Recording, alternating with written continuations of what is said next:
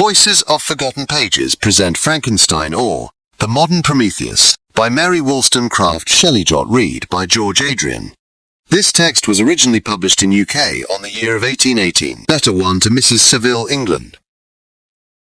Street, Petersburg, December 11th, 17. You will rejoice to hear that no disaster has accompanied the commencement of an enterprise which you have regarded with such evil forebodings.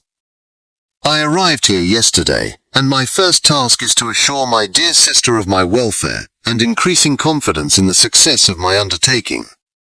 I am already far north of London, and as I walk in the streets of Petersburg, I feel a cold northern breeze play upon my cheeks, which braces my nerves and fills me with delight. Do you understand this feeling? This breeze, which has travelled from the regions towards which I am advancing, gives me a foretaste of those icy climes. My daydreams become more fervent and vivid. I try in vain to be persuaded that the pole is the seat of frost and desolation. It ever presents itself to my imagination as the region of beauty and delight. There, Margaret, the sun is forever visible, its broad disk just skirting the horizon and diffusing a perpetual splendour. For with your leave, my sister, I will put some trust in preceding navigators. There, snow and frost are banished, and sailing over a calm sea, we may be wafted to a land surpassing in wonders and in beauty every region hitherto discovered on the habitable globe. Its productions and features may be without example, as the phenomena of the heavenly bodies undoubtedly are in those undiscovered solitudes. What may not be expected in a country of eternal light? I may there discover the wondrous power which attracts the needle, and may regulate 1,000 celestial observations that require only this voyage to render their seeming eccentricities consistent forever. I shall satiate my ardent curiosity with the sight of a part of the world never before visited, and may tread a land never before imprinted by the foot of man. These are my enticements, and they are sufficient to conquer all fear of danger or death, and to induce me to commence this laborious voyage, with the joy a child feels when he embarks in a little boat, with his holiday mates, on an expedition of discovery up his native river. But supposing all these conjectures to be false, you cannot contest the inestimable benefit which I shall confer on all mankind, to the last generation, by discovering a passage near the pole to those countries, to reach which at present so many months are requisite, or by ascertaining the secret of the magnet, which, if at all possible, can only be effected by an undertaking such as mine. These reflections have dispelled the agitation with which I began my letter, and I feel my heart glow with an enthusiasm which elevates me to heaven, for nothing contributes so much to tranquilize the mind as a steady purpose, a point on which the soul may fix its intellectual eye. This expedition has been the favorite dream of my early years. I have read with ardor the accounts of the various voyages which have been made in the prospect of arriving at the North Pacific Ocean, through the seas which surround the pole.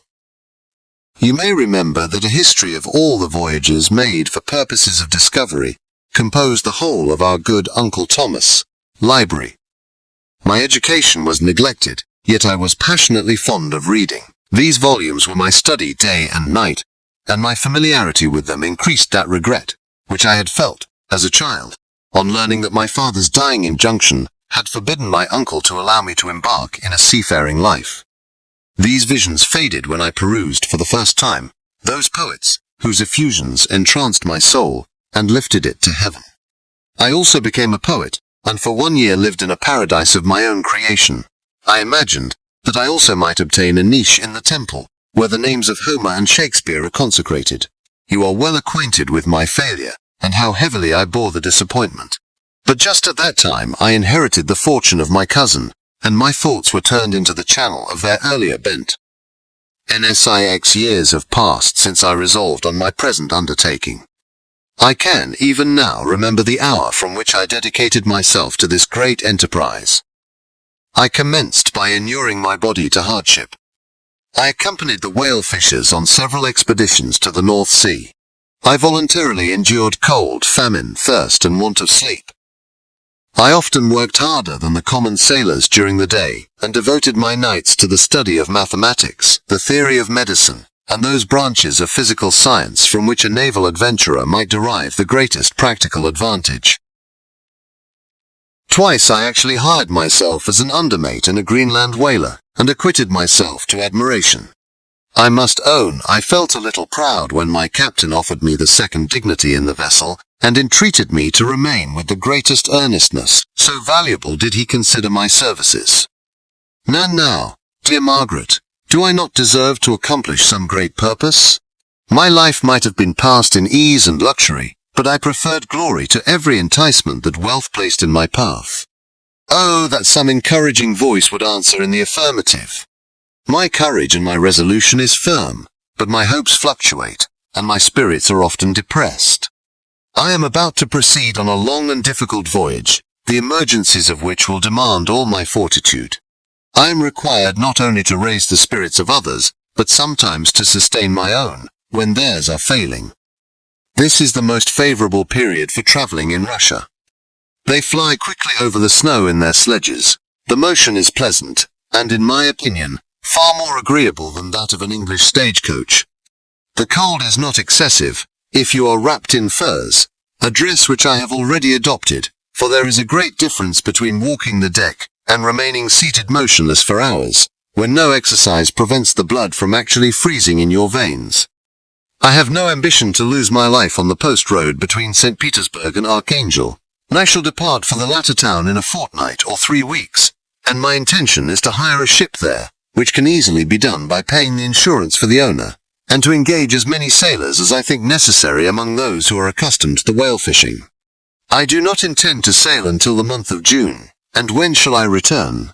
Ah, dear sister, how can I answer this question? If I succeed, many months, perhaps years, will pass before you and I may meet. If I fail, you will see me again soon, or never.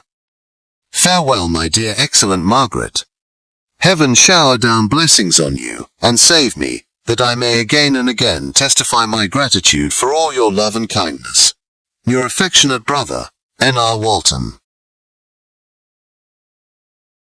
Letter 2. To Mrs. Saville, England. Archangel, the 28th of March 17. How slowly the time passes here, encompassed as I am by frost and snow. Yet a second step is taken towards my enterprise. I have hired a vessel and am occupied in collecting my sailors. Those whom I have already engaged appear to be men on whom I can depend, and are certainly possessed of dauntless courage. I have one want which I have never yet been able to satisfy, and the absence of the object of which I now feel as a most severe evil. I have no friend, Margaret.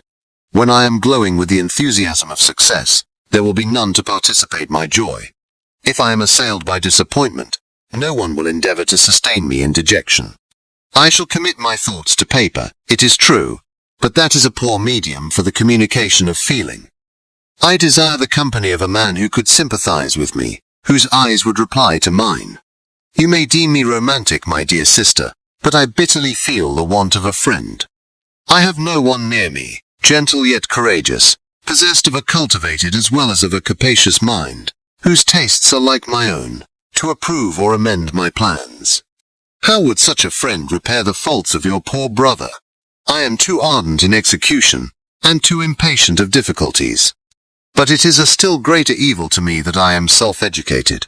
For the first 14 years of my life I ran wild on a common, and read nothing but our Uncle Thomas, books of voyages.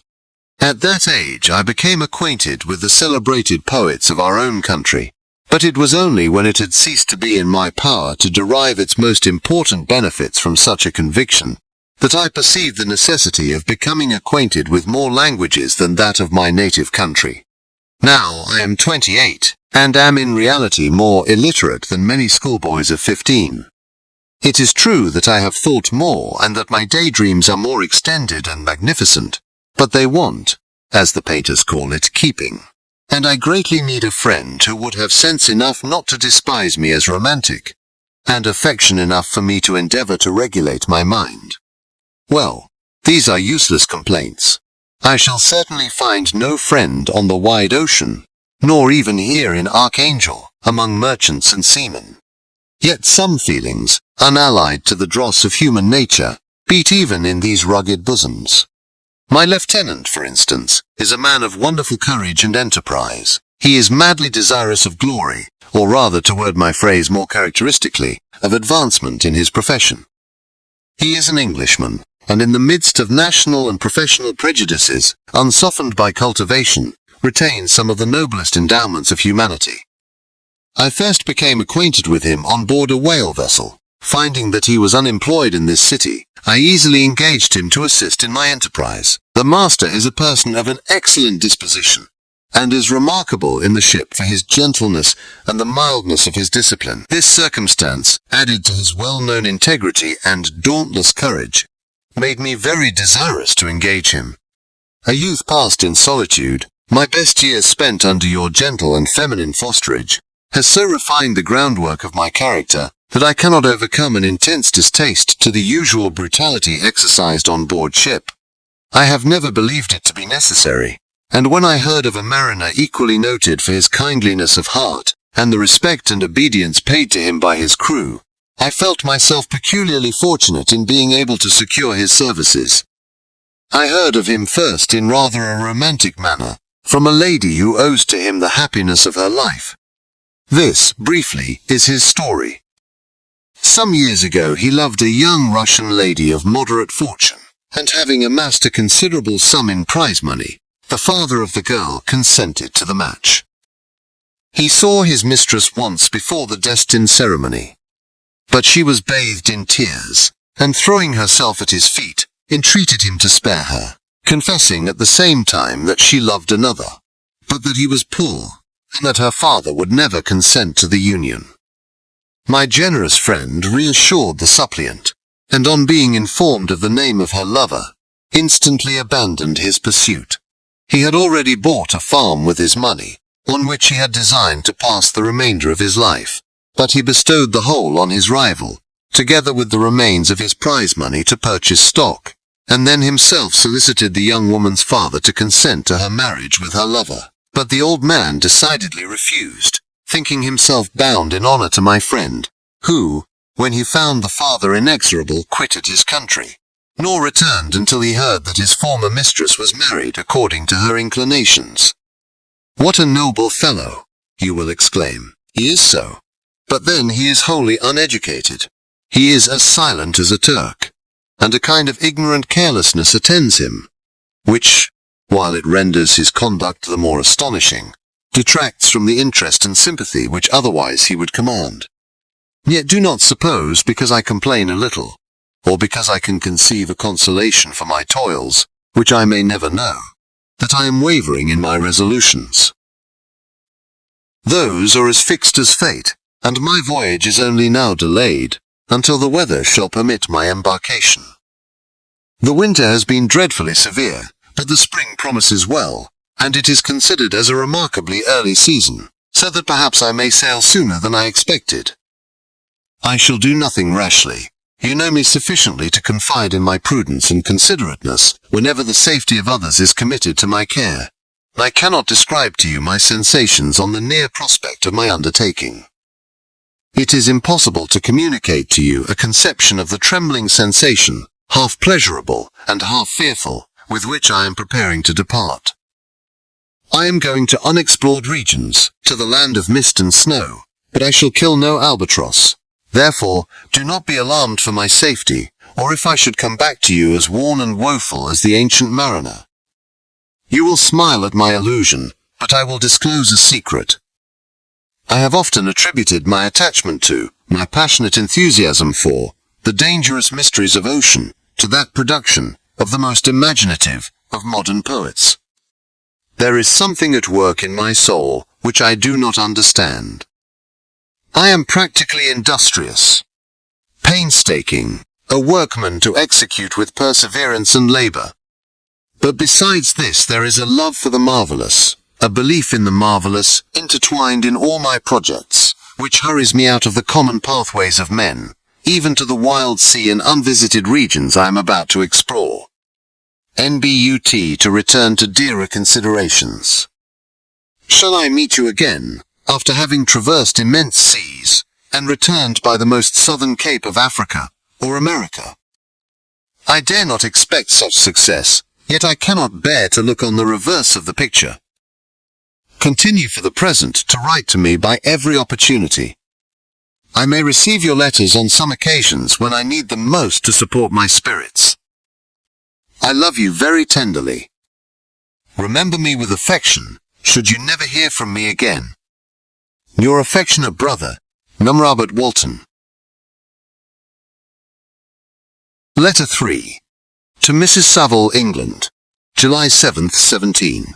My dear sister, I write a few lines in haste to say that I am safe, and well advanced on my voyage. This letter will reach England by a merchantman now on its homeward voyage from Archangel, more fortunate than I, who may not see my native land perhaps for many years. I am, however, in good spirits. My men are bold and apparently firm of purpose, nor do the floating sheets of ice that continually pass us, indicating the dangers of the region towards which we are advancing, appear to dismay them. We have already reached a very high latitude, but it is the height of summer, and although not so warm as in England, the southern gales, which blow us speedily towards those shores which I so ardently desire to attain, breathe a degree of renovating warmth which I had not expected. No incidents have hitherto befallen us that would make a figure in a letter. 1 or 2 stiff gales and the springing of a leak are accidents which experienced navigators scarcely remember to record, and I shall be well content if nothing worse happen to us during our voyage. Adieu, my dear Margaret. Be assured that for my own sake, as well as yours, I will not rashly encounter danger. I will be cool, persevering, and prudent. But success shall crown my endeavours. Wherefore not? Thus far I have gone, tracing a secure way over the pathless seas, the very stars themselves being witnesses and testimonies of my triumph. Why not still proceed over the untamed yet obedient element? What can stop the determined heart and resolved will of man? My swelling heart involuntarily pours itself out thus. But I must finish. Heaven bless my beloved sister, man. Letter 4. To Mrs. Saville, England. August 5th, 17. So strange an accident has happened to us that I cannot forbear recording it, although it is very probable that you will see me before these papers can come into your possession. Last Monday, July 31st, we were nearly surrounded by ice, which closed in the ship on all sides, scarcely leaving her the sea room in which she floated. Our situation was somewhat dangerous, especially as we were compassed round by a very thick fog. We accordingly lay to, hoping that some change would take place in the atmosphere and weather. And about 2 o'clock the mist cleared away, and we beheld, stretched out in every direction, vast and irregular plains of ice, which seemed to have no end.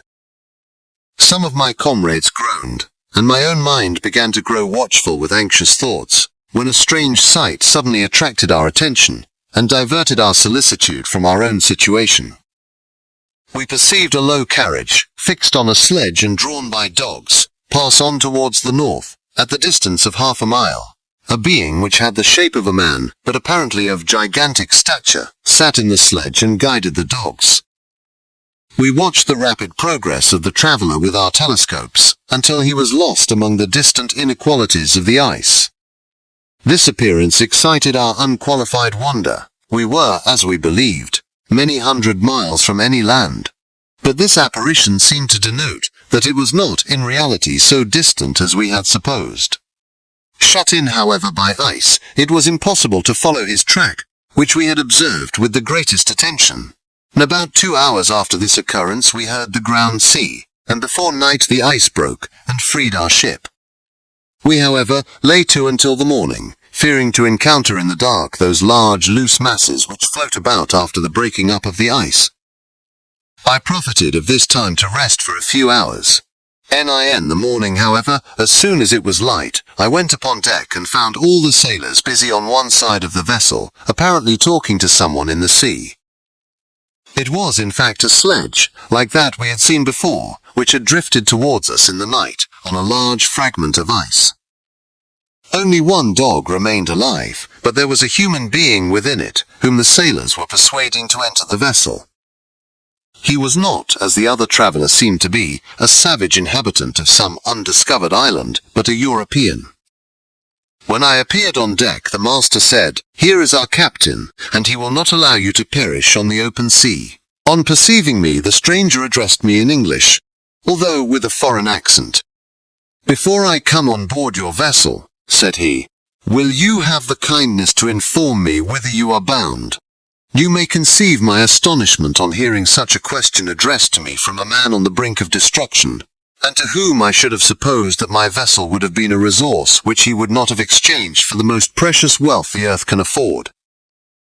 I replied, however, that we were on a voyage of discovery towards the northern pole. And upon hearing this he appeared satisfied, and consented to come on board. Good God! Margaret, if you had seen the man who thus capitulated for his safety, your surprise would have been boundless. His limbs were nearly frozen, and his body dreadfully emaciated by fatigue and suffering. I never saw a man in so wretched a condition. We attempted to carry him into the cabin, but as soon as he had quitted the fresh air he fainted. We accordingly brought him back to the deck and restored him to animation by rubbing him with brandy, and forcing him to swallow a small quantity. As soon as he showed signs of life, we wrapped him up in blankets and placed him near the chimney of the kitchen stove. By slow degrees he recovered and ate a little soup, which restored him wonderfully.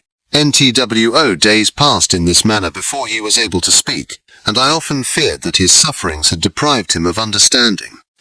When he had in some measure recovered, I removed him to my own cabin, and attended on him as much as my duty would permit. I never saw a more interesting creature. His eyes have generally an expression of wildness, and even madness, but there are moments when, if anyone performs an act of kindness towards him, or does him any the most trifling service, his whole countenance is lighted up, as it were, with a beam of benevolence and sweetness that I never saw equalled. But he is generally melancholy and despairing, and sometimes he gnashes his teeth, as if impatient of the weight of woes that oppresses him.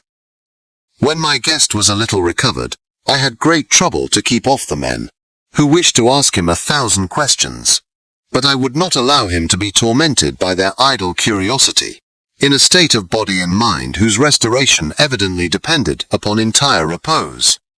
Once, however, the lieutenant asked why he had come so far upon the ice in so strange a vehicle. NHI's countenance instantly assumed an aspect of the deepest gloom, and he replied, "To seek one who fled from me." "And did the man whom you pursued travel in the same fashion?" "Yes."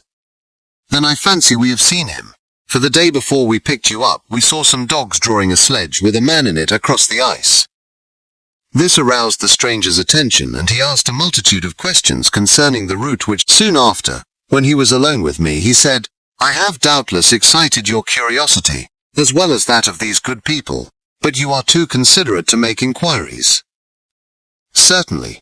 It would indeed be very impertinent and inhuman in me to trouble you with any inquisitiveness of mine. And yet you rescued me from a strange and perilous situation. You have benevolently restored me to life." Soon after this he inquired if I thought that the breaking up of the ice had destroyed the other sledge. I replied that I could not answer with any degree of certainty, for the ice had not broken until near midnight, and the traveller might have arrived at a place of safety before that time, but of this I could not judge. From this time a new spirit of life animated the decaying frame of the stranger. He manifested the greatest eagerness to be upon deck to watch for the sledge which had before appeared. But I have persuaded him to remain in the cabin, for he is far too weak to sustain the rawness of the atmosphere. I have promised that someone should watch for him and give him instant notice if any new object should appear in sight. Such is my journal of what relates to this strange occurrence up to the present day. The stranger has gradually improved in health, but is very silent and appears uneasy when anyone except myself enters his cabin. Yet his manners are so conciliating and gentle, that the sailors are all interested in him, although they have had very little communication with him. For my own part, I begin to love him as a brother, and his constant and deep grief fills me with sympathy and compassion. He must have been a noble creature in his better days. being even now in wreck so attractive and amiable. And I said in one of my letters, my dear Margaret, that I should find no friend on the wide ocean. Yet I have found a man who, before his spirit had been broken by misery, I should have been happy to have possessed as the brother of my heart. And I shall continue my journal concerning the stranger at intervals, should I have any fresh incidents to record. On August 13th, 17. NMY affection for my guest increases every day. He excites at once my admiration and my pity to an astonishing degree. How can I see so noble a creature destroyed by misery, without feeling the most poignant grief? He is so gentle, yet so wise. His mind is so cultivated, and when he speaks, although his words are culled with the choicest art, yet they flow with rapidity and unparalleled eloquence. NHE is now much recovered from his illness, and is continually on the deck, apparently watching for the sledge that preceded his own. Yet, although unhappy, he is not so utterly occupied by his own misery, but that he interests himself deeply in the projects of others. He has frequently conversed with me on mine, which I have communicated to him without disguise. He entered attentively into all my arguments, in favor of my eventual success, and into every minute detail of the measures I had taken to secure it. I was easily led by the sympathy which he evinced to use the language of my heart, to give utterance to the burning ardor of my soul, and to say, with all the fervor that warmed me, how gladly I would sacrifice my fortune, my existence, my every hope, to the furtherance of my enterprise. One man's life or death were but a small price to pay for the acquirement of the knowledge which I sought, for the dominion I should acquire and transmit over the elemental foes of our race. As I spoke, a dark gloom spread over my listener's countenance. At first, I perceived that he tried to suppress his emotion. He placed his hands before his eyes, and my voice quivered and failed me as I beheld tears trickle fast from between his fingers. A groan burst from his heaving breast. I paused. At length he spoke, in broken accents. Unhappy man, do you share my madness? Have you drunk also of the intoxicating draught? Hear me. Let me reveal my tale, and you will dash the cup from your lips. Such words, you may imagine, strongly excited my curiosity. But the paroxysm of grief that had seized the stranger overcame his weakened powers, and many hours of repose and tranquil conversation were necessary to restore his composure. Having conquered the violence of his feelings, he appeared to despise himself for being the slave of passion, and quelling the dark tyranny of despair, he led me again to converse concerning myself personally. He asked me the history of my earlier years. The tale was quickly told, but it awakened various trains of reflection. I spoke of my desire of finding a friend, of my thirst for a more intimate sympathy with a fellow mind than had ever fallen to my lot, and expressed my conviction that a man could boast of little happiness who did not enjoy this blessing. I agree with you, replied the stranger. We are unfashioned creatures, but half made up. If one wiser, better, dearer than ourselves such a friend ought to be, do not lend his aid to perfectionate our weak and faulty natures. I once had a friend, the most noble of human creatures, and am entitled therefore to judge respecting friendship. You have hope, and the world before you, and have no cause for despair. But I have lost everything, and cannot begin life anew. As he said this, his countenance became expressive of a calm, settled grief that touched me to the heart. But he was silent and presently retired to his cabin. And even broken in spirit as he is, no one can feel more deeply than he does the beauties of nature. The starry sky, the sea, and every sight afforded by these wonderful regions seem still to have the power of elevating his soul from earth. Such a man has a double existence. He may suffer misery and be overwhelmed by disappointments. Yet when he has retired into himself, he will be like a celestial spirit that has a halo around him, within whose circle no grief or folly ventures. Will you smile at the enthusiasm I express concerning this divine wanderer? You would not if you saw him. You have been tutored and refined by books and retirement from the world, and you are therefore somewhat fastidious. But this only renders you the more fit to appreciate the extraordinary merits of this wonderful man. Sometimes I have endeavored to discover what quality it is which he possesses that elevates him so immeasurably above any other person I ever knew. I believe it to be an intuitive discernment, a quick but never-failing power of judgment, a penetration into the causes of things, unequaled for clearness and precision. Add to this a facility of expression and a voice whose varied intonations are soul-subduing music. August 19th, 17. Yesterday the stranger said to me, "You may easily perceive, Captain Walton, that I have suffered great and unparalleled misfortunes. I had determined at one time that the memory of these evils should die with me, but you have won me to alter my determination. You seek for knowledge and wisdom as I once did, and I ardently hope that the gratification of your wishes may not be a serpent to sting you, as mine has been. I do not know that the relation of my disasters will be useful to you, yet, when I reflect that you are pursuing the same course, exposing yourself to the same dangers which have rendered me what I am, I imagine that you may deduce an apt moral from my tale, one that may direct you if you succeed in your undertaking, and console you in case of failure. Prepare to hear of occurrences which are usually deemed marvelous. Were we among the tamer scenes of nature, I might fear to encounter your unbelief, perhaps your ridicule. But many things will appear possible in these wild and mysterious regions, which would provoke the laughter of those unacquainted with the ever-varied powers of nature. Nor can I doubt but that my tale conveys in its series internal evidence of the truth of the events of which it is composed. You may easily imagine that I was much gratified by the offered communication, yet I could not endure that he should renew his grief by a recital of his misfortunes. I felt the greatest eagerness to hear the promised narrative, partly from curiosity, and partly from a strong desire to ameliorate his fate if it were in my power. I expressed these feelings in my answer. "I thank you," he replied, "for your sympathy, but it is useless. My fate is nearly fulfilled. I wait but for one event, and then I shall repose in peace." "I understand your feeling," continued he, perceiving that I wished to interrupt him, "but you are mistaken, my friend. If thus you will allow me to name you, nothing can alter my destiny. Listen to my history, and you will perceive how irrevocably it is determined." He then told me that he would commence his narrative the next day when I should be at leisure. This promise drew from me the warmest thanks. I have resolved every night, when I am not imperatively occupied by my duties, to record, as nearly as possible in his own words, what he has related during the day. If I should be engaged, I will at least make notes. This manuscript will doubtless afford you the greatest pleasure, but to me, who know him, and who hear it from his own lips, with what interest and sympathy shall I read it in some future day?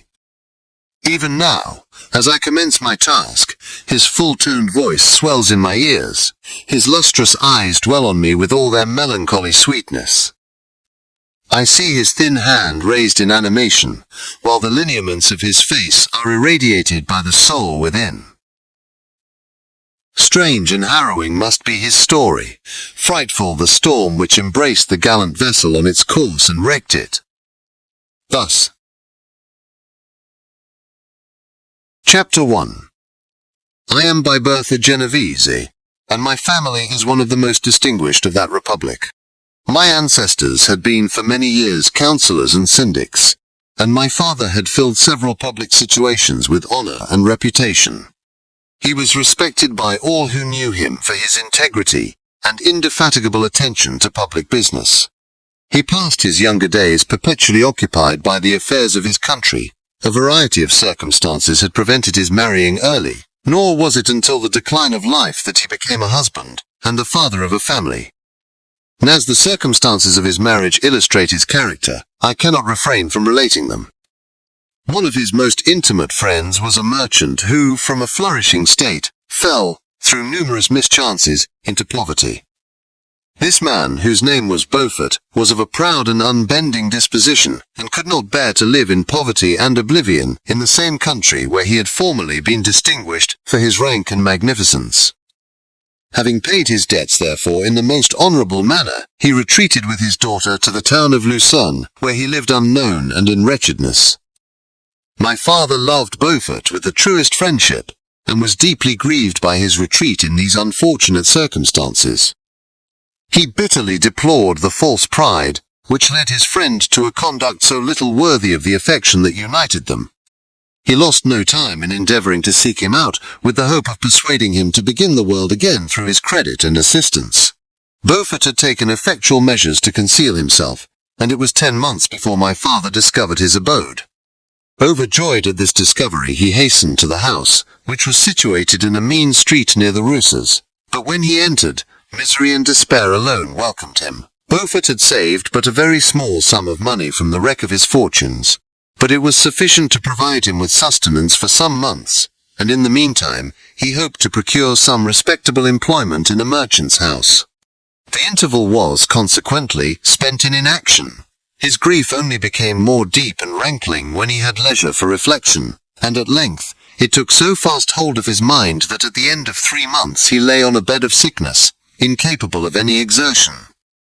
NHI's daughter attended him with the greatest tenderness, but she saw with despair that their little fund was rapidly decreasing, and that there was no other prospect of support. But Caroline Beaufort possessed a mind of an uncommon mould, and her courage rose to support her in her adversity. She procured plain work, she plaited straw, and by various means contrived to earn a pittance, scarcely sufficient to support life. Several months passed in this manner. Her father grew worse, her time was more entirely occupied in attending him. Her means of subsistence decreased, and in the 10th month, her father died in her arms, leaving her an orphan and a beggar.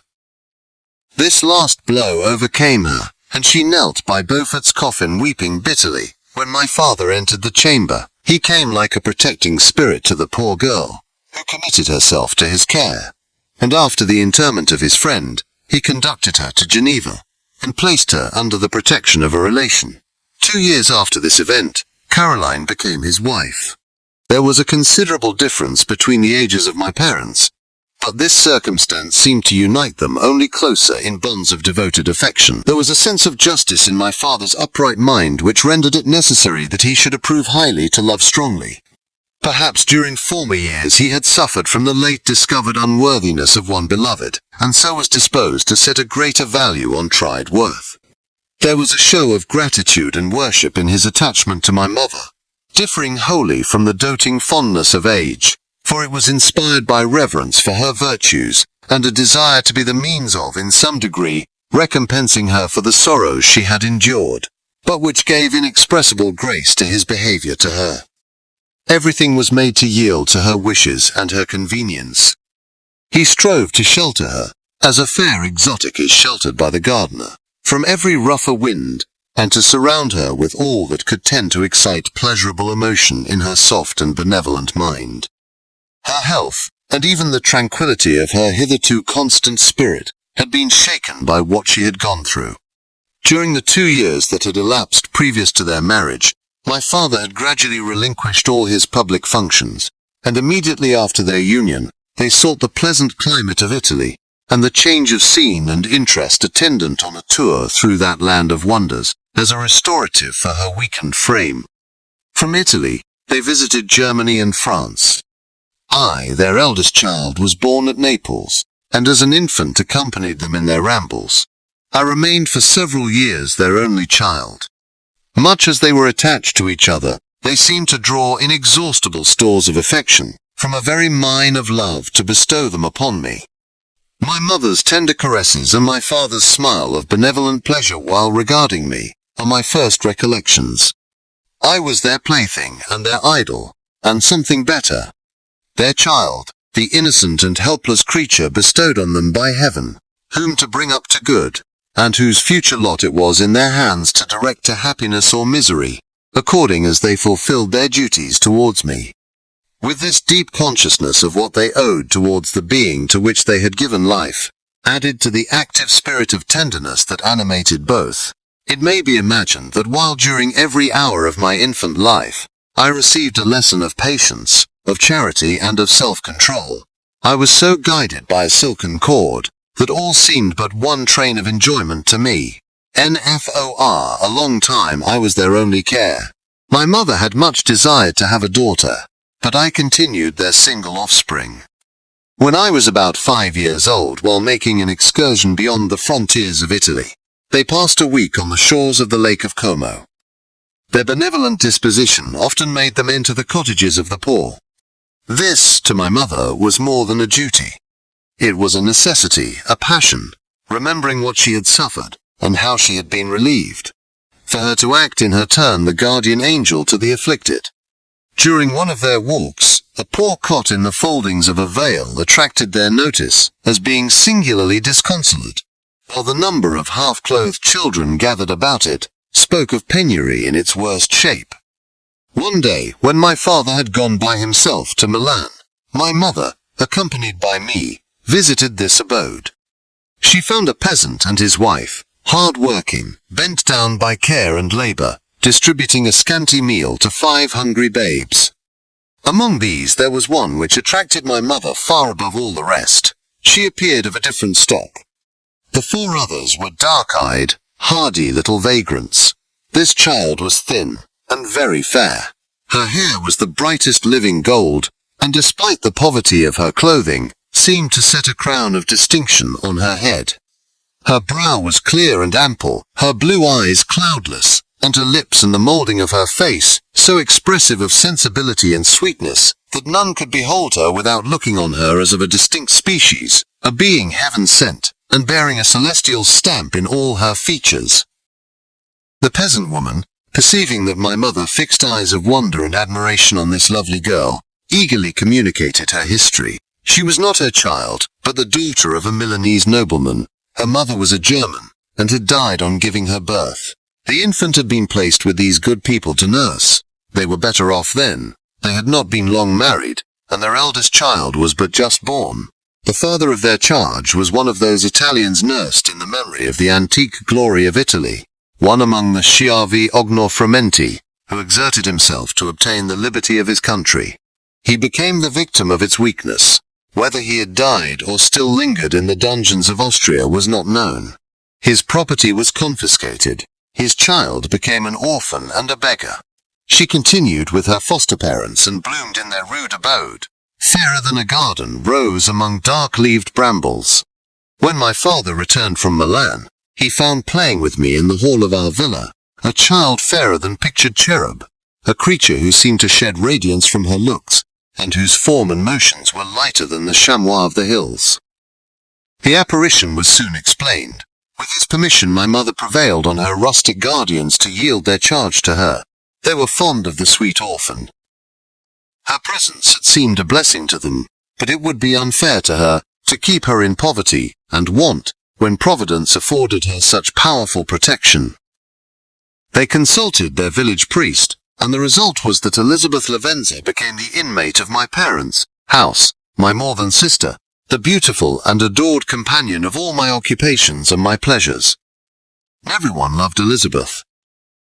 The passionate and almost reverential attachment with which all regarded her became, while I shared it, my pride and my delight.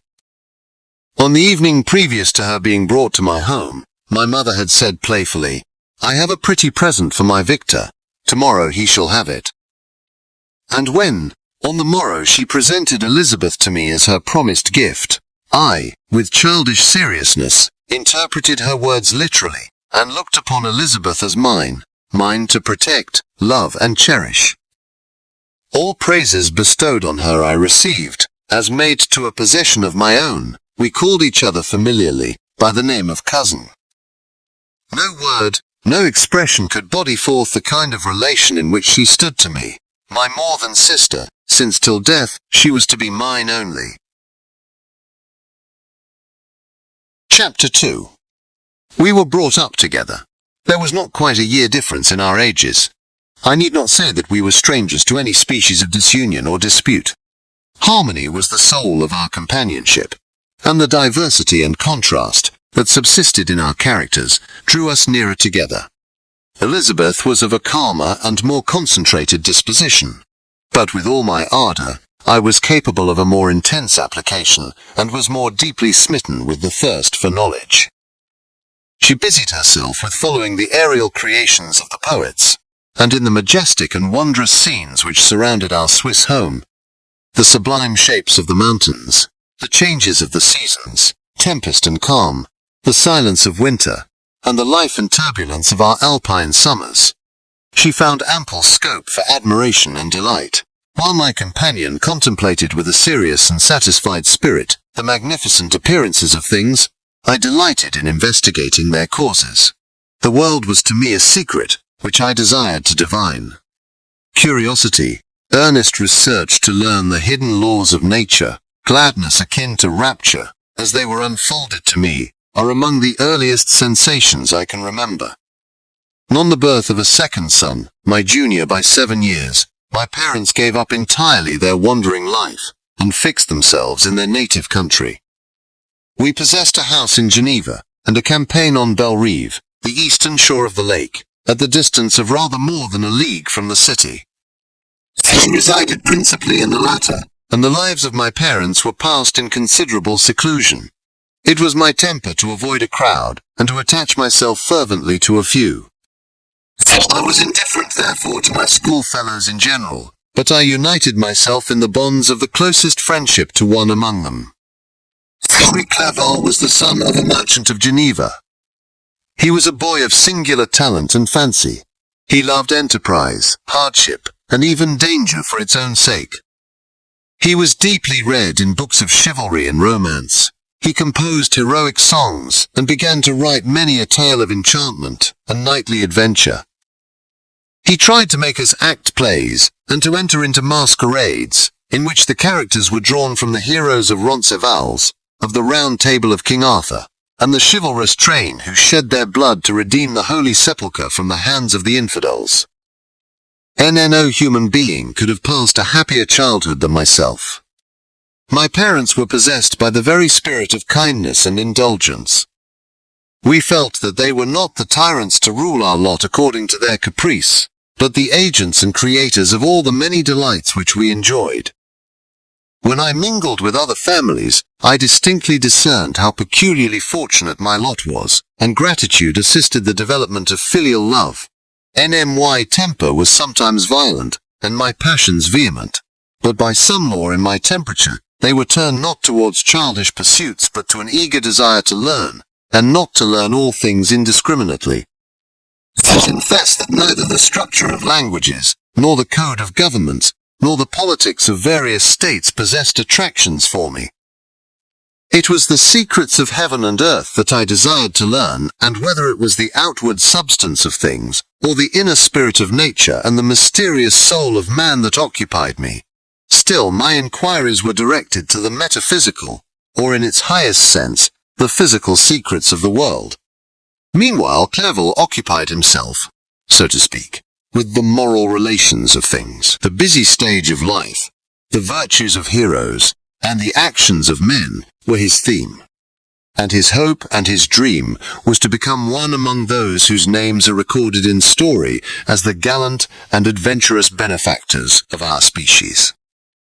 The saintly soul of Elizabeth shone like a shrine-dedicated lamp in our peaceful home. Her sympathy was ours, her smile, her soft voice, the sweet glance of her celestial eyes, were ever there to bless and animate us. She was the living spirit of love to soften and attract. I might have become sullen in my study, rough through the ardor of my nature, but that she was there to subdue me to a semblance of her own gentleness. And Clerval could aught ill entrench on the noble spirit of Clerval. Yet he might not have been so perfectly humane, so thoughtful in his generosity, so full of kindness and tenderness amidst his passion for adventurous exploit, had she not unfolded to him the real loveliness of beneficence, and made the doing good the end and aim of his soaring ambition. I feel exquisite pleasure in dwelling on the recollections of childhood, before misfortune had tainted my mind and changed its bright visions of extensive usefulness into gloomy and narrow reflections upon self. Besides, in drawing the picture of my early days, I also record those events which led by insensible steps to my aftertale of misery, for when I would account to myself for the birth of that passion which afterwards ruled my destiny, I find it arise like a mountain river, from ignoble and almost forgotten sources, but, swelling as it proceeded, it became the torrent which, in its course, has swept away all my hopes and joys. Natural philosophy is the genius that has regulated my fate. I desire that, when I was 13 years of age, we all went on a party of pleasure to the baths near Thonon. The inclemency of the weather obliged us to remain a day confined to the inn. In this house I chanced to find a volume of the works of Cornelius Agrippa. I opened it with apathy. The theory which he attempts to demonstrate, and the wonderful facts which he relates, soon changed this feeling into enthusiasm. A new light seemed to dawn upon my mind, and bounding with joy, I communicated my discovery to my father. My father looked carelessly at the title page of my book and said, "Ah, Cornelius Agrippa, my dear Victor, do not waste your time upon this, it is sad trash." NIF. Instead of this remark, my father had taken the pains to explain to me that the principles of Agrippa had been entirely exploded, and that a modern system of science had been introduced which possessed much greater powers than the ancient, because the powers of the latter were chimerical, while those of the former were real and practical. Under such circumstances, I should certainly have thrown Agrippa aside and have contented my imagination, warmed as it was, by returning with greater ardor to my... It is even possible that the train of my ideas would never have received the fatal impulse that led to my ruin.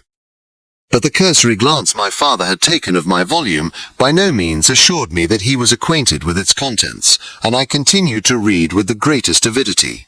When I returned home, my first care was to procure the whole works of this author, and afterwards of Paracelsus and Albertus Magnus. I read and studied the wild fancies of these writers with delight. They appeared to me treasures known to few besides myself.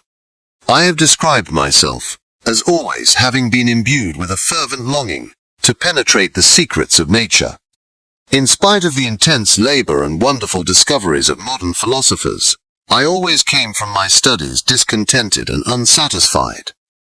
Sir Isaac Newton is said to have avowed that he felt like a child picking up shells beside the great and unexplored ocean of truth. Those of his successors in each branch of natural philosophy with whom I was acquainted appeared even to my boy's apprehensions as tyros engaged in the same pursuit.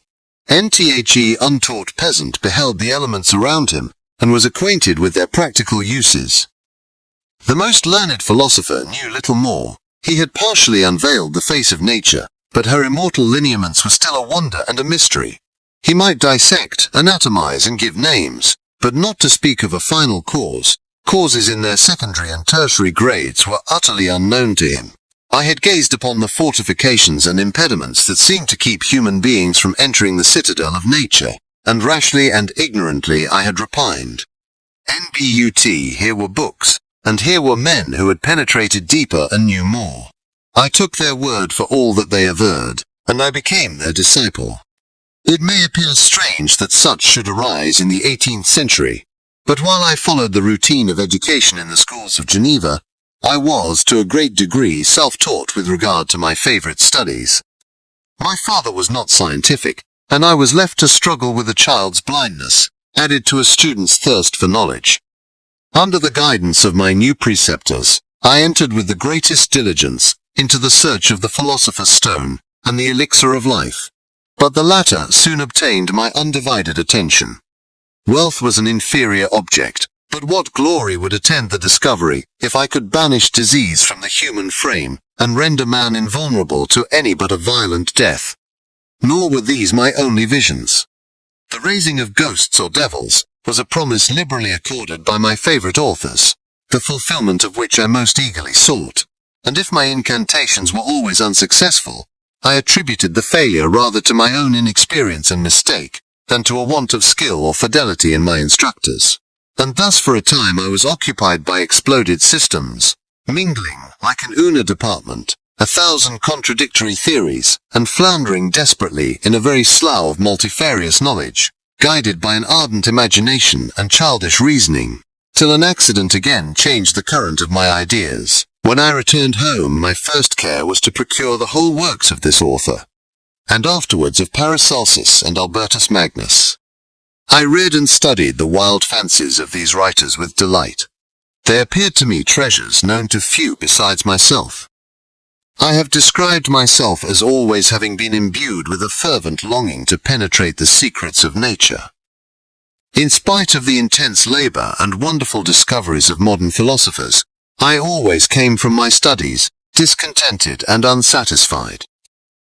Sir Isaac Newton is said to have avowed that he felt like a child picking up shells beside the great and unexplored ocean of truth. Those of his successors in each branch of natural philosophy with whom I was acquainted appeared even to my boy's apprehensions as tyros engaged in the same pursuit. The untaught peasant beheld the elements around him and was acquainted with their practical uses. The most learned philosopher knew little more. He had partially unveiled the face of nature, but her immortal lineaments were still a wonder and a mystery. He might dissect, anatomize and give names, but, not to speak of a final cause, causes in their secondary and tertiary grades were utterly unknown to him. I had gazed upon the fortifications and impediments that seemed to keep human beings from entering the citadel of nature, and rashly and ignorantly I had repined. Here were books, and here were men who had penetrated deeper and knew more. I took their word for all that they averred, and I became their disciple. It may appear strange that such should arise in the 18th century, but while I followed the routine of education in the schools of Geneva, I was, to a great degree, self-taught with regard to my favorite studies. My father was not scientific, and I was left to struggle with a child's blindness, added to a student's thirst for knowledge.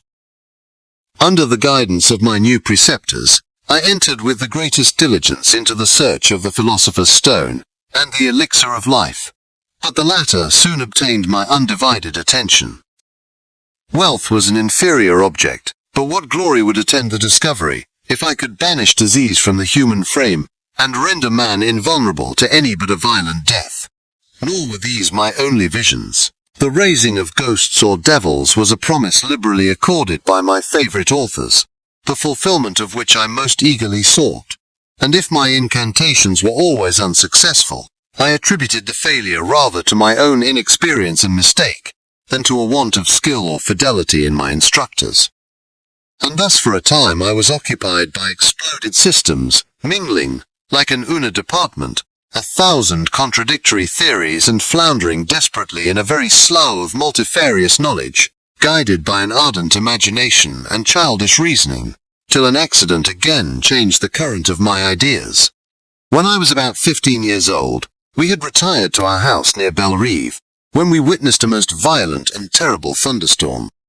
It advanced from behind the mountains of Jura, and the thunder burst at once with frightful loudness from various quarters of the heavens.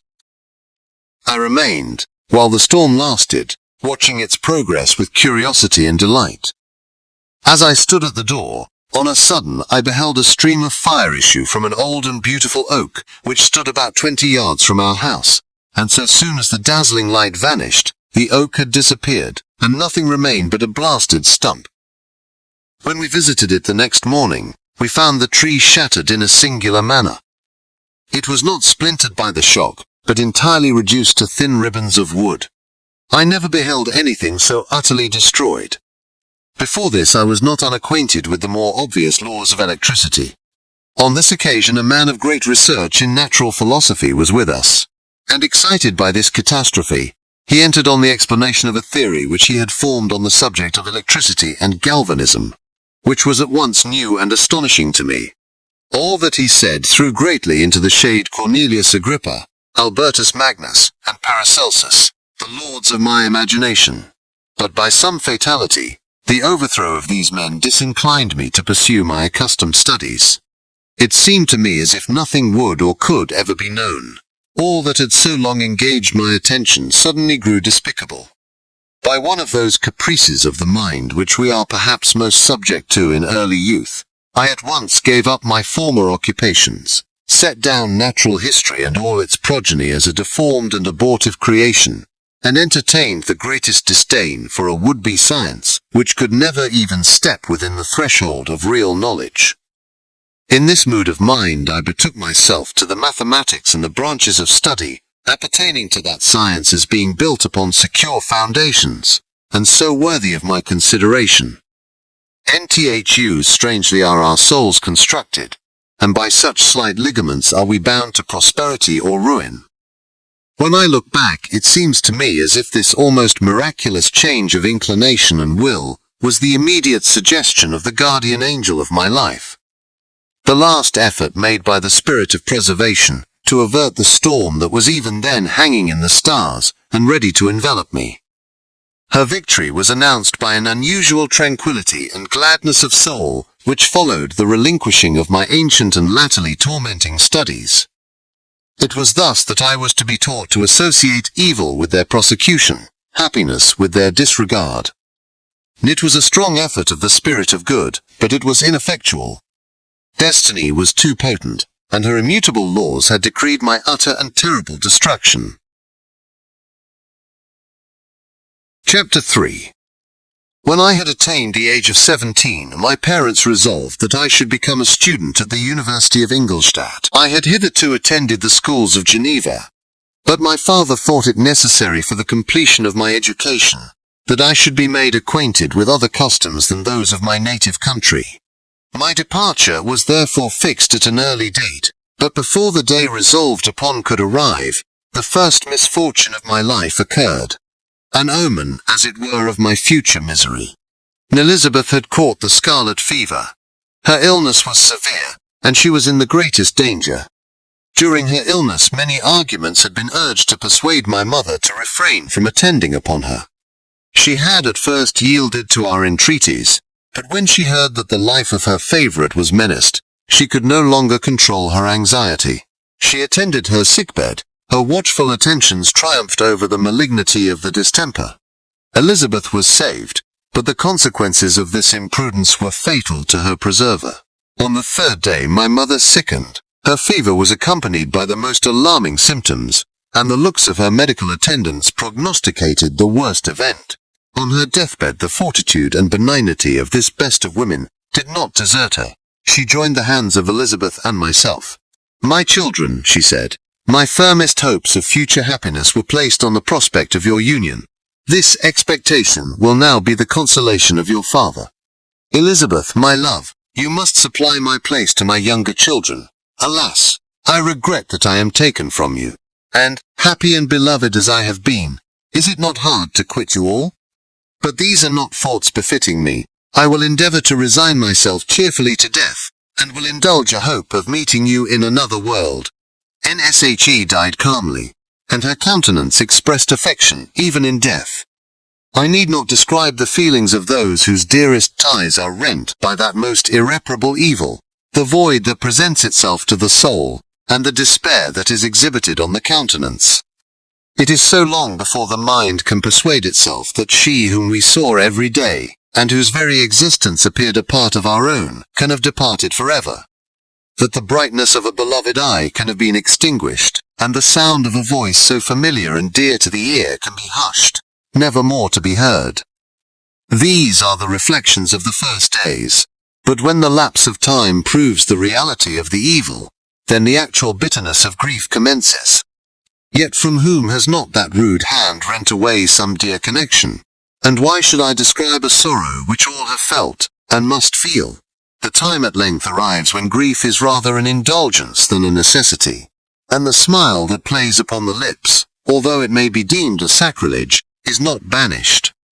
My mother was dead, but we had still duties which we ought to perform. We must continue our course with the rest, and learn to think ourselves fortunate, whilst one remains whom the spoiler has not seized. NMY departure for Ingolstadt, which had been deferred by these events, was now again determined upon. I obtained from my father a respite of some weeks. It appeared to me sacrilege so soon to leave the repose akin to death of the house of mourning and to rush into the thick of life. I was new to sorrow, but it did not the less alarm me. I was unwilling to quit the sight of those that remained to me, and above all, I desired to see my sweet Elizabeth, in some degree consoled. She indeed veiled her grief, and strove to act the comforter to us all. She looked steadily on life and assumed its duties with courage and zeal. She devoted herself to those whom she had been taught to call her uncle and cousins. Never was she so enchanting as at this time, when she recalled the sunshine of her smiles, and spent them upon us. She forgot even her own regret in her endeavours to make us forget. The day of my departure at length arrived. Clerval spent the last evening with us. He had endeavoured to persuade his father to permit him to accompany me, and to become my fellow student, but in vain. His father was a narrow-minded trader, and saw idleness and ruin in the aspirations and ambition of his son. Henry deeply felt the misfortune of being debarred from a liberal education. He said little, but when he spoke I read in his kindling eye, and in his animated glance, a restrained but firm resolve not to be chained to the miserable details of commerce. NWE sat late. We could not tear ourselves away from each other, nor persuade ourselves to say the word farewell. It was said, and we retired under the pretense of seeking repose, each fancying that the other was deceived. But when at morning's dawn I descended to the carriage which was to convey me away, they were all there. My father again to bless me, Clerval to press my hand once more, my Elizabeth to renew her entreaties that I would write often, and to bestow the last feminine attentions on her playmate and friend. I threw myself into the chaise that was to convey me away and indulged in the most melancholy reflections. I, who had ever been surrounded by amiable companions, continually engaged in endeavouring to bestow mutual pleasure, I was now alone.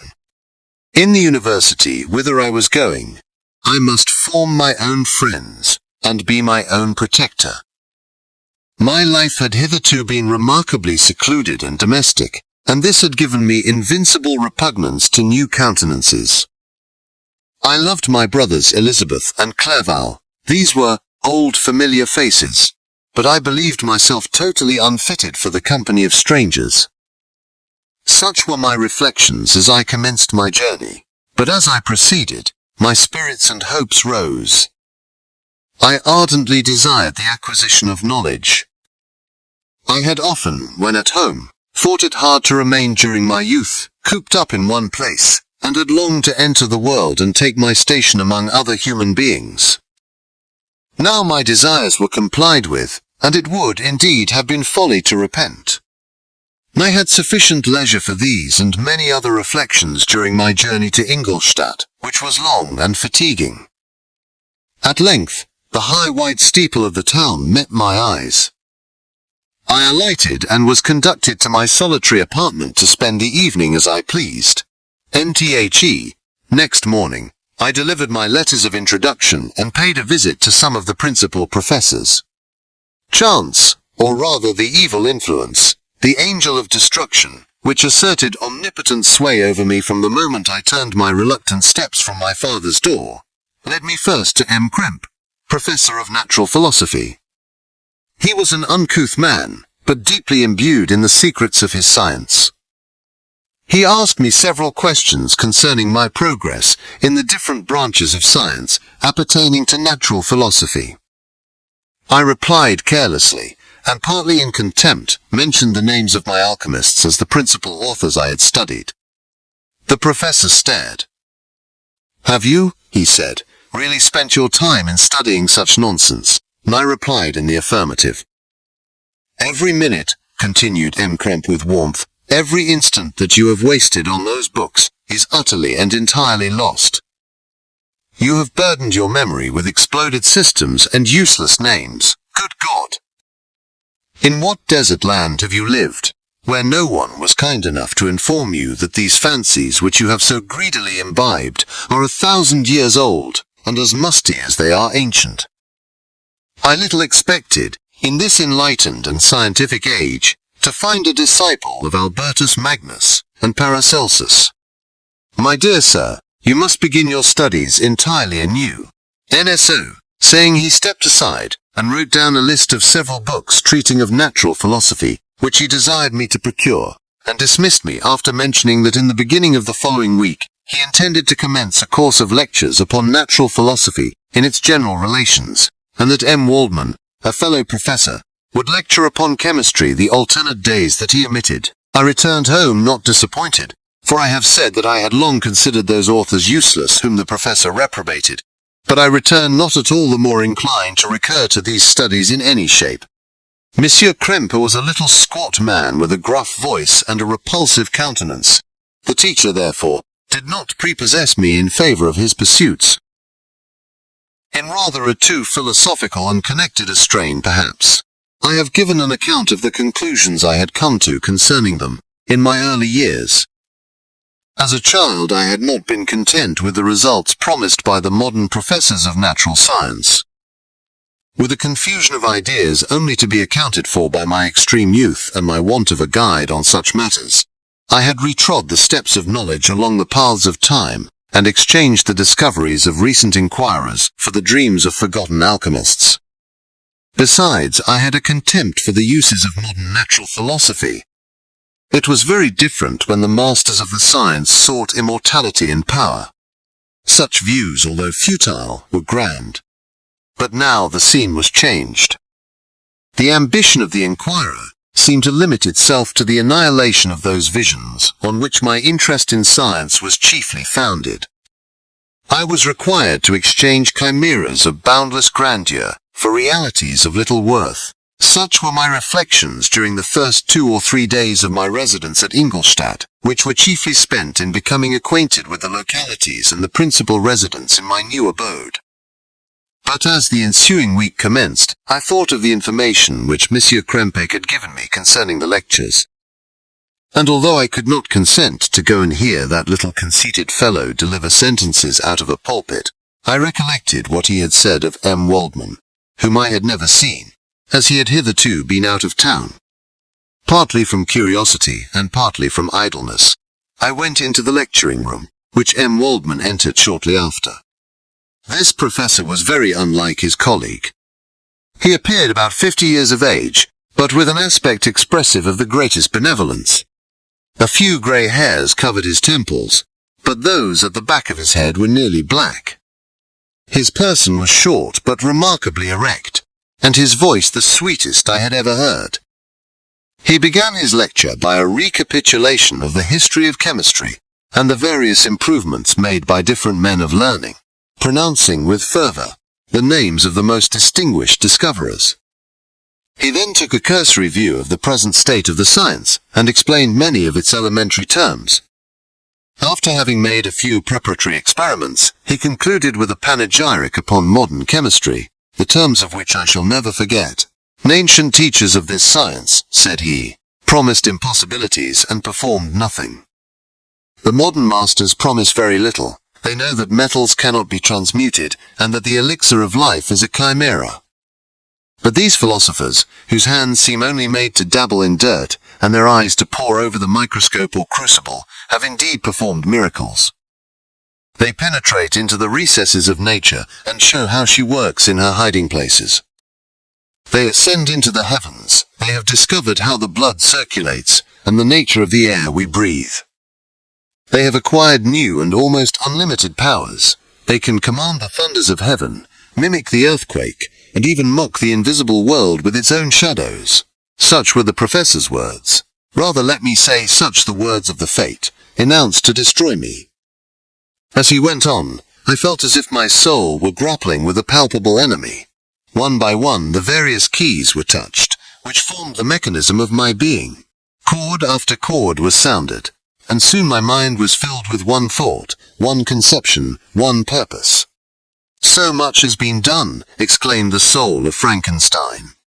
"More, far more will I achieve. Treading in the steps already marked, I will pioneer a new way, explore unknown powers, and unfold to the world the deepest mysteries of creation." I closed not my eyes that night. My internal being was in a state of insurrection and turmoil. I felt that order would thence arise, but I had no power to produce it. By degrees, after the morning's dawn, sleep came. I awoke, and my yesternight's thoughts were as a dream.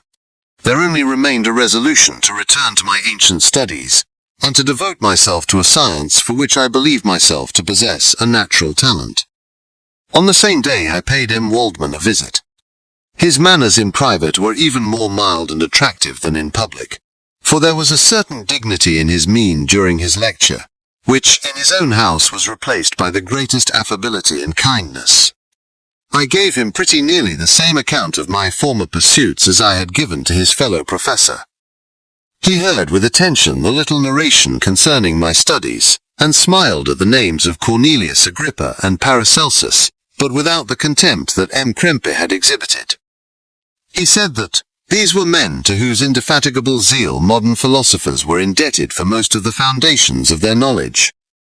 They had left to us as an easier task to give new names and arrange in connected classifications the facts which they in a great degree had been the instruments of bringing to light. The labours of men of genius, however erroneously directed, scarcely ever fail in ultimately turning to the solid advantage of mankind. I listened to his statement, which was delivered without any presumption or affectation, and then added that his lecture had removed my prejudices against modern chemists.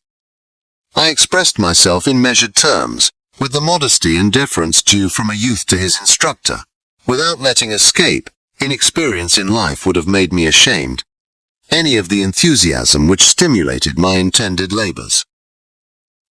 I requested his advice concerning the books I ought to procure. I am happy, said M. Waldman, to have gained a disciple, and if your application equals your ability, I have no doubt of your success.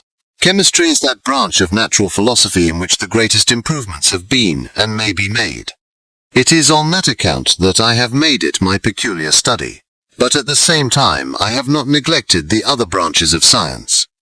A man would make but a very sorry chemist if he attended to that department of human knowledge alone. If your wish is to become really a man of science and not merely a petty experimentalist, I should advise you to apply to every branch of natural philosophy, including mathematics. Then took me into his laboratory and explained to me the uses of his various machines, instructing me as to what I ought to procure, and promising me the use of his own, when I should have advanced far enough in the science not to derange their mechanism. He also gave me the list of books which I had requested, and I took my leave. NTHUs ended a day memorable to me. It decided my future destiny. Chapter 4. From this day natural philosophy, and particularly chemistry, in the most comprehensive sense of the term, became nearly my sole occupation.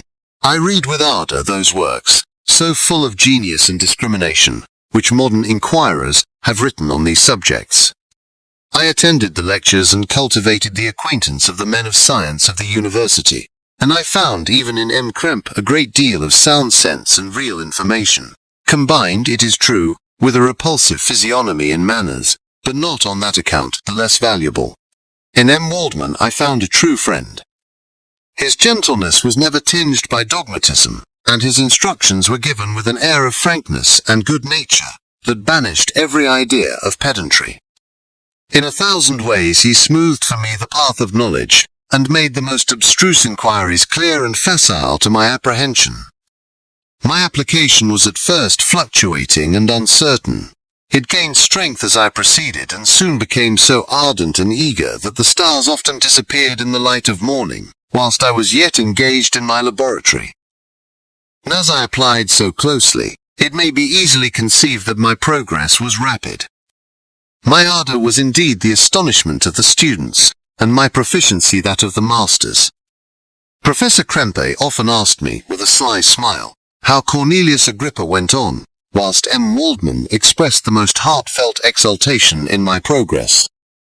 2 years passed in this manner, during which I paid no visit to Geneva, but was engaged, heart and soul, in the pursuit of some discoveries which I hoped to make. None but those who have experienced them can conceive of the enticements of science. In other studies you go as far as others have gone before you, and there is nothing more to know. But in a scientific pursuit there is continual food for discovery and wonder. A mind of moderate capacity which closely pursues one study must infallibly arrive at great proficiency in that study.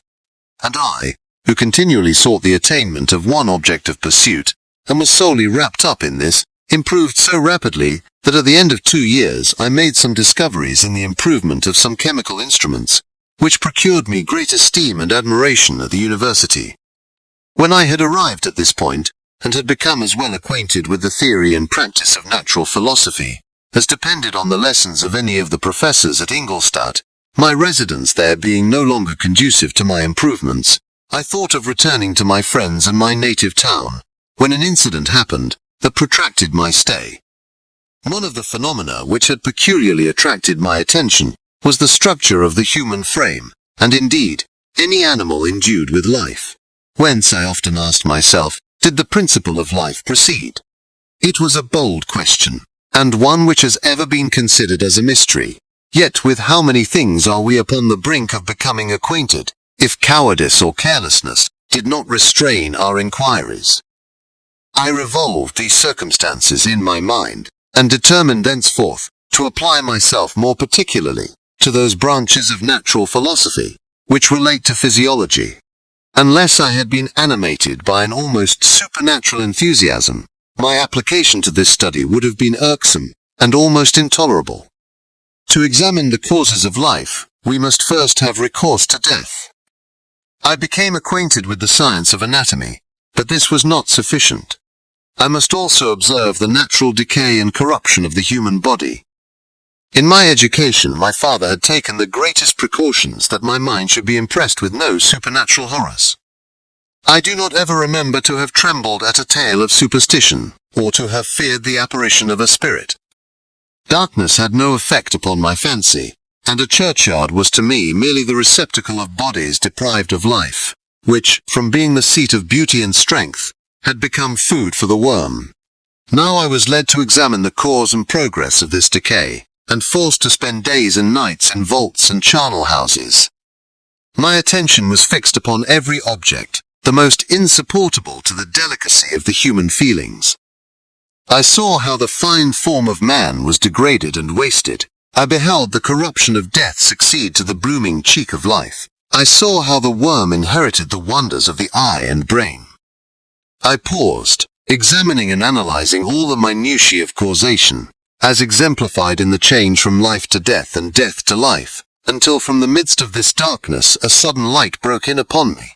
A light so brilliant and wondrous, yet so simple, that while I became dizzy with the immensity of the prospect which it illustrated, I was surprised that among so many men of genius who had directed their inquiries towards the same science, that I alone should be reserved to discover so astonishing a secret. Remember, I am not recording the vision of a madman.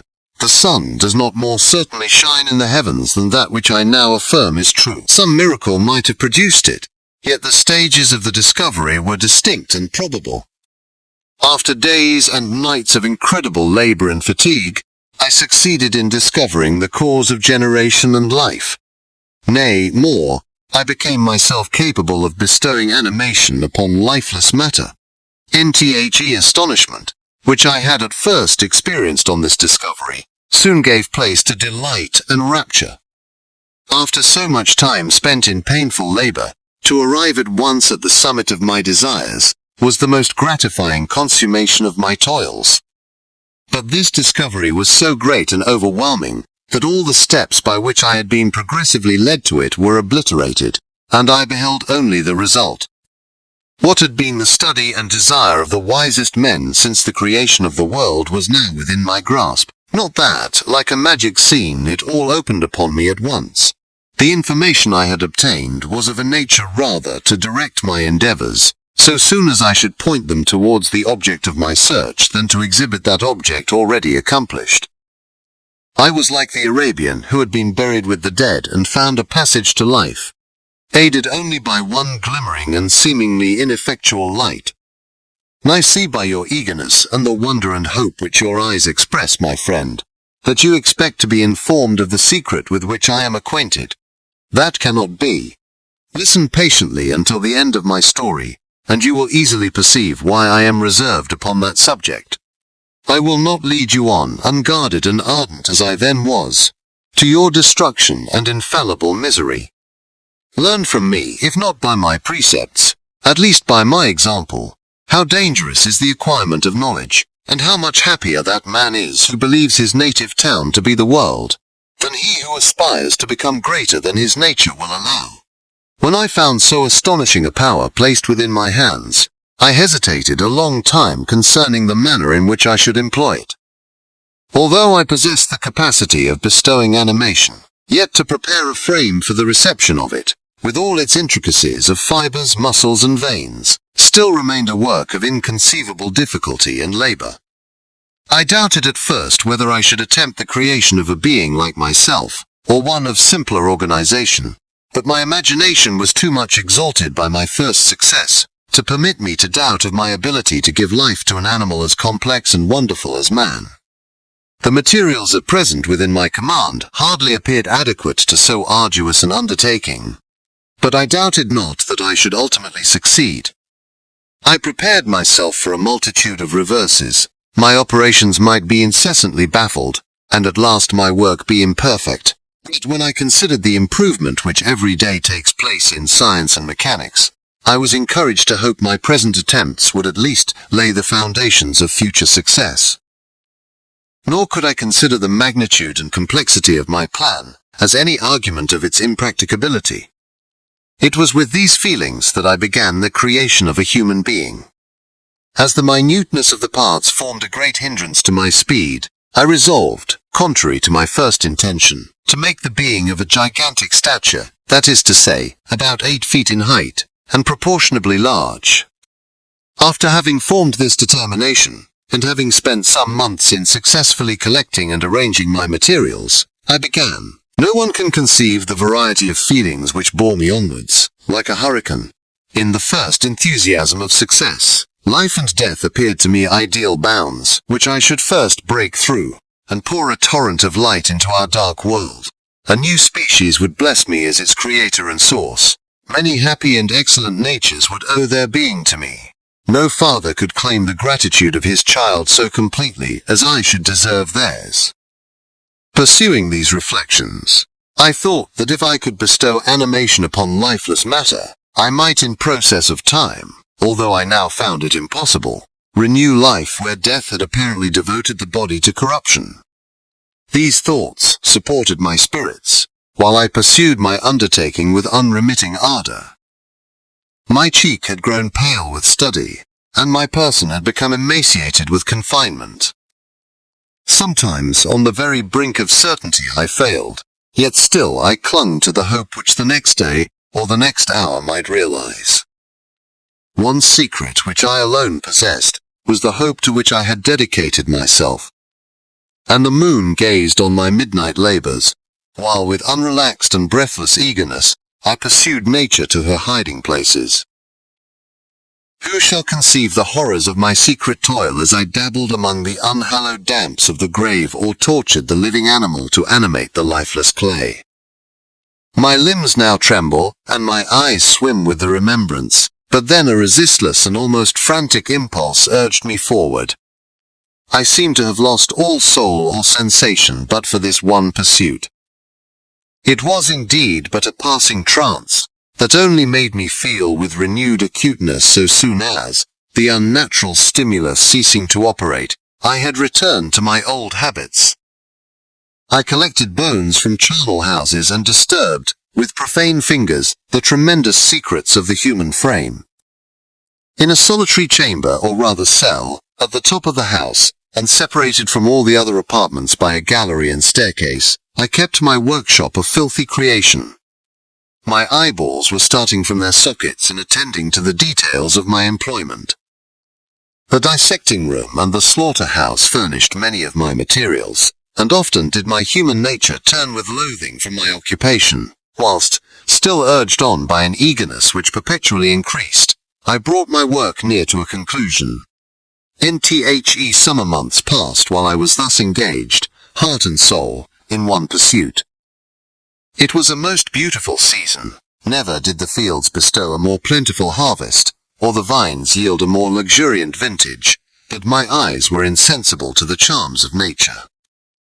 And the same feelings which made me neglect the scenes around me, caused me also to forget those friends who were so many miles absent, and whom I had not seen for so long a time. I knew my silence disquieted them, and I well remembered the words of my father. I know that while you are pleased with yourself you will think of us with affection, and we shall hear regularly from you.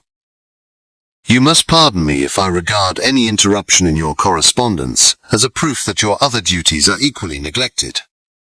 I knew well, therefore, what would be my father's feelings, but I could not tear my thoughts from my employment, loathsome in itself, but which had taken an irresistible hold of my imagination. I wished, as it were, to procrastinate all that related to my feelings of affection, until the great object, which swallowed up every habit of my nature, should be completed. I then thought that my father would be unjust if he ascribed my neglect to vice or faultiness on my part, but I am now convinced that he was justified in conceiving that I should not be altogether free from blame. A human being in perfection ought always to preserve a calm and peaceful mind, and never to allow passion or a transitory desire to disturb his tranquillity. I do not think that the pursuit of knowledge is an exception to this rule. If the study to which you apply yourself has a tendency to weaken your affections, and to destroy your taste for those simple pleasures in which no alloy can possibly mix, then that study is certainly unlawful, that is to say, not befitting the human mind. If this rule were always observed, if no man allowed any pursuit whatsoever to interfere with the tranquillity of his domestic affections, Greece had not been enslaved, Caesar would have spared his country, America would have been discovered more gradually, and the empires of Mexico and Peru had not been destroyed. N.B.U.T. I forget that I am moralizing in the most interesting part of my tale, and your looks remind me to proceed. My father made no reproach in his letters, and only took notice of my silence by inquiring into my occupations, more particularly than before. Winter, spring, and summer passed away during my labors, but I did not watch the blossom or the expanding leaves, sights which before always yielded me supreme delight. So deeply was I engrossed in my occupation. The leaves of that year had withered before my work drew near to a close, and now every day showed me more plainly how well I had succeeded. But my enthusiasm was checked by my anxiety, and I appeared rather like one doomed by slavery to toil in the mines, or any other unwholesome trade, than an artist occupied by his favorite employment. Every night I was oppressed by a slow fever, and I became nervous to a most painful degree. The fall of a leaf startled me, and I shunned my fellow creatures as if I had been guilty of a crime. Sometimes I grew alarmed at the wreck I perceived that I had become. The energy of my purpose alone sustained me. My labors would soon end, and I believed that exercise and amusement would then drive away incipient disease, and I promised myself both of these when my creation should be complete. Chapter 5. It was on a dreary night of November that I beheld the accomplishment of my toils. With an anxiety that almost amounted to agony, I collected the instruments of life around me, that I might infuse a spark of being into the lifeless thing that lay at my feet. It was already 1 in the morning, the rain pattered dismally against the panes, and my candle was nearly burnt out, when, by the glimmer of the half-extinguished light, I saw the dull yellow eye of the creature open. It breathed hard, and a convulsive motion agitated its limbs. NHOW. Can I describe my emotions at this catastrophe, or how delineate the wretch whom with such infinite pains and care I had endeavored to form? His limbs were in proportion, and I had selected his features as beautiful. Beautiful! Great God! His yellow skin scarcely covered the work of muscles and arteries beneath. His hair was of a lustrous black and flowing, his teeth of a pearly whiteness. But these luxuriances only formed a more horrid contrast with his watery eyes, that seemed almost of the same color as the dun white sockets in which they were set, his shriveled complexion and straight black lips. NTHE. Different accidents of life are not so changeable as the feelings of human nature. I had worked hard for nearly 2 years, for the sole purpose of infusing life into an inanimate body. For this I had deprived myself of rest and health. I had desired it with an ardor that far exceeded moderation. But now that I had finished, the beauty of the dream vanished, and breathless horror and disgust filled my heart. Unable to endure the aspect of the being I had created, I rushed out of the room, and continued a long time traversing my bedchamber, unable to compose my mind to sleep. At length lassitude succeeded to the tumult I had before endured, and I threw myself on the bed in my clothes, endeavoring to seek a few moments of forgetfulness. But it was in vain. I slept indeed, but I was disturbed by the wildest dreams. I thought I saw Elizabeth, in the bloom of health, walking in the streets of Ingolstadt. Delighted and surprised, I embraced her, but as I imprinted the first kiss on her lips, they became livid with the hue of death. Her features appeared to change, and I thought that I held the corpse of my dead mother in my arms. A shroud enveloped her form, and I saw the grave worms crawling in the folds of the flannel. I started from my sleep with horror. A cold dew covered my forehead, my teeth chattered, and every limb became convulsed. When, by the dim and yellow light of the moon, as it forced its way through the window shutters, I beheld the wretch, the miserable monster whom I had created. He held up the curtain of the bed, and his eyes, if eyes they may be called, were fixed on me. His jaws opened, and he muttered some inarticulate sounds, while a grin wrinkled his cheeks. He might have spoken, but I did not hear. One hand was stretched out, seemingly to detain me, but I escaped and rushed downstairs. I took refuge in the courtyard, belonging to the house which I inhabited, where I remained during the rest of the night, walking up and down in the greatest agitation, listening attentively, catching and fearing each sound, as if it were to announce the approach of the demoniacal corpse to which I had so miserably given life. Knife. Oh, no mortal could support the horror of that countenance. A mummy, again endued with animation, could not be so hideous as that wretch. I had gazed on him while unfinished. He was ugly then, but when those muscles and joints were rendered capable of motion, it became a thing such as even Dante could not have conceived. I passed the night wretchedly. Sometimes my pulse beat so quickly and hardly that I felt the palpitation of every artery. At others, I nearly sank to the ground through languor and extreme weakness. Mingled with this horror, I felt the bitterness of disappointment. Dreams that had been my food and pleasant rest for so long a space were now become a hell to me, and the change was so rapid, the overthrow so complete. Morning, dismal and wet, at length dawned and discovered to my sleepless and aching eyes the church of Ingolstadt, its white steeple and clock, which indicated the 6th hour. The porter opened the gates of the court which had that night been my asylum, and I issued into the streets, pacing them with quick steps, as if I sought to avoid the wretch, whom I feared every turning of the street would present to my view. I did not dare return to the apartment which I inhabited, but felt impelled to hurry on, although drenched by the rain which poured from a black and comfortless sky. I continued walking in this manner for some time, endeavoring by bodily exercise to ease the load that weighed upon my mind. I traversed the streets without any clear conception of where I was or what I was doing. My heart palpitated in the sickness of fear, and I hurried on with irregular steps, not daring to look about me. Like one who, on a lonely road, doth walk in fear and dread, and, having once turned round, walks on, and turns no more his head, because he knows a frightful fiend doth close behind him tread. Coleridge's Ancient Mariner. Continuing thus, I came at length opposite to the inn, at which the various diligences and carriages usually stopped. Here I paused. I knew not why, but I remained some minutes with my eyes fixed on a coach that was coming towards me from the other end of the street. As it drew nearer, I observed that it was the Swiss diligence. It stopped just where I was standing, and on the door being opened, I perceived Henry Clerval, who, on seeing me, instantly sprung out. "My dear Frankenstein," exclaimed he, "how glad I am to see you!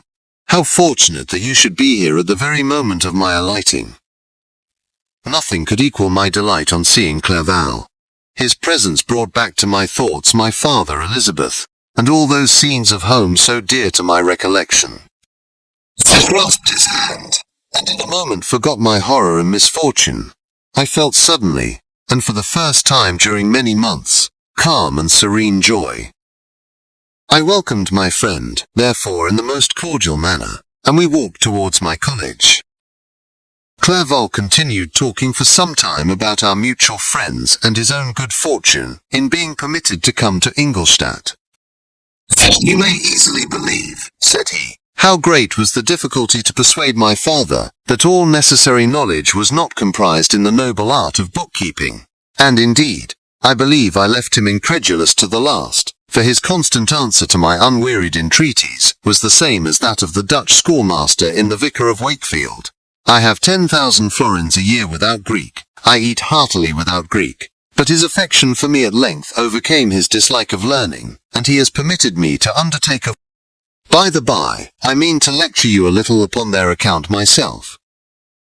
But my dear Frankenstein, continued he, stopping short and gazing full in my face, I did not before remark how very ill you appear, so thin and pale. You look as if you had been watching for several nights. You have guessed right. I have lately been so deeply engaged in one occupation that I have not allowed myself sufficient rest, as you see. But I sincerely hope, that all these employments are now at an end, and that I am at length free. And I trembled excessively. I could not endure to think. I walked with a quick pace, and we soon arrived at my college. I then reflected, and the thought made me shiver, that the creature whom I had left in my apartment might still be there, alive and walking about. I dreaded to behold this monster, but I feared still more that Henry should see him. Entreating him, therefore, to remain a few minutes at the bottom of the stairs, I darted up towards my own room. My hand was already on the lock of the door before I recollected myself. I then paused, and a cold shivering came over me. I threw the door forcibly open, as children are accustomed to do when they expect a spectre to stand in waiting for them on the other side, but nothing appeared. I stepped fearfully in. The apartment was empty, and my bedroom was also freed from its hideous guest. I could hardly believe that so great a good fortune could have befallen me, but when I became assured that my enemy had indeed fled, I clapped my hands for joy, and ran down to Clerval. We ascended into my room, and the servant presently brought breakfast. But I was unable to contain myself. It was not joy only that possessed me. I felt my flesh tingle with excess of sensitiveness, and my pulse beat rapidly. I was unable to remain for a single instant in the same place. I jumped over the chairs, clapped my hands, and laughed aloud. Clerval at first attributed my unusual spirits to joy on his arrival, but when he observed me more attentively, he saw a wildness in my eyes for which he could not account, and my loud, unrestrained, heartless laughter frightened and astonished him. "My dear Victor," cried he, "what for God's sake is the matter? Do not laugh in that manner. How ill you are! What is the cause of all this?" "Do not ask me," cried I, putting my hands before my eyes, for I thought I saw the dreaded spectre glide into the room. "He can tell. Oh, save me! Save me!" I imagined that the monster seized me. I struggled furiously and fell down in a fit. Poor Clerval! What must have been his feelings? A meeting which he anticipated with such joy, so strangely turned to bitterness. But I was not the witness of his grief, for I was lifeless, and did not recover my senses for a long, long time. This was the commencement of a nervous fever which confined me for several months. During all that time Henry was my only nurse. I afterwards learned that, knowing my father's advanced age and unfitness for so long a journey, and how wretched my sickness would make Elizabeth, he spared them this grief by concealing the extent of my disorder. He knew that I could not have a more kind and attentive nurse than himself, and firm in the hope he felt of my recovery, he did not doubt that instead of doing harm, he performed the kindest action that he could towards them. N.B.U.T. I was in reality very ill, and surely nothing but the unbounded and unremitting attentions of my friend could have restored me to life.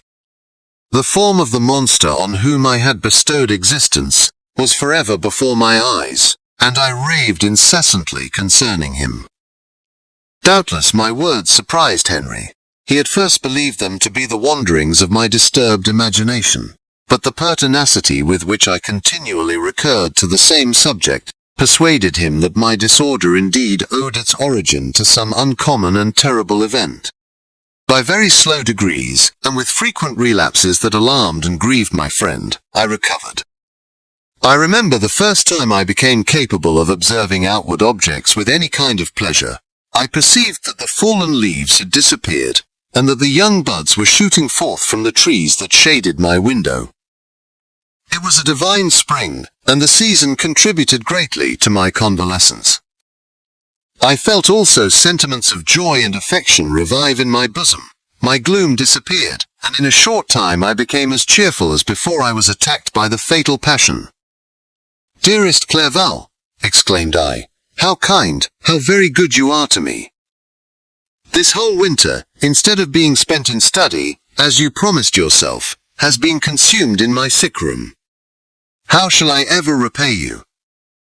I feel the greatest remorse for the disappointment of which I have been the occasion, but you will forgive me. You will repay me entirely if you do not discompose yourself, but get well as fast as you can. And since you appear in such good spirits, I may speak to you on one subject, may I not?" I trembled. One subject. What could it be? Could he allude to an object on whom I dared not even think? "Compose yourself," said Clerval, who observed my change of colour. "I will not mention it if it agitates you, but your father and cousin would be very happy if they received a letter from you in your own handwriting. They hardly know how ill you have been, and are uneasy at your long silence. Is that all, my dear Henry? How could you suppose that my first thought would not fly towards those dear, dear friends whom I love, and who are so deserving of my love? If this is your present temper, my friend, you will perhaps be glad to see a letter that has been lying here some days for you. It is from your cousin, I believe." Chapter 6. Clerval then put the following letter into my hands. It was from my own Elizabeth. "My dearest cousin, you have been ill, very ill, and even the constant letters of dear kind Henry are not sufficient to reassure me on your account. You are forbidden to write, to hold a pen. Yet one word from you, dear Victor, is necessary to calm our apprehensions. For a long time I have thought that each post would bring this line, and my persuasions have restrained my uncle from undertaking a journey to Ingolstadt. I have prevented his encountering the inconveniences, and perhaps dangers of so long a journey. Yet how often have I regretted not being able to perform it myself. I figure to myself that the task of attending on your sickbed has devolved on some mercenary old nurse, who could never guess your wishes nor minister to them with the care and affection of your poor cousin. Yet that is over now. Clerval writes that indeed you are getting better. I eagerly hope that you will confirm this intelligence soon in your own handwriting. Get well, and return to us. You will find a happy, cheerful home, and friends who love you dearly. Your father's health is vigorous, and he asks but to see you, but to be assured that you are well, and not a care will ever cloud his benevolent countenance.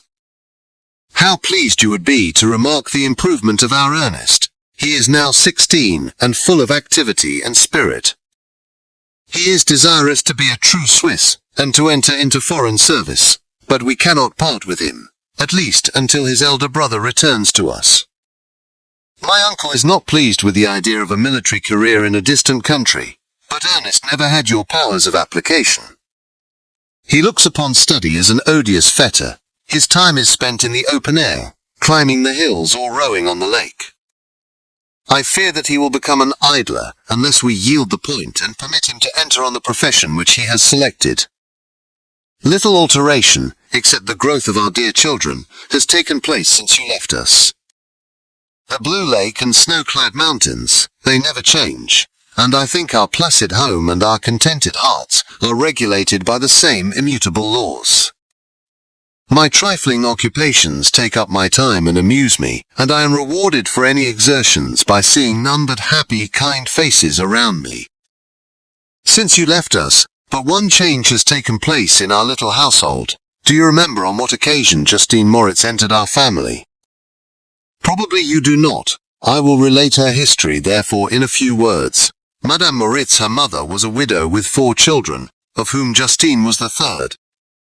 This girl had always been the favorite of her father, but through a strange perversity, her mother could not endure her, and after the death of Monsieur Moritz, treated her very ill.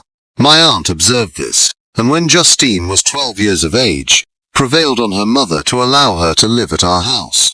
The republican institutions of our country have produced simpler and happier manners than those which prevail in the great monarchies that surround it. Hence there is less distinction between the several classes of its inhabitants, and the lower orders, being neither so poor nor so despised, their manners are more refined and moral. A servant in Geneva does not mean the same thing as a servant in France and England. Justine, thus received in our family, learned the duties of a servant, a condition which, in our fortunate country, does not include the idea of ignorance and a sacrifice of the dignity of a human being. Justine, you may remember, was a great favourite of yours, and I recollect you once remarked that if you were in an ill humour, one glance from Justine could dissipate it, for the same reason that Ariosto gives concerning the beauty of Angelica. She looked so frank-hearted and happy. My aunt conceived a great attachment for her, by which she was induced to give her an education superior to that which she had at first intended. This benefit was fully repaid. Justine was the most grateful little creature in the world. I do not mean that she made any professions. I never heard one pass her lips, but you could see by her eyes that she almost adored her protectress. Although her disposition was gay and in many respects inconsiderate, yet she paid the greatest attention to every gesture of my aunt. She thought her the model of all excellence, and endeavoured to imitate her phraseology and manners, so that even now she often reminds me of her. When my dearest aunt died, everyone was too much occupied in their own grief to notice poor Justine, who had attended her during her illness with the most anxious affection. Poor Justine was very ill, but other trials were reserved for her. One by one, her brothers and sister died, and her mother, with the exception of her neglected daughter, was left childless. The conscience of the woman was troubled. She began to think that the deaths of her favourites was a judgment from heaven to chastise her partiality. She was a Roman Catholic, and I believe her confessor confirmed the idea which she had conceived. Accordingly, a few months after your departure for Ingolstadt, Justine was called home by her repentant mother. Poor girl! She wept when she quitted our house. She was much altered since the death of my aunt. Grief had given softness and a winning mildness to her manners, which had before been remarkable for vivacity. Nor was her residence at her mother's house of a nature to restore her gaiety. The poor woman was very vacillating in her repentance. She sometimes begged Justine to forgive her unkindness, but much oftener accused her of having caused the deaths of her brothers and sister. Perpetual fretting at length threw Madame Moritz into a decline, which at first increased her irritability, but she is now at peace forever. She died on the first approach of cold weather, at the beginning of this last winter. Justine has just returned to us, and I assure you I love her tenderly. She is very clever and gentle and extremely pretty. As I mentioned before, her mien and her expression continually remind me of my dear aunt. And I must say also a few words to you, my dear cousin, of little darling William. I wish you could see him. He is very tall of his age, with sweet laughing blue eyes, dark eyelashes and curling hair. When he smiles, 2 little dimples appear on each cheek, which are rosy with health. He has already had 1 or 2 little wives, but Louisa Biron is his favourite, a pretty little girl of 5 years of age. Now, dear Victor, I dare say you wish to be indulged in a little gossip concerning the good people of Geneva. The pretty Miss Mansfield has already received the congratulatory visits on her approaching marriage with a young Englishman, John Melbourne, Esquire. Her ugly sister, Manon, married M. Duvillard, the rich banker, last autumn. Your favourite schoolfellow, Louis Manoir, has suffered several misfortunes since the departure of Clerval from Geneva. But he has already recovered his spirits, and is reported to be on the point of marrying a lively, pretty Frenchwoman, Madame Tavernier. She is a widow, and much older than Manoir, but she is very much admired, and a favourite with everybody. I have written myself into better spirits, dear cousin, but my anxiety returns upon me as I conclude. Write, dearest Victor. 1 line, 1 word will be a blessing to us. 10,000 thanks to Henry for his kindness, his affection, and his many letters. We are sincerely grateful. Adieu. My cousin, take care of yourself, and I entreat you, write. Elizabeth Lavenza, Geneva, March 18th, 17. Dear, dear Elizabeth, I exclaimed when I had read her letter. I will write instantly, and relieve them from the anxiety they must feel. I wrote, and this exertion greatly fatigued me, but my convalescence had commenced, and proceeded regularly. In another fortnight I was able to leave my chamber. One of my first duties on my recovery was to introduce Clerval to the several professors of the university. In doing this I underwent a kind of rough usage, ill-befitting the wounds that my mind had sustained. Ever since the fatal night, the end of my labours, and the beginning of my misfortunes, I had conceived a violent antipathy, even to the name of natural philosophy. When I was otherwise quite restored to health, the sight of a chemical instrument would renew all the agony of my nervous symptoms. Henry saw this, and had removed all my apparatus from my view. He had also changed my apartment, for he perceived that I had acquired a dislike for the room which had previously been my laboratory. But these cares of Clerval were made of no avail when I visited the professors. M. Waldman inflicted torture when he praised, with kindness and warmth, the astonishing progress I had made in the sciences. He soon perceived that I disliked the subject, but not guessing the real cause, he attributed my feelings to modesty, and changed the subject from my improvement to the science itself, with a desire, as I evidently saw, of drawing me out. What could I do? He meant to please, and he tormented me. I felt as if he had placed carefully, one by one, in my view those instruments which were to be afterwards used in putting me to a slow and cruel death. I writhed under his words, yet dared not exhibit the pain I felt. Clerval, whose eyes and feelings were always quick in discerning the sensations of others, declined the subject, alleging, in excuse, his total ignorance, and the conversation took a more general tone. I thanked my friend from my heart, but I did not speak.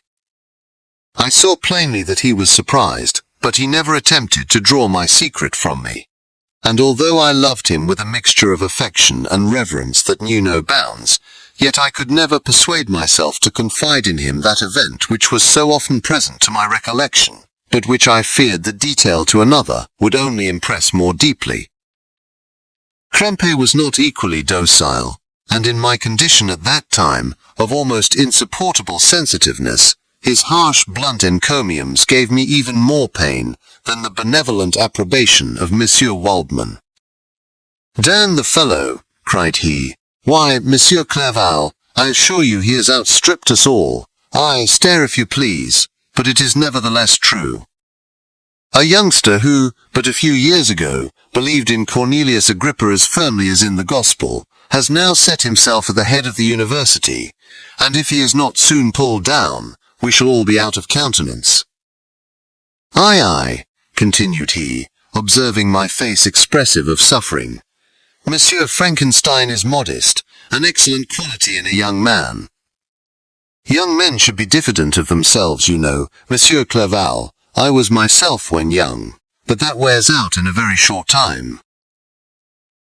Krempe had now commenced an eulogy on himself, which happily turned the conversation from a subject that was so annoying to me. Clerval had never sympathized in my tastes for natural science, and his literary pursuits differed wholly from those which had occupied me. He came to the university with the design of making himself complete master of the Oriental languages, and thus he should open a field for the plan of life he had marked out for himself.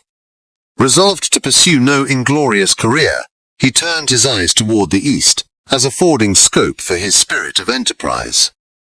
The Persian, Arabic, and Sanskrit languages engaged his attention, and I was easily induced to enter on the same studies. Idleness had ever been irksome to me, and now that I wished to fly from reflection, and hated my former studies, I felt great relief in being the fellow pupil with my friend, and found not only instruction, but consolation in the works of the Orientalists. I did not, like him, attempt a critical knowledge of their dialects, for I did not contemplate making any other use of them than temporary amusement. I read merely to understand their meaning, and they well repaid my labours. Their melancholy is soothing, and their joy elevating, to a degree I never experienced in studying the authors of any other country. When you read their writings, life appears to consist in a warm sun and a garden of roses, in the smiles and frowns of a fair enemy, and the fire that consumes your own heart. How different from the manly and heroical poetry of Greece and Rome. Summer passed away in these occupations, and my return to Geneva was fixed for the latter end of autumn. But being delayed by several accidents, winter and snow arrived, the roads were deemed impassable, and my journey was retarded until the ensuing spring. I felt this delay very bitterly, for I longed to see my native town and my beloved friends. My return had only been delayed so long, from an unwillingness to leave Clerval in a strange place, before he had become acquainted with any of its inhabitants.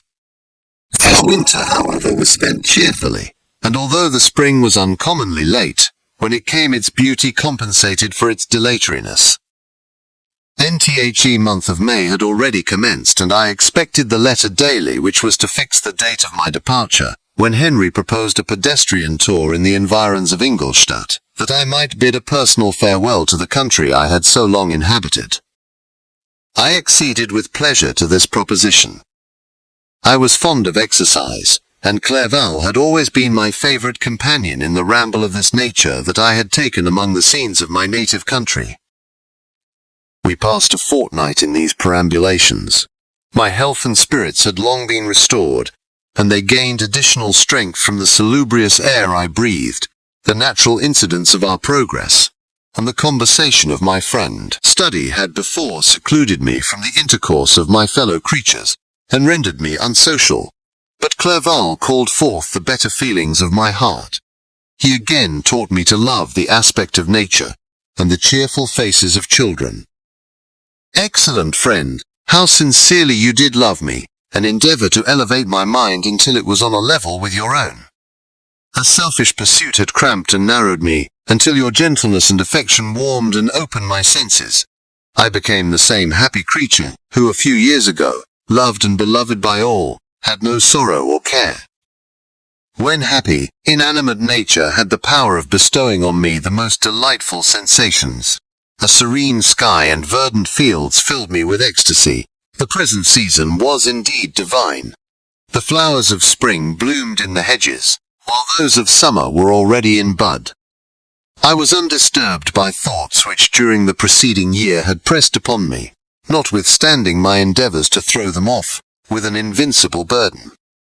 Henry rejoiced in my gaiety, and sincerely sympathized in my feelings. He exerted himself to amuse me, while he expressed the sensations that filled his soul. The resources of his mind on this occasion were truly astonishing. His conversation was full of imagination, and very often, in imitation of the Persian and Arabic writers, he invented tales of wonderful fancy and passion. At other times he repeated my favourite poems, or drew me out into arguments, which he supported with great ingenuity. NWE returned to our college on a Sunday afternoon. The peasants were dancing, and everyone we met appeared gay and happy. My own spirits were high, and I bounded along with feelings of unbridled joy and hilarity. Chapter 7. On my return, I found the following letter from my father. My dear Victor, you have probably waited impatiently for a letter to fix the date of your return to us, and I was at first tempted to write only a few lines, merely mentioning the day on which I should expect you. But that would be a cruel kindness, and I dare not do it. What would be your surprise, my son, when you expected a happy and glad welcome, to behold, on the contrary, tears and wretchedness? And how, Victor, can I relate our misfortune? Absence cannot have rendered you callous to our joys and griefs, and how shall I inflict pain on my long-absent son? I wish to prepare you for the woeful news, but I know it is impossible. Even now your eye skims over the page to seek the words which are to convey to you the horrible tidings. William is dead. That sweet child whose smiles delighted and warmed my heart, who was so gentle yet so gay. Victor, he is murdered. I will not attempt to console you, but will simply relate the circumstances of the transaction, Last Thursday, May 7th, I, my niece, and your 2 brothers went to walk in Plein Palais. The evening was warm and serene, and we prolonged our walk farther than usual. It was already dusk before we thought of returning, and then we discovered that William and Ernest, who had gone on before, were not to be found. We accordingly rested on a seat until they should return. Presently Ernest came, and inquired if we had seen his brother. He said that he had been playing with him, that William had run away to hide himself, and that he vainly sought for him, and afterwards waited for a long time, but that he did not return. This account rather alarmed us, and we continued to search for him until night fell, when Elizabeth conjectured that he might have returned to the house. He was not there. We returned again, with torches, for I could not rest, when I thought that my sweet boy had lost himself, and was exposed to all the damps and dews of night. Elizabeth also suffered extreme anguish. About 5 in the morning I discovered my lovely boy, whom the night before I had seen blooming and active in health, stretched on the grass livid and motionless. The print of the murderer's finger was on his neck. He was conveyed home, and the anguish that was visible in my countenance betrayed the secret to Elizabeth. She was very earnest to see the corpse. At first I attempted to prevent her, but she persisted, and entering the room where it lay, hastily examined the neck of the victim, and clasping her hands exclaimed, "Oh God! I have murdered my darling child!" And a mate, she fainted, and was restored with extreme difficulty. When she again lived, it was only to weep and sigh. She told me that same evening William had teased her to let him wear a very valuable miniature that she possessed of your mother.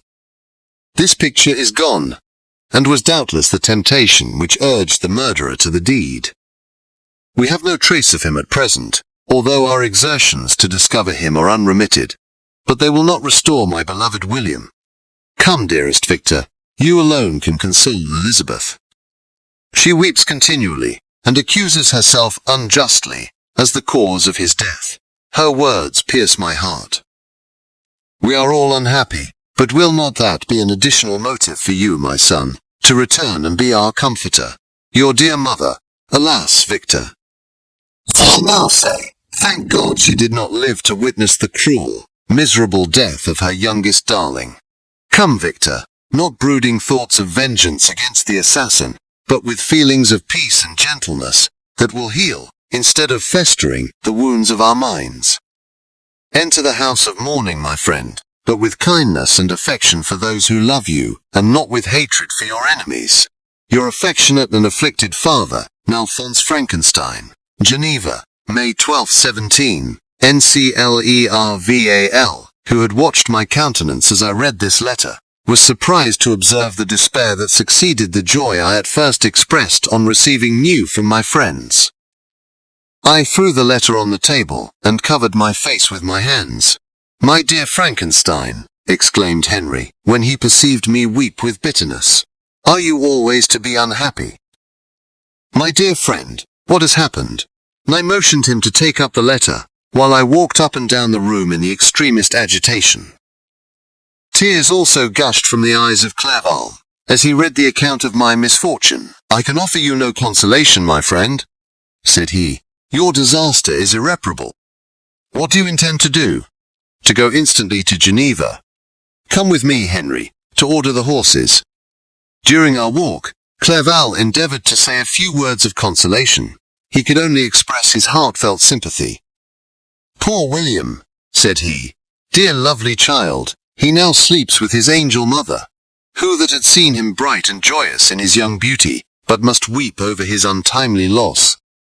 To die so miserably, to feel the murderer's grasp, how much more a murdered that could destroy radiant innocence?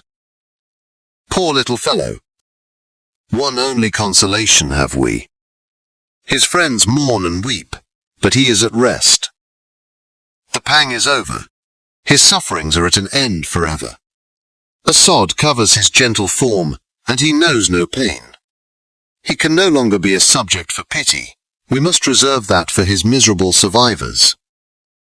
NCLERVAL spoke thus as we hurried through the streets. The words impressed themselves on my mind, and I remembered them afterwards in solitude.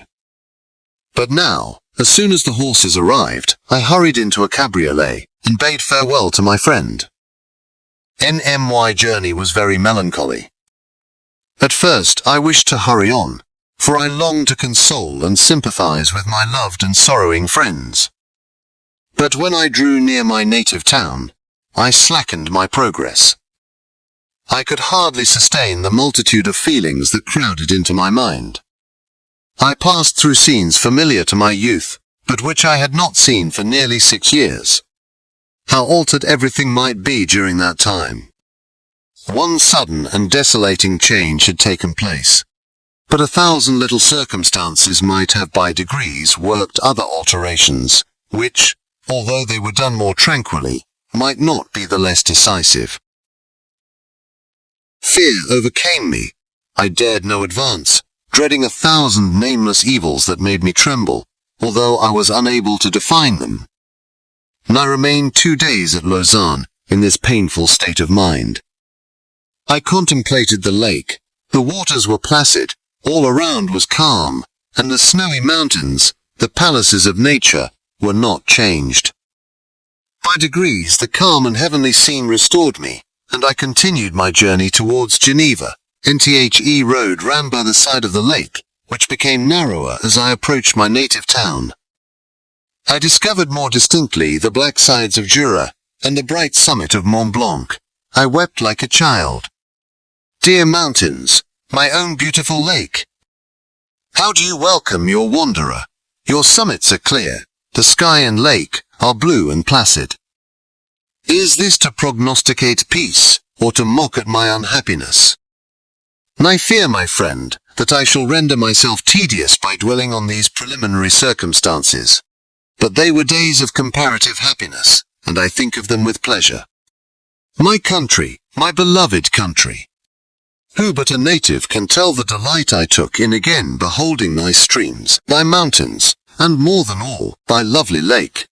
Yet, as I drew nearer home, grief and fear again overcame me. Night also closed around, and when I could hardly see the dark mountains, I felt still more gloomily. The picture appeared a vast and dim scene of evil, and I foresaw obscurely that I was destined to become the most wretched of human beings. Alas! I prophesied truly, and failed only in one single circumstance, that in all the misery I imagined and dreaded, I did not conceive the 100th part of the anguish I was destined to endure. It was completely dark when I arrived in the environs of Geneva. The gates of the town were already shut, and I was obliged to pass the night at Secheron, a village at the distance of half a league from the city. The sky was serene, and as I was unable to rest, I resolved to visit the spot where my poor William had been murdered. As I could not pass through the town, I was obliged to cross the lake in a boat, to arrive at Plainpalais. During this short voyage I saw the lightning playing on the summit of Mont Blanc in the most beautiful figures. The storm appeared to approach rapidly, and on landing I ascended a low hill, that I might observe its progress. It advanced, the heavens were clouded, and I soon felt the rain coming slowly in large drops, but its violence quickly increased. I quitted my seat and walked on, although the darkness and storm increased every minute and the thunder burst with a terrific crash over my head. It was echoed from Salève, the Juras, and the Alps of Savoy. Vivid flashes of lightning dazzled my eyes, illuminating the lake, making it appear like a vast sheet of fire. Then for an instant, everything seemed of a pitchy darkness, until the eye recovered itself from the preceding flash. The storm, as is often the case in Switzerland, appeared at once in various parts of the heavens. The most violent storm hung exactly north of the town, over the part of the lake which lies between the promontory of Bellerive and the village of Coppet. Another storm enlightened Jura with faint flashes, and another darkened and sometimes disclosed the Mole, a peaked mountain to the east of the lake. While I watched the tempest, so beautiful yet terrific, I wandered on with a hasty step. This noble war in the sky elevated my spirits. I clasped my hands and exclaimed aloud, "William, dear angel, This is thy funeral, this thy dirge."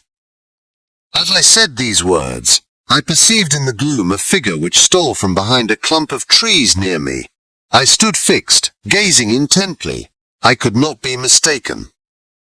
A flash of lightning illuminated the object, and discovered its shape plainly to me, its gigantic stature, and the deformity of its aspect more hideous than belongs to humanity, instantly informed me that it was the wretch, the filthy demon, to whom I had given life.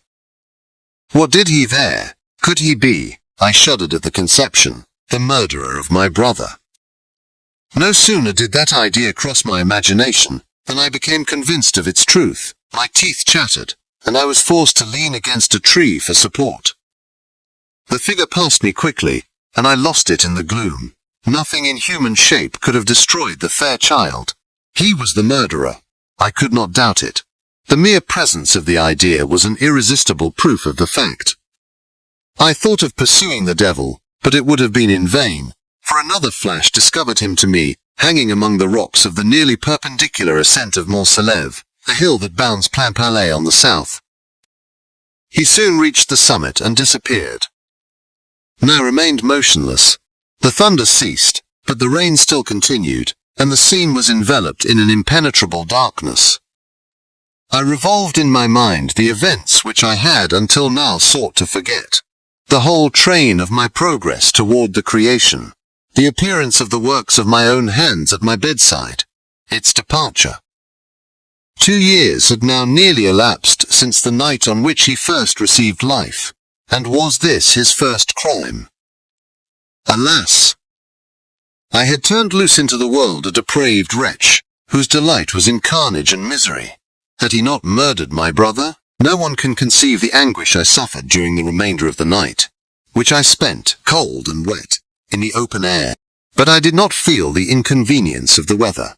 My imagination was busy in scenes of evil and despair.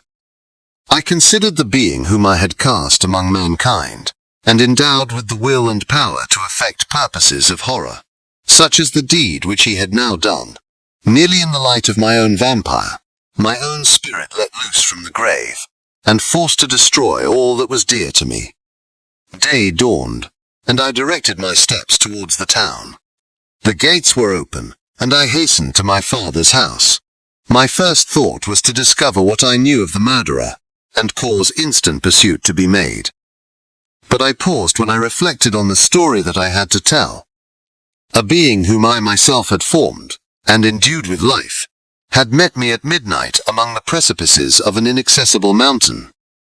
I remembered also the nervous fever with which I had been seized, just at the time that I dated my creation, and which would give an air of delirium to a tale otherwise so utterly improbable. I well knew that if any other had communicated such a relation to me, I should have looked upon it as the ravings of insanity. Besides, the strange nature of the animal would elude all pursuit, even if I were so far credited as to persuade my relatives to commence it. And then, of what use would be pursuit? Who could arrest a creature capable of scaling the overhanging sides of Mont Salève? These reflections determined me, and I resolved to remain silent. It was about 5 in the morning when I entered my father's house. I told the servants not to disturb the family, and went into the library to attend their usual hour of rising. NSIX years had elapsed, passed in a dream but for one indelible trace, and I stood in the same place where I had last embraced my father before my departure for Ingolstadt. Beloved and venerable parent, he still remained to me. I gazed on the picture of my mother, which stood over the mantelpiece. It was an historical subject, painted at my father's desire, and represented Caroline Beaufort in an agony of despair, kneeling by the coffin of her dead father. Her garb was rustic, and her cheek pale, but there was an air of dignity and beauty that hardly permitted the sentiment of pity. Below this picture was a miniature of William, and my tears flowed when I looked upon it. While I was thus engaged, Ernest entered. He had heard me arrive, and hastened to welcome me. "Welcome, my dearest Victor," said he. "Ah, I wish you had come 3 months ago, and then you would have found us all joyous and delighted." You come to us now, to share a misery which nothing can alleviate, yet your presence will, I hope, revive our father, who seems sinking under his misfortune, and your persuasions will induce poor Elizabeth to cease her vain and tormenting self-accusations. Poor William! He was our darling and our pride. Tears, unrestrained, fell from my brother's eyes. A sense of mortal agony crept over my frame. Before, I had only imagined the wretchedness of my desolated home. The reality came on me as a new, and a not less terrible disaster.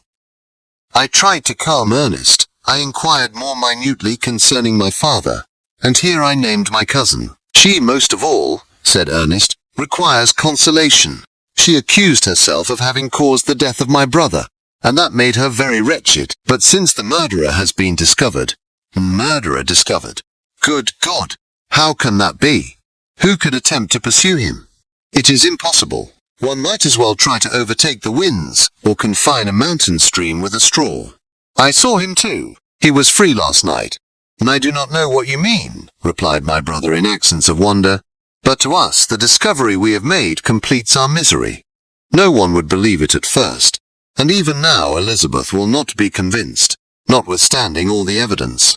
Indeed, who would credit that Justine Moritz, who was so amiable and fond of all the family, could suddenly become so capable of so frightful, so appalling a crime? Justine Moritz. Poor girl, is she the accused? But it is wrongfully, everyone knows that. No one believes it, surely, Ernest. No one did at first, but several circumstances came out that have almost forced conviction upon us, and her own behavior has been so confused as to add to the evidence of facts a weight that, I fear, leaves no hope for doubt. But she will be tried today, and you will then hear all. NHE then related that, the morning on which the murder of poor William had been discovered, Justine had been taken ill, and confined to her bed for several days. During this interval, one of the servants, happening to examine the apparel she had worn on the night of the murder, had discovered in her pocket the picture of my mother, which had been judged to be the temptation of the murderer.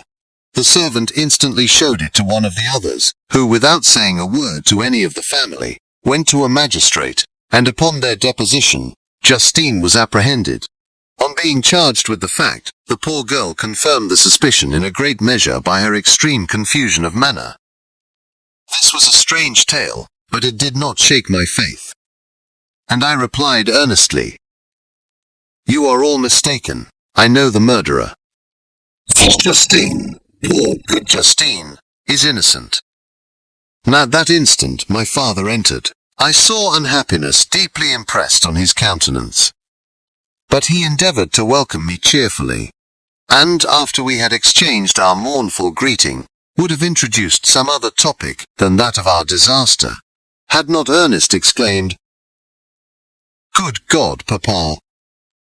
Victor says that he knows who was the murderer of poor William."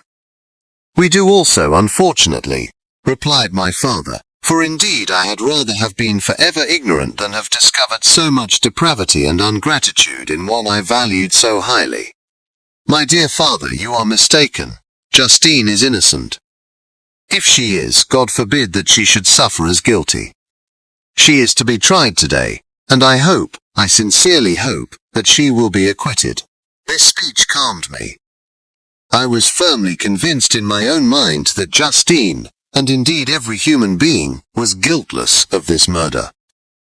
I had no fear, therefore, that any circumstantial evidence could be brought forward strong enough to convict her. My tale was not one to announce publicly. Its astounding horror would be looked upon as madness by the vulgar. Did anyone indeed exist except I, the Creator, who would believe, unless his senses convinced him, in the existence of the living monument of presumption and rash ignorance which I had let loose upon the world? We were soon joined by Elizabeth. Time had altered her since I last beheld her. It had endowed her with loveliness, surpassing the beauty of her childish years. There was the same candour, the same vivacity, but it was allied to an expression more full of sensibility and intellect. She welcomed me with the greatest affection. "Your arrival, my dear cousin," said she, fills me with hope. You perhaps will find some means to justify my poor guiltless Justine. Alas! Who is safe, if she be convicted of crime? I rely on her innocence, as certainly as I do upon my own. Our misfortune is doubly hard to us. We have not only lost that lovely darling boy, but this poor girl, whom I sincerely love, is to be torn away by even a worse fate. If she is condemned, I never shall know joy more, but she will not, I am sure she will not, and then I shall be happy again, even after the sad death of my little William. She is innocent, my Elizabeth, said I, and that shall be proved. Fear nothing, but let your spirits be cheered by the assurance of her acquittal. How kind and generous you are. Everyone else believes in her guilt, and that made me wretched, for I knew that it was impossible, and to see everyone else prejudiced in so deadly a manner, rendered me hopeless and despairing. She wept. Dearest niece, said my father, dry your tears. If she is, as you believe, innocent, rely on the justice of our laws, and the activity with which I shall prevent the slightest shadow of partiality. Chapter 8. We passed a few sad hours until 11 o'clock, when the trial was to commence. My father and the rest of the family being obliged to attend as witnesses, I accompanied them to the court. During the whole of this wretched mockery of justice, I suffered living torture. It was to be decided whether the result of my curiosity and lawless devices would cause the death of two of my fellow beings. One, a smiling babe full of innocence and joy. The other, far more dreadfully murdered, with every aggravation of infamy that could make the murder memorable in horror. Justine also was a girl of merit, and possessed qualities which promised to render her life happy. Now all was to be obliterated in an ignominious grave, and I the cause. 1,000 times rather would I have confessed myself guilty of the crime ascribed to Justine, but I was absent when it was committed, and such a declaration would have been considered as the ravings of a madman, and would not have exculpated her who suffered through me. The appearance of Justine was calm. She was dressed in mourning, and her countenance, always engaging, was rendered, by the solemnity of her feelings, exquisitely beautiful. Yet she appeared confident in innocence, and did not tremble, although gazed on and execrated by thousands, for all the kindness which her beauty might otherwise have excited, was obliterated in the minds of the spectators, by the imagination of the enormity she was supposed to have committed. She was tranquil, yet her tranquillity was evidently constrained, and as her confusion had before been adduced as a proof of her guilt, she worked up her mind to an appearance of courage. When she entered the court, she threw her eyes round it, and quickly discovered where we were seated. A tear seemed to dim her eye when she saw us, but she quickly recovered herself, and a look of sorrowful affection seemed to attest her utter guiltlessness. The trial began, and after the advocate against her had stated the charge, several witnesses were called. Several strange facts combined against her, which might have staggered anyone who had not such proof of her innocence as I had. She had been out the whole of the night on which the murder had been committed, and towards morning had been perceived by a market woman not far from the spot where the body of the murdered child had been afterwards found. The woman asked her what she did there, but she looked very strangely, and only returned a confused and unintelligible answer. She returned to the house about 8 o'clock, and when one inquired where she had passed the night, she replied that she had been looking for the child and demanded earnestly if anything had been heard concerning him. When shown the body, she fell into violent hysterics, and kept her bed for several days. The picture was then produced, which the servant had found in her pocket, and when Elizabeth, in a faltering voice, proved that it was the same which, an hour before the child had been missed, she had placed round his neck, a murmur of horror and indignation filled the court. Justine was called on for her defence. As the trial had proceeded, her countenance had altered. Surprise, horror, and misery were strongly expressed. Sometimes she struggled with her tears, but when she was desired to plead, she collected her powers, and spoke in an audible, although variable voice. God knows, she said, how entirely I am innocent. But I do not pretend that my protestations should acquit me. I rest my innocence on a plain and simple explanation of the facts which have been adduced against me, and I hope the character I have always borne will incline my judges to a favourable interpretation, where any circumstance appears doubtful or suspicious. NSHE then related that, by the permission of Elizabeth, she had passed the evening of the night on which the murder had been committed at the house of an aunt at Shelley, a village situated at about a league from Geneva. On her return, at about 9 o'clock, she met a man who asked her if she had seen anything of the child who was lost. She was alarmed by this account and passed several hours in looking for him, when the gates of Geneva were shut, and she was forced to remain several hours of the night in a barn belonging to a cottage, being unwilling to call up the inhabitants, to whom she was well known. Most of the night she spent here watching. Towards morning she believed that she slept for a few minutes. Some steps disturbed her, and she awoke. It was dawn, and she quitted her asylum, that she might again endeavour to find my brother. If she had gone near the spot where his body lay, it was without her knowledge. That she had been bewildered when questioned by the market woman was not surprising, since she had passed a sleepless night, and the fate of poor William was yet uncertain. Concerning the picture she could give no account. I know, continued the unhappy victim, how heavily and fatally this one circumstance weighs against me. But I have no power of explaining it, and when I have expressed my utter ignorance, I am only left to conjecture concerning the probabilities by which it might have been placed in my pocket. But here also I am checked. I believe that I have no enemy on earth, and none surely would have been so wicked as to destroy me wantonly. Did the murderer place it there? I know of no opportunity afforded him for so doing, or, if I had, why should he have stolen the jewel to part with it again so soon?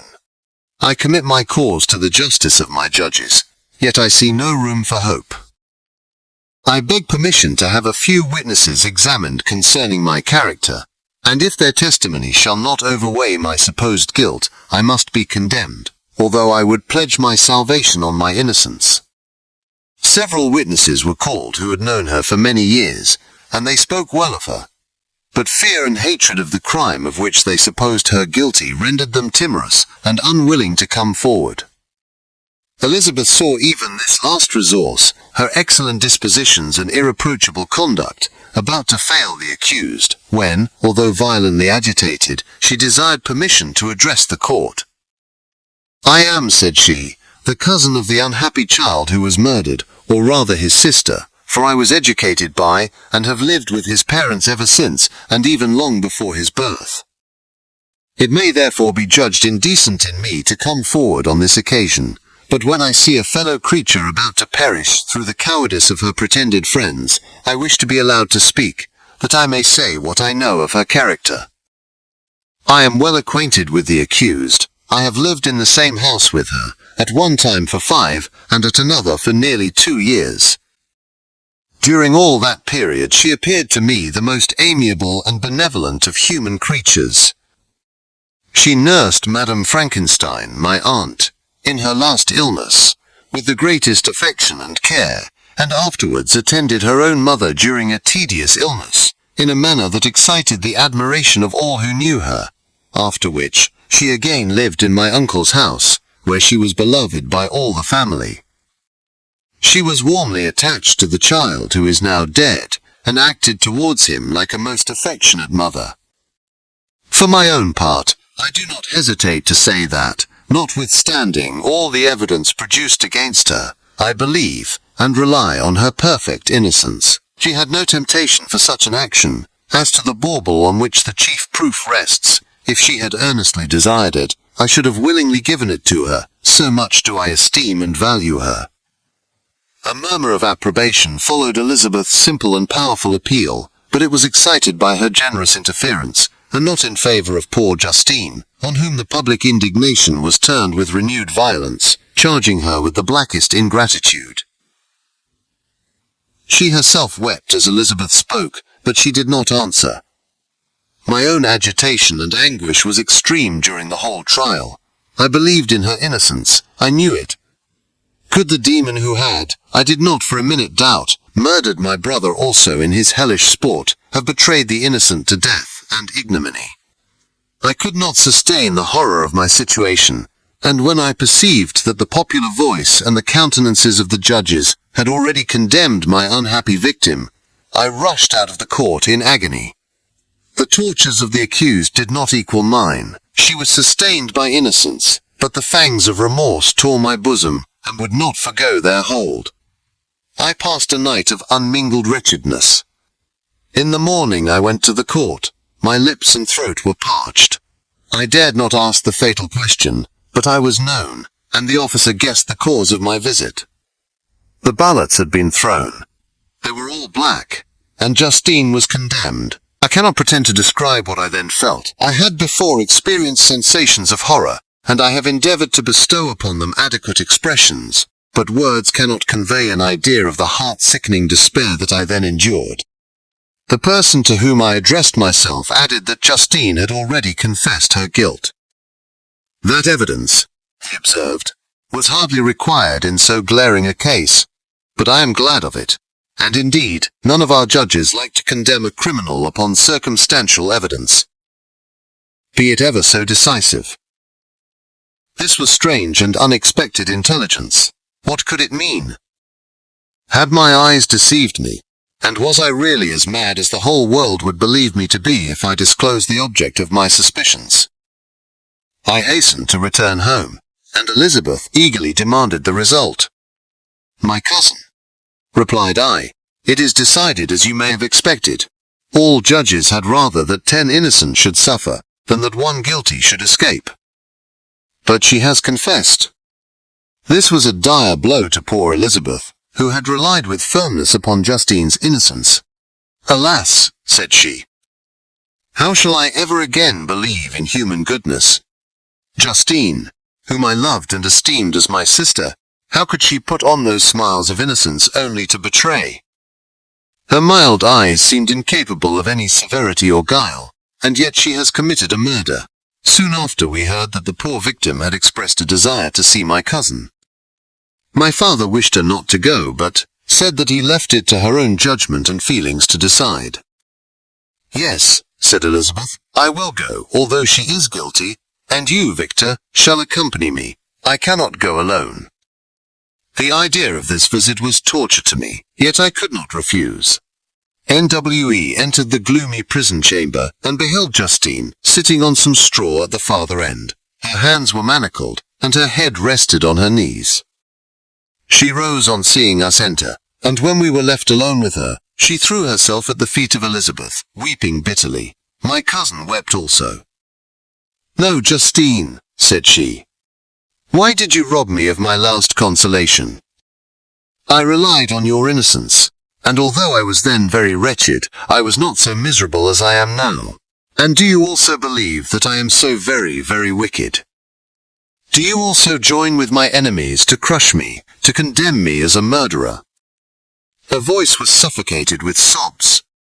"Rise, my poor girl," said Elizabeth.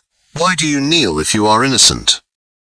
I am not one of your enemies. I believed you guiltless, notwithstanding every evidence, until I heard that you had yourself declared your guilt.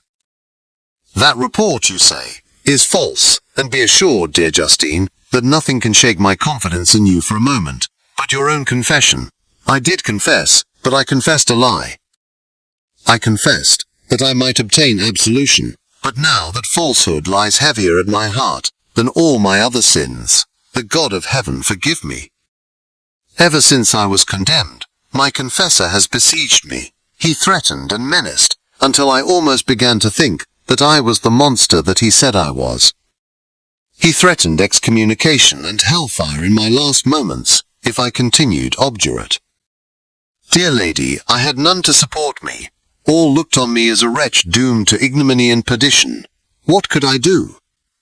In an evil hour I subscribed to a lie, and now only am I truly miserable." NSHE paused, weeping, and then continued. "I thought with horror, my sweet lady, that you should believe your Justine, whom your blessed aunt had so highly honored, and whom you loved, was a creature capable of a crime which none but the devil himself could have perpetrated. Dear William, dearest blessed child, I soon shall see you again in heaven, where we shall all be happy, and that consoles me, going as I am to suffer ignominy and death. Oh, Justine, forgive me for having for one moment distrusted you. Why did you confess? But do not mourn, dear girl, do not fear. I will proclaim, I will prove your innocence. I will melt the stony hearts of your enemies by my tears and prayers. You shall not die. You, my playfellow, my companion, my sister, perish on the scaffold. No, no. I never could survive so horrible a misfortune. Justine shook her head mournfully.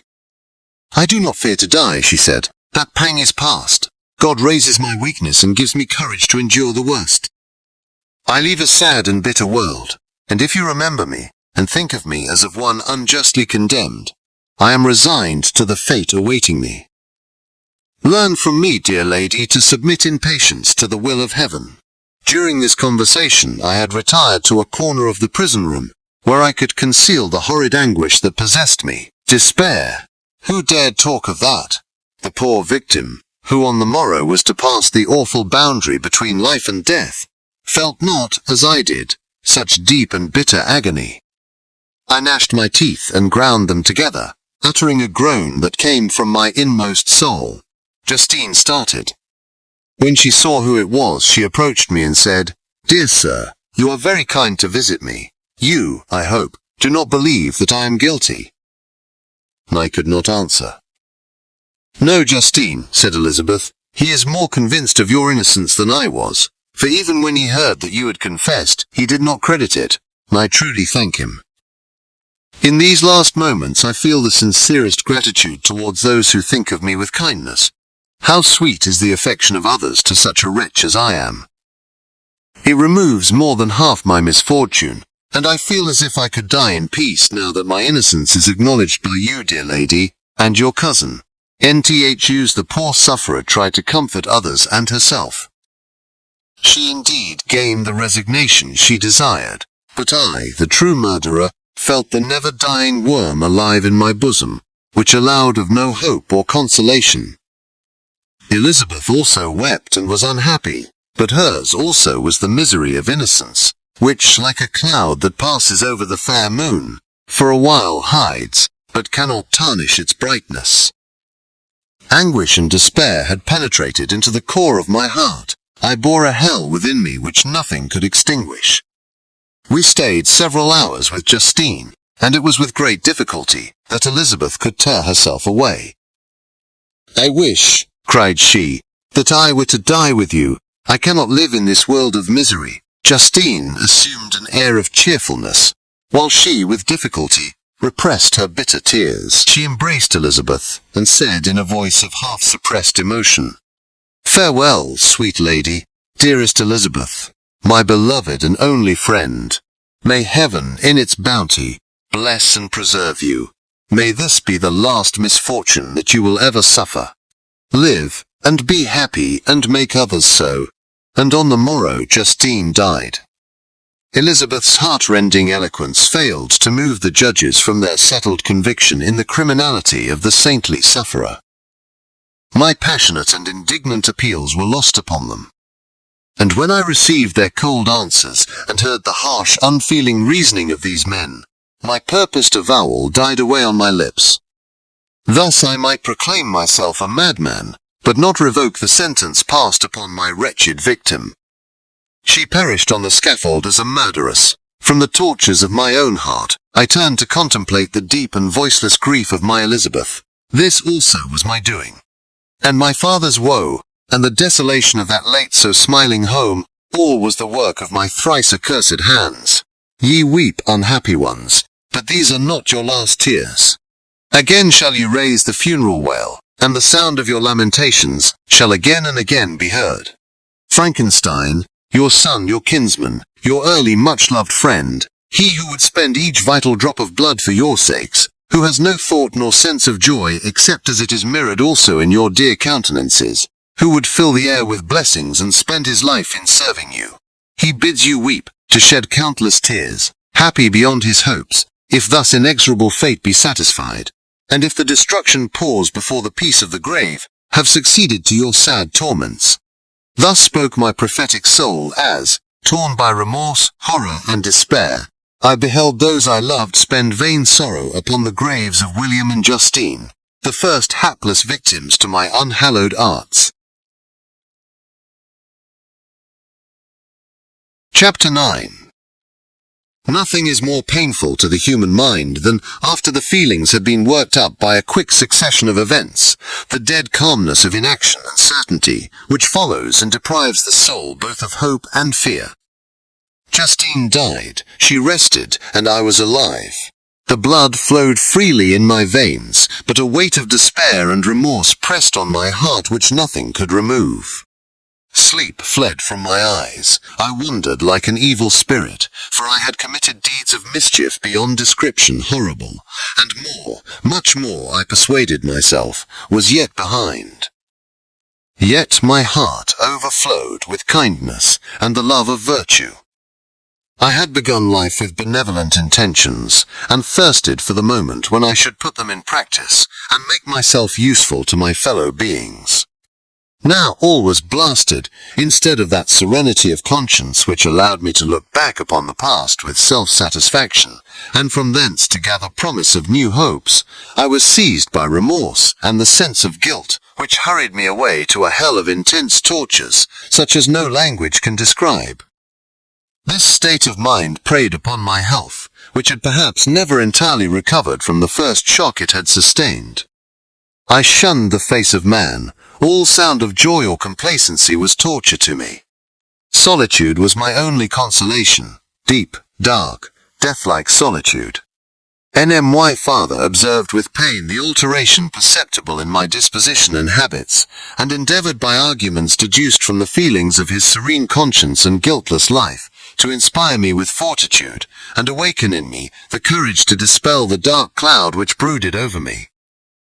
"Do you think, Victor," said he, "that I do not suffer also? No one could love a child more than I loved your brother."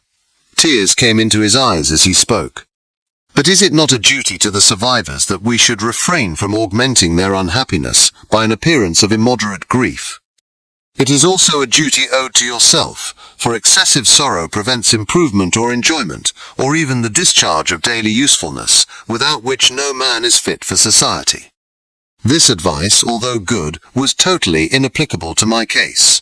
I should have been the first to hide my grief, and console my friends, if remorse had not mingled its bitterness, and terror its alarm, with my other sensations. Now I could only answer my father with a look of despair, and endeavour to hide myself from his view. About this time we retired to our house at Belrive. This change was particularly agreeable to me. The shutting of the gates regularly at 10 o'clock, and the impossibility of remaining on the lake after that hour, had rendered our residence within the walls of Geneva very irksome to me. I was now free. Often after the rest of the family had retired for the night, I took the boat, and passed many hours upon the water. Sometimes with my sails set, I was carried by the wind, and sometimes, after rowing into the middle of the lake, I left the boat to pursue its own course, and gave way to my own miserable reflections.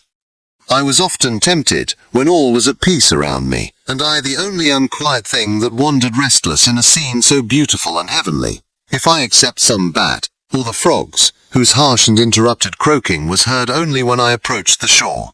Often, I say, I was tempted to plunge into the silent lake, for the waters might close over me and my calamities forever.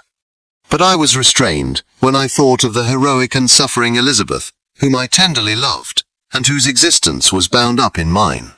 I thought also of my father and surviving brother. Should I by my base desertion leave them exposed and unprotected to the malice of the fiend whom I had let loose among them? And at these moments I wept bitterly, and wished that peace would revisit my mind, only that I might afford them consolation and happiness. But that could not be. Remorse extinguished every hope. I had been the author of unalterable evils, and I lived in daily fear, lest the monster whom I had created should perpetrate some new wickedness. I had an obscure feeling that all was not over, and that he would still commit some signal crime, which by its enormity should almost efface the recollection of the past.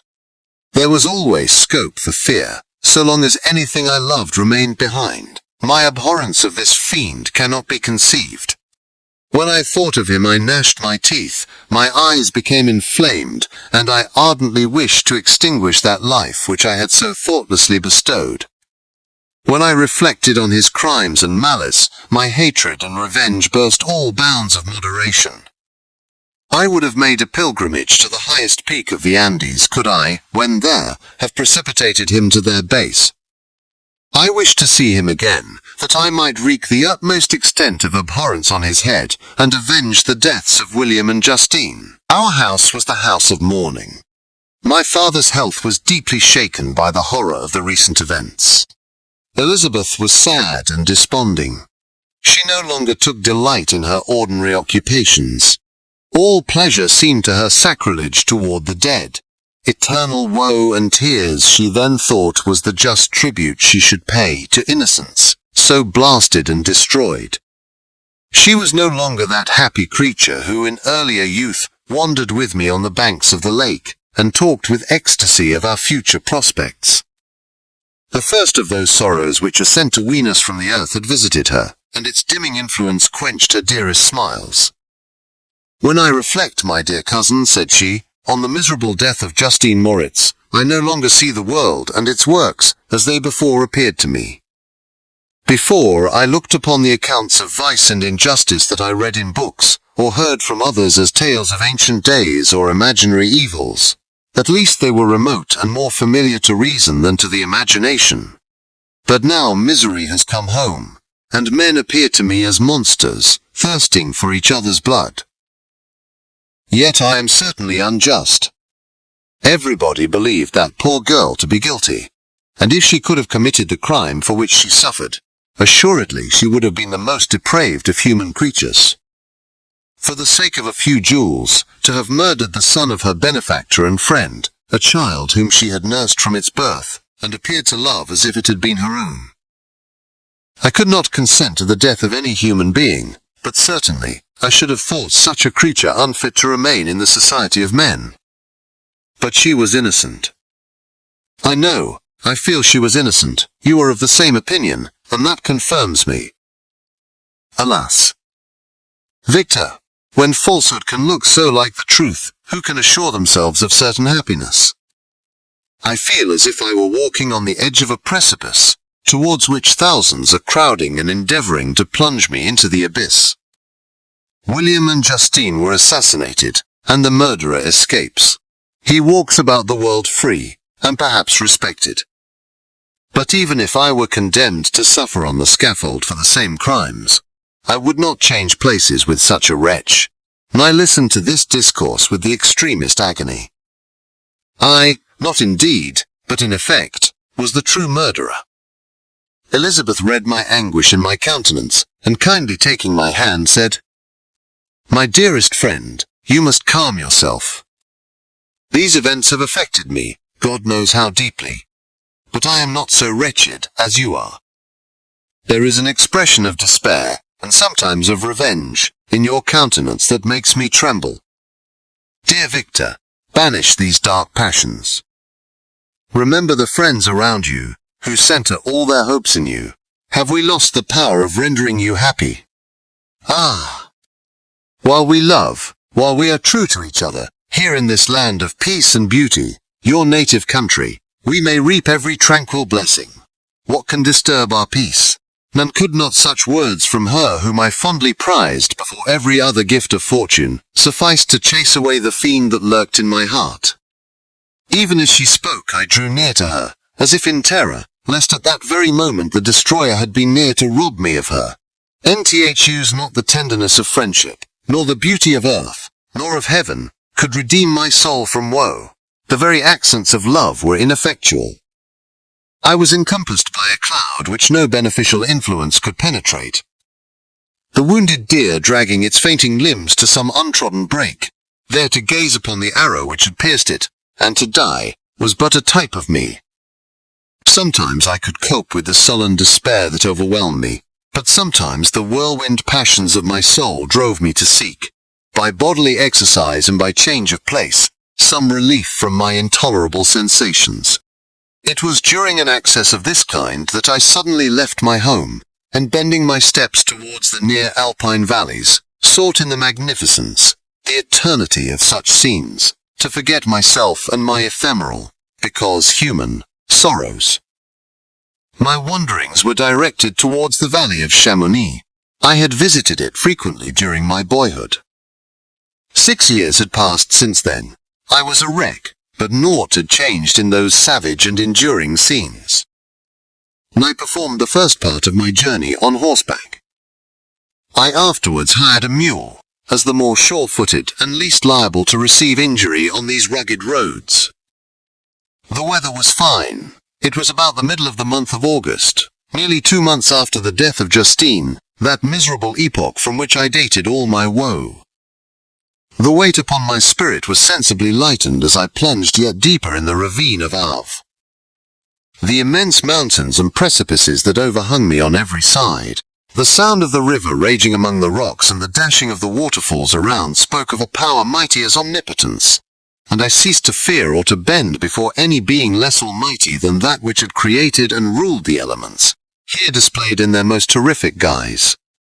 Still, as I ascended higher, the valley assumed a more magnificent and astonishing character.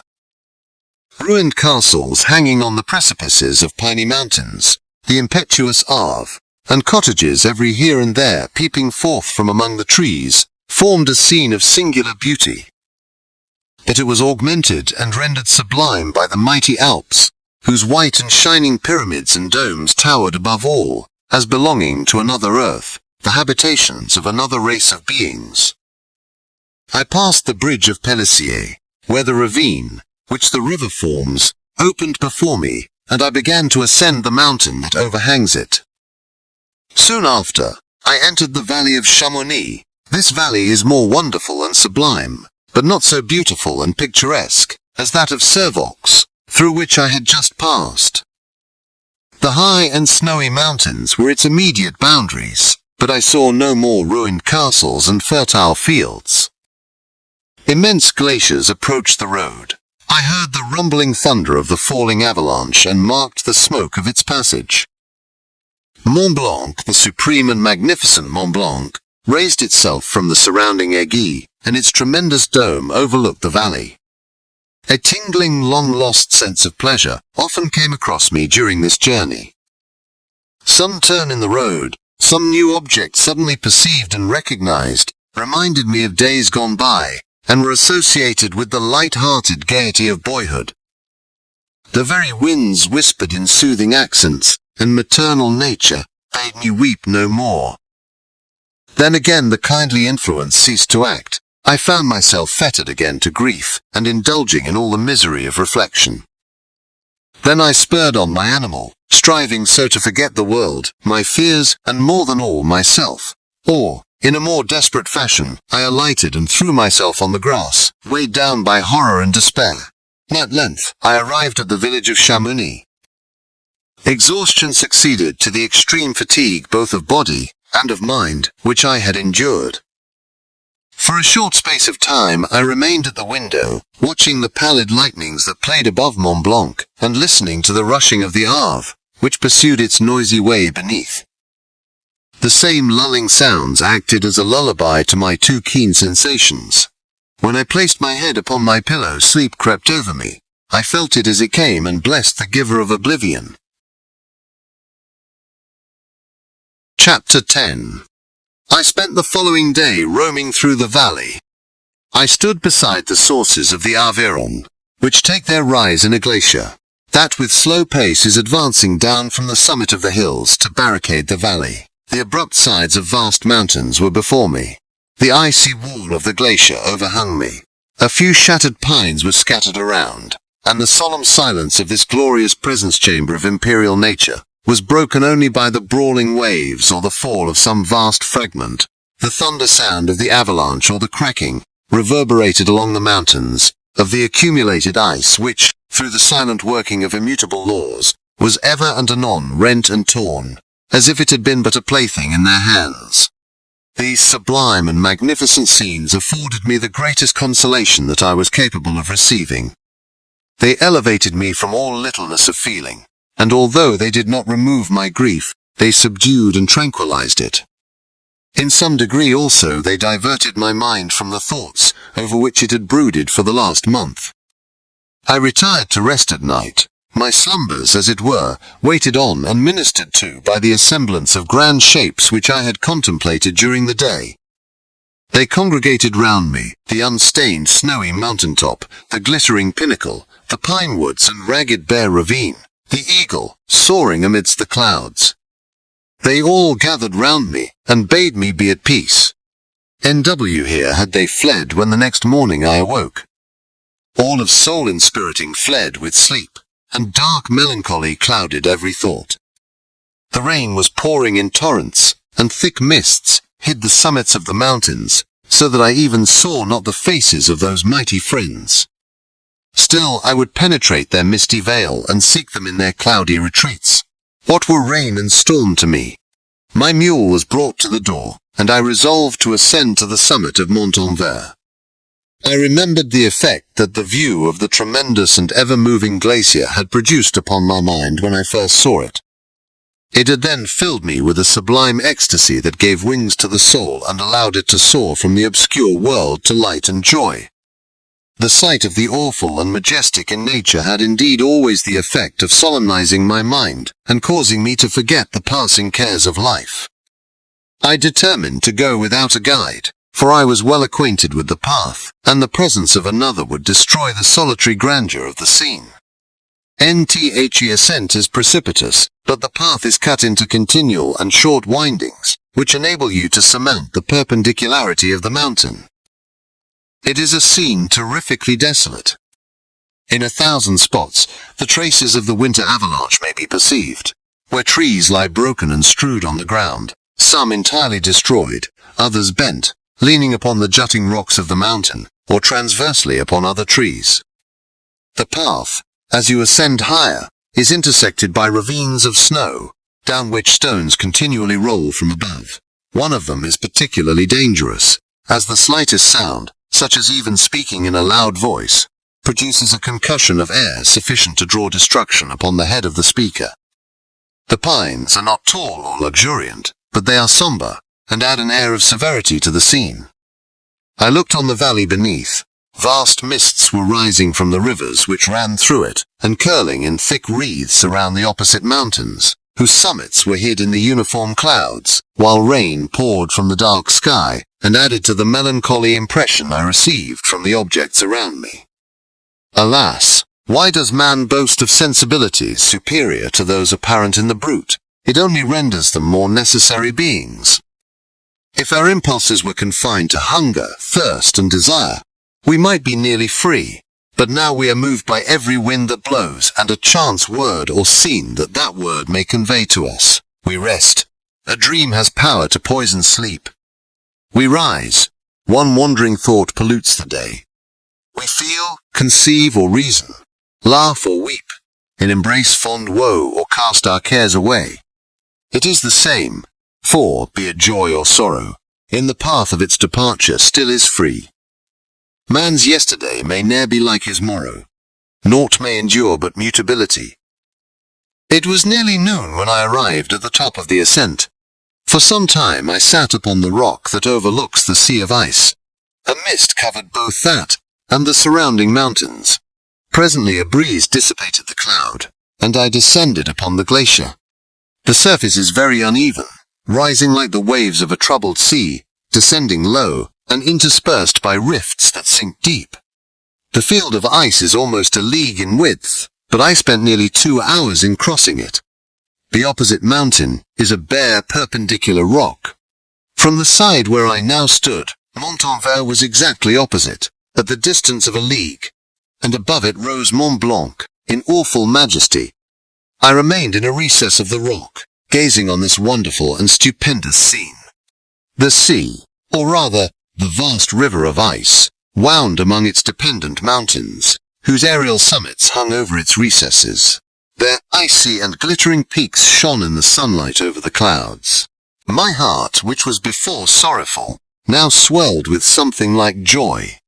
I exclaimed, "Wandering spirits, if indeed ye wander, and do not rest in your narrow beds, allow me this faint happiness, or take me as your companion, away from the joys of life." As I said this, I suddenly beheld the figure of a man, at some distance, advancing towards me with superhuman speed.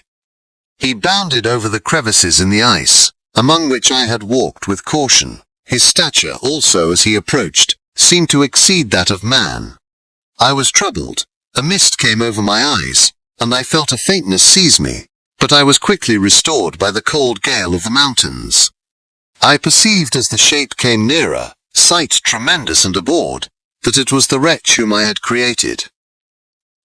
I trembled with rage and horror, resolving to wait his approach, and then close with him in mortal combat. He approached. His countenance bespoke bitter anguish, combined with disdain and malignity, while its unearthly ugliness rendered it almost too horrible for human eyes.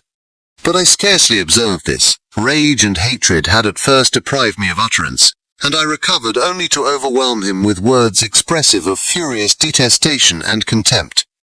"Devil," I exclaimed, "do you dare approach me?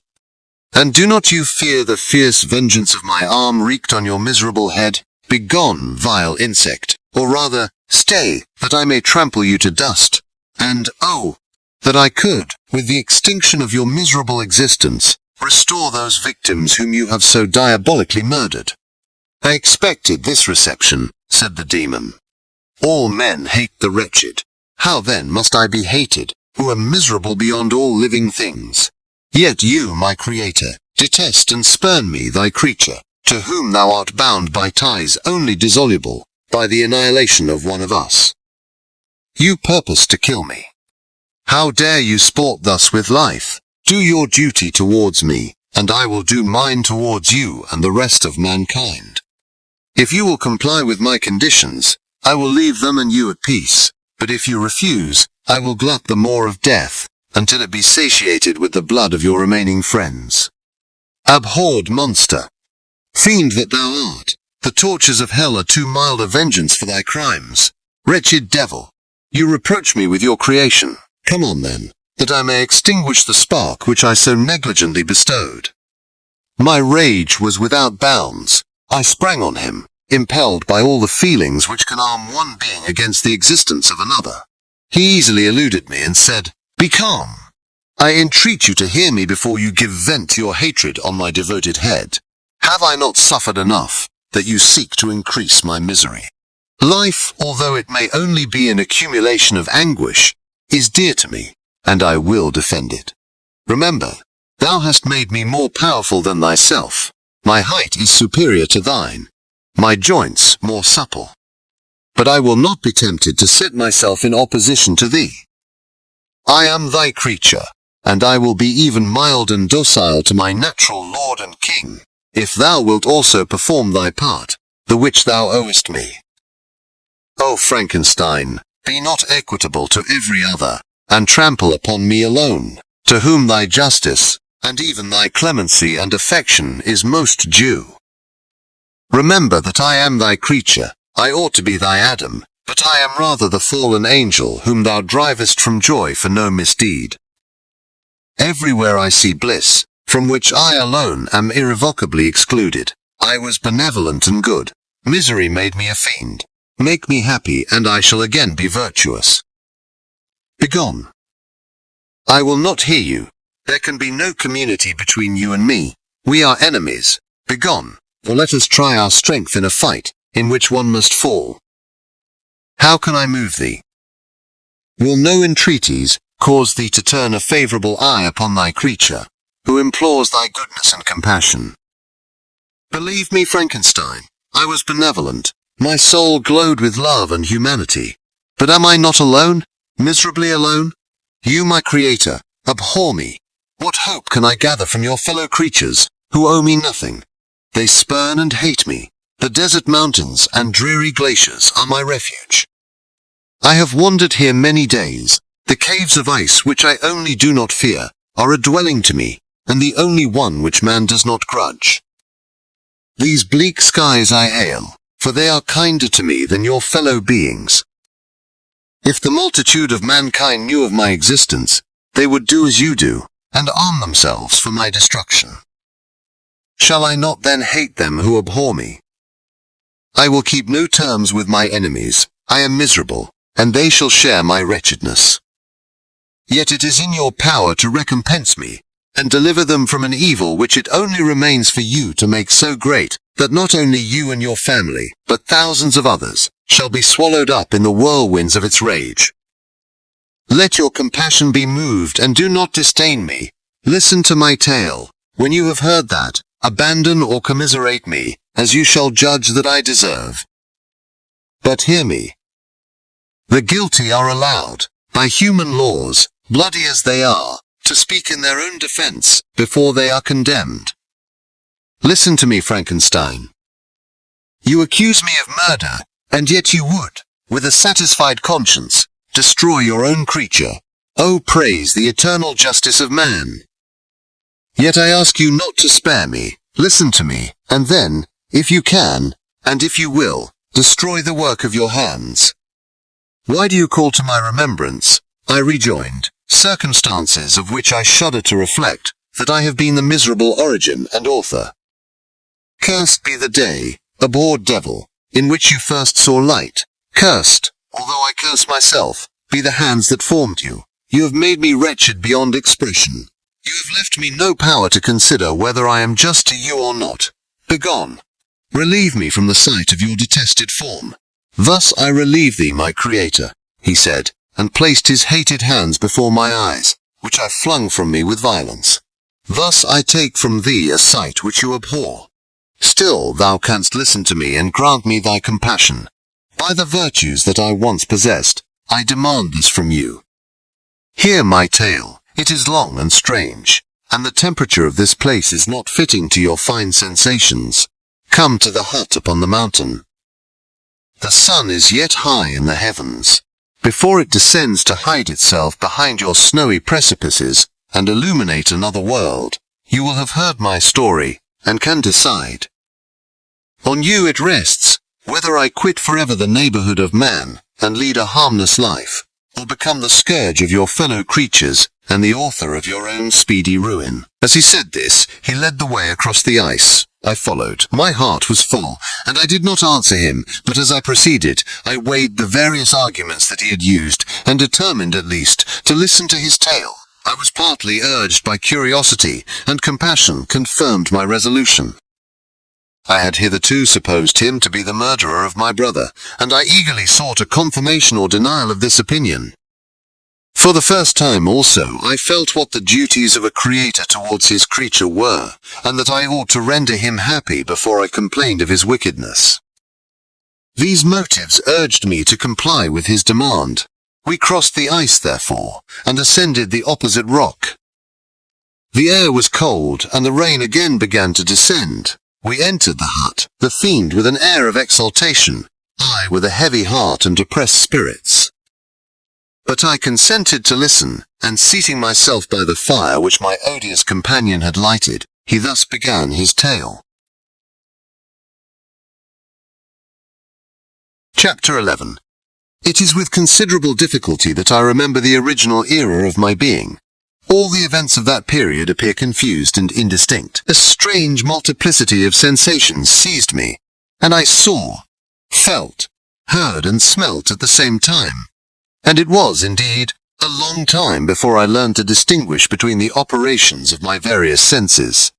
By degrees, I remember, a stronger light pressed upon my nerves, so that I was obliged to shut my eyes.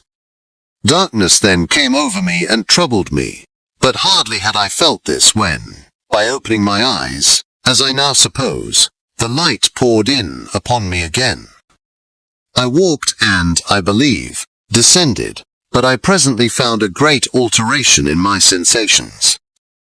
Before, dark and opaque bodies had surrounded me, impervious to my touch or sight, but I now found that I could wander on at liberty, with no obstacles which I could not either surmount or avoid. The light became more and more oppressive to me, and the heat wearying me as I walked, I sought a place where I could receive shade. This was the forest near Ingolstadt, and here I lay by the side of a brook, resting from my fatigue, until I felt tormented by hunger and thirst. This roused me from my nearly dormant state, and I ate some berries which I found hanging on the trees or lying on the ground. I slaked my thirst at the brook, and then lying down was overcome by sleep. It was dark when I awoke. I felt cold also, and half frightened, as it were, instinctively, finding myself so desolate. Before I had quitted your apartment, on a sensation of cold, I had covered myself with some clothes, but these were insufficient to secure me from the dews of night. I was a poor, helpless, miserable wretch. I knew and could distinguish nothing, but feeling pain invade me on all sides, I sat down and wept. Soon a gentle light stole over the heavens, and gave me a sensation of pleasure. I started up and beheld a radiant form rise from among the trees. The moon. I gazed with a kind of wonder. It moved slowly, but it enlightened my path, and I again went out in search of berries. I was still cold when under one of the trees I found a huge cloak, with which I covered myself, and sat down upon the ground. No distinct ideas occupied my mind. All was confused. I felt light and hunger and thirst and darkness. Innumerable sounds rang in my ears, and on all sides various scents saluted me. The only object that I could distinguish was the bright moon, and I fixed my eyes on that with pleasure. Several changes of day and night passed, and the orb of night had greatly lessened, when I began to distinguish my sensations from each other. I gradually saw plainly the clear stream that supplied me with drink, and the trees that shaded me with their foliage. I was delighted when I first discovered that a pleasant sound, which often saluted my ears, proceeded from the throats of the little winged animals who had often intercepted the light from my eyes. I began also to observe, with greater accuracy, the forms that surrounded me, and to perceive the boundaries of the radiant roof of light which canopied me. Sometimes I tried to imitate the pleasant songs of the birds, but was unable. Sometimes I wished to express my sensations in my own mode, but the uncouth and inarticulate sounds which broke from me frightened me into silence again. The moon had disappeared from the night, and again, with a lessened form, showed itself, while I still remained in the forest. My sensations had by this time become distinct, and my mind received every day additional ideas. My eyes became accustomed to the light, and to perceive objects in their right forms. I distinguished the insect from the herb, and by degrees, one herb from another. I found that the sparrow uttered none but harsh notes, whilst those of the blackbird and thrush were sweet and enticing. One day, when I was oppressed by cold, I found a fire which had been left by some wandering beggars, and was overcome with delight at the warmth I experienced from it.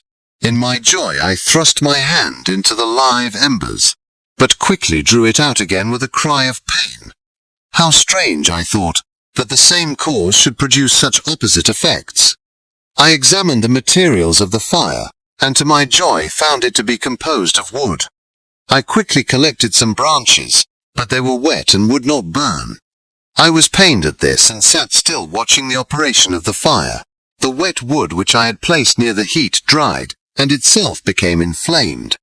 I reflected on this, and by touching the various branches, I discovered the cause and busied myself in collecting a great quantity of wood, that I might dry it, and have a plentiful supply of fire. When night came on and brought sleep with it, I was in the greatest fear, lest my fire should be extinguished. I covered it carefully with dry wood and leaves, and placed wet branches upon it, and then, spreading my cloak, I lay on the ground and sank into sleep. It was morning when I awoke, and my first care was to visit the fire. I uncovered it, and a gentle breeze quickly fanned it into a flame. I observed this also, and contrived a fan of branches, which roused the embers when they were nearly extinguished. When night came again, I found with pleasure that the fire gave light as well as heat, and that the discovery of this element was useful to me in my food, for I found some of the offals that the travellers had left had been roasted, and tasted much more savoury than the berries I gathered from the trees. I tried, therefore, to dress my food in the same manner, placing it on the live embers. I found that the berries were spoiled by this operation, and the nuts and roots much improved. Food, however, became scarce, and I often spent the whole day searching in vain for a few acorns to assuage the pangs of hunger. When I found this, I resolved to quit the place that I had hitherto inhabited, to seek for one where the few wants I experienced would be more easily satisfied. In this emigration, I exceedingly lamented the loss of the fire which I had obtained through accident, and knew not how to reproduce it. I gave several hours to the serious consideration of this difficulty, but I was obliged to relinquish all attempt to supply it, and wrapping myself up in my cloak, I struck across the wood towards the setting sun. I passed 3 days in these rambles, and at length discovered the open country. A great fall of snow had taken place the night before, and the fields were of one uniform white. The appearance was disconsolate, and I found my feet chilled by the cold, damp substance that covered the ground. It was about 7 in the morning, and I longed to obtain food and shelter. At length I perceived a small hut on a rising ground, which had doubtless been built for the convenience of some shepherd. This was a new sight to me, and I examined the structure with great curiosity. Finding the door open, I entered. An old man sat in it, near a fire, over which he was preparing his breakfast. He turned on hearing a noise, and perceiving me, shrieked loudly, and quitting the hut, ran across the fields with a speed of which his debilitated form hardly appeared capable. His appearance different from any I had ever before seen, and his flight somewhat surprised me. But I was enchanted by the appearance of the hut. Here the snow and rain could not penetrate. The ground was dry, and it presented to me then as exquisite and divine a retreat as pandemonium appeared to the demons of hell after their sufferings in the lake of fire. I greedily devoured the remnants of the shepherd's breakfast, which consisted of bread, cheese, milk, and wine. The latter, however, I did not like. Then, overcome by fatigue, I lay down among some straw and fell asleep. It was noon when I awoke, and allured by the warmth of the sun, which shone brightly on the white ground, I determined to recommence my travels, and, depositing the remains of the peasant's breakfast in a wallet I found, I proceeded across the fields for several hours, until at sunset I arrived at a village. How miraculous did this appear! The huts, the neater cottages, and stately houses engaged my admiration by turns. The vegetables in the gardens, the milk and cheese that I saw placed at the windows of some of the cottages, allured my appetite. One of the best of these I entered, but I had hardly placed my foot within the door before the children shrieked, and one of the women fainted. The whole village was roused. Some fled, some attacked me, until, grievously bruised by stones and many other kinds of missile weapons, I escaped to the open country, and fearfully took refuge in a low hovel, quite bare, and making a wretched appearance after the palaces I had beheld in the village. This hovel, however, joined a cottage of a neat and pleasant appearance, but after my late dearly bought experience, I dared not enter it. My place of refuge was constructed of wood, but so low that I could with difficulty sit upright in it. No wood, however, was placed on the earth which formed the floor, but it was dry, and although the wind entered it by innumerable chinks, I found it an agreeable asylum from the snow and rain. Here, then, I retreated and lay down happy to have found a shelter, however miserable, from the inclemency of the season, and still more from the barbarity of man. As soon as morning dawned, I crept from my kennel, that I might view the adjacent cottage and discover if I could remain in the habitation I had found. It was situated against the back of the cottage, and surrounded on the sides, which were exposed by a pigsty and a clear pool of water. One part was open, and by that I had crept in, but now I covered every crevice by which I might be perceived with stones and wood, yet in such a manner that I might move them on occasion to pass out. All the light I enjoyed came through the sty, and that was sufficient for me. Having thus arranged my dwelling and carpeted it with clean straw, I retired, for I saw the figure of a man at a distance, and I remembered too well my treatment the night before to trust myself in his power. I had first, however, provided for my sustenance for that day by a loaf of coarse bread, which I purloined, and a cup with which I could drink more conveniently than from my hand of the pure water which flowed by my retreat. The floor was a little raised, so that it was kept perfectly dry, and by its vicinity to the chimney of the cottage, it was tolerably warm. Being thus provided, I resolved to reside in this hovel until something should occur which might alter my determination. It was indeed a paradise compared to the bleak forest, my former residence, the rain-dropping branches, and dank earth. I ate my breakfast with pleasure, and was about to remove a plank to procure myself a little water, when I heard a step, and looking through a small chink, I beheld a young creature, with a pail on her head, passing before my hovel. The girl was young, and of gentle demeanour, unlike what I have since found cottagers and farmhouse servants to be. Yet she was meanly dressed, a coarse blue petticoat and a linen jacket being her only garb. Her fair hair was plaited, but not adorned. She looked patient, yet sad. I lost sight of her, and in about a quarter of an hour she returned, bearing the pail, which was now partly filled with milk. As she walked along, seemingly incommoded by the burden, a young man met her, whose countenance expressed a deeper despondence. Uttering a few sounds with an air of melancholy, he took the pail from her head and bore it to the cottage himself. She followed, and they disappeared. Presently I saw the young man again, with some tools in his hand, cross the field behind the cottage, and the girl was also busied, sometimes in the house, and sometimes in the yard. On examining my dwelling, I found that one of the windows of the cottage had formerly occupied a part of it, but the panes had been filled up with wood. In one of these was a small and almost imperceptible chink, through which the eye could just penetrate. Through this crevice a small room was visible, whitewashed and clean, but very bare of furniture. In one corner, near a small fire, sat an old man, leaning his head on his hands, in a disconsolate attitude. The young girl was occupied in arranging the cottage, but presently she took something out of a drawer, which employed her hands, and she sat down beside the old man, who, taking up an instrument, began to play, and to produce sounds sweeter than the voice of the thrush, or the nightingale. It was a lovely sight, even to me, poor wretch, who had never beheld aught beautiful before. The silver hair and benevolent countenance of the aged cottager won my reverence, while the gentle manners of the girl enticed my love. He played a sweet, mournful air which I perceived drew tears from the eyes of his amiable companion, of which the old man took no notice, until she sobbed audibly. He then pronounced a few sounds, and the fair creature, leaving her work, knelt at his feet. He raised her and smiled with such kindness and affection, that I felt sensations of a peculiar and overpowering nature.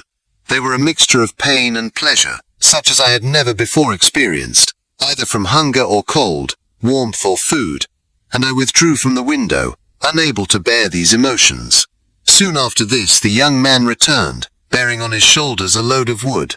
The girl met him at the door, helped to relieve him of his burden, and taking some of the fuel into the cottage, placed it on the fire. Then she and the youth went apart into a nook of the cottage, and he showed her a large loaf and a piece of cheese. She seemed pleased, and went into the garden for some roots and plants, which she placed in water, and then upon the fire. She afterwards continued her work, whilst the young man went into the garden and appeared busily employed in digging and pulling up roots. After he had been employed thus about an hour, the young woman joined him, and they entered the cottage together. The old man had, in the meantime, been pensive, but on the appearance of his companions he assumed a more cheerful air, and they sat down to eat. The meal was quickly dispatched. The young woman was again occupied in arranging the cottage. The old man walked before the cottage in the sun for a few minutes, leaning on the arm of the youth.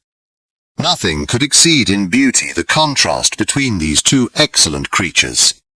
One was old, with silver hairs and a countenance beaming with benevolence and love. The younger was slight and graceful in his figure, and his features were moulded with the finest symmetry. Yet his eyes and attitude expressed the utmost sadness and despondency. The old man returned to the cottage, and the youth, with tools different from those he had used in the morning, directed his steps across the fields. Night quickly shut in, but to my extreme wonder, I found that the cottagers had a means of prolonging light by the use of tapers, and was delighted to find that the setting of the sun did not put an end to the pleasure I experienced in watching my human neighbours. In the evening, the young girl and her companion were employed in various occupations which I did not understand, and the old man again took up the instrument which produced the divine sounds that had enchanted me in the morning. So soon as he had finished, the youth began, not to play, but to utter sounds that were monotonous, and neither resembling the harmony of the old man's instrument, nor the songs of the birds. I since found that he read aloud, but at that time I knew nothing of the science of words or letters. The family, after having been thus occupied for a short time, extinguished their lights, and retired, as I conjectured, to rest. Chapter 12. I lay on my straw, but I could not sleep. I thought of the occurrences of the day. What chiefly struck me was the gentle manners of these people, and I longed to join them, but dared not. I remembered too well the treatment I had suffered the night before from the barbarous villagers, and resolved, whatever course of conduct I might hereafter think it right to pursue, that for the present I would remain quietly in my hovel, watching and endeavouring to discover the motives which influenced their actions. The cottagers arose the next morning before the sun. The young woman arranged the cottage and prepared the food, and the youth departed after the first meal. This day was passed in the same routine as that which preceded it. The young man was constantly employed out of doors, and the girl in various laborious occupations within. The old man, whom I soon perceived to be blind, employed his leisure hours on his instrument or in contemplation. Nothing could exceed the love and respect which the younger cottagers exhibited towards their venerable companion. They performed towards him every little office of affection and duty with gentleness, and he rewarded them by his benevolent smiles. They were not entirely happy. The young man and his companion often went apart, and appeared to weep. I saw no cause for their unhappiness, but I was deeply affected by it. If such lovely creatures were miserable, it was less strange that I, an imperfect and solitary being, should be wretched. Yet why were these gentle beings unhappy? They possessed a delightful house, for such it was in my eyes, and every luxury. They had a fire to warm them, when chill, and delicious viands when hungry. They were dressed in excellent clothes, and, still more, they enjoyed one another's company and speech, interchanging each day looks of affection and kindness. What did their tears imply? Did they really express pain?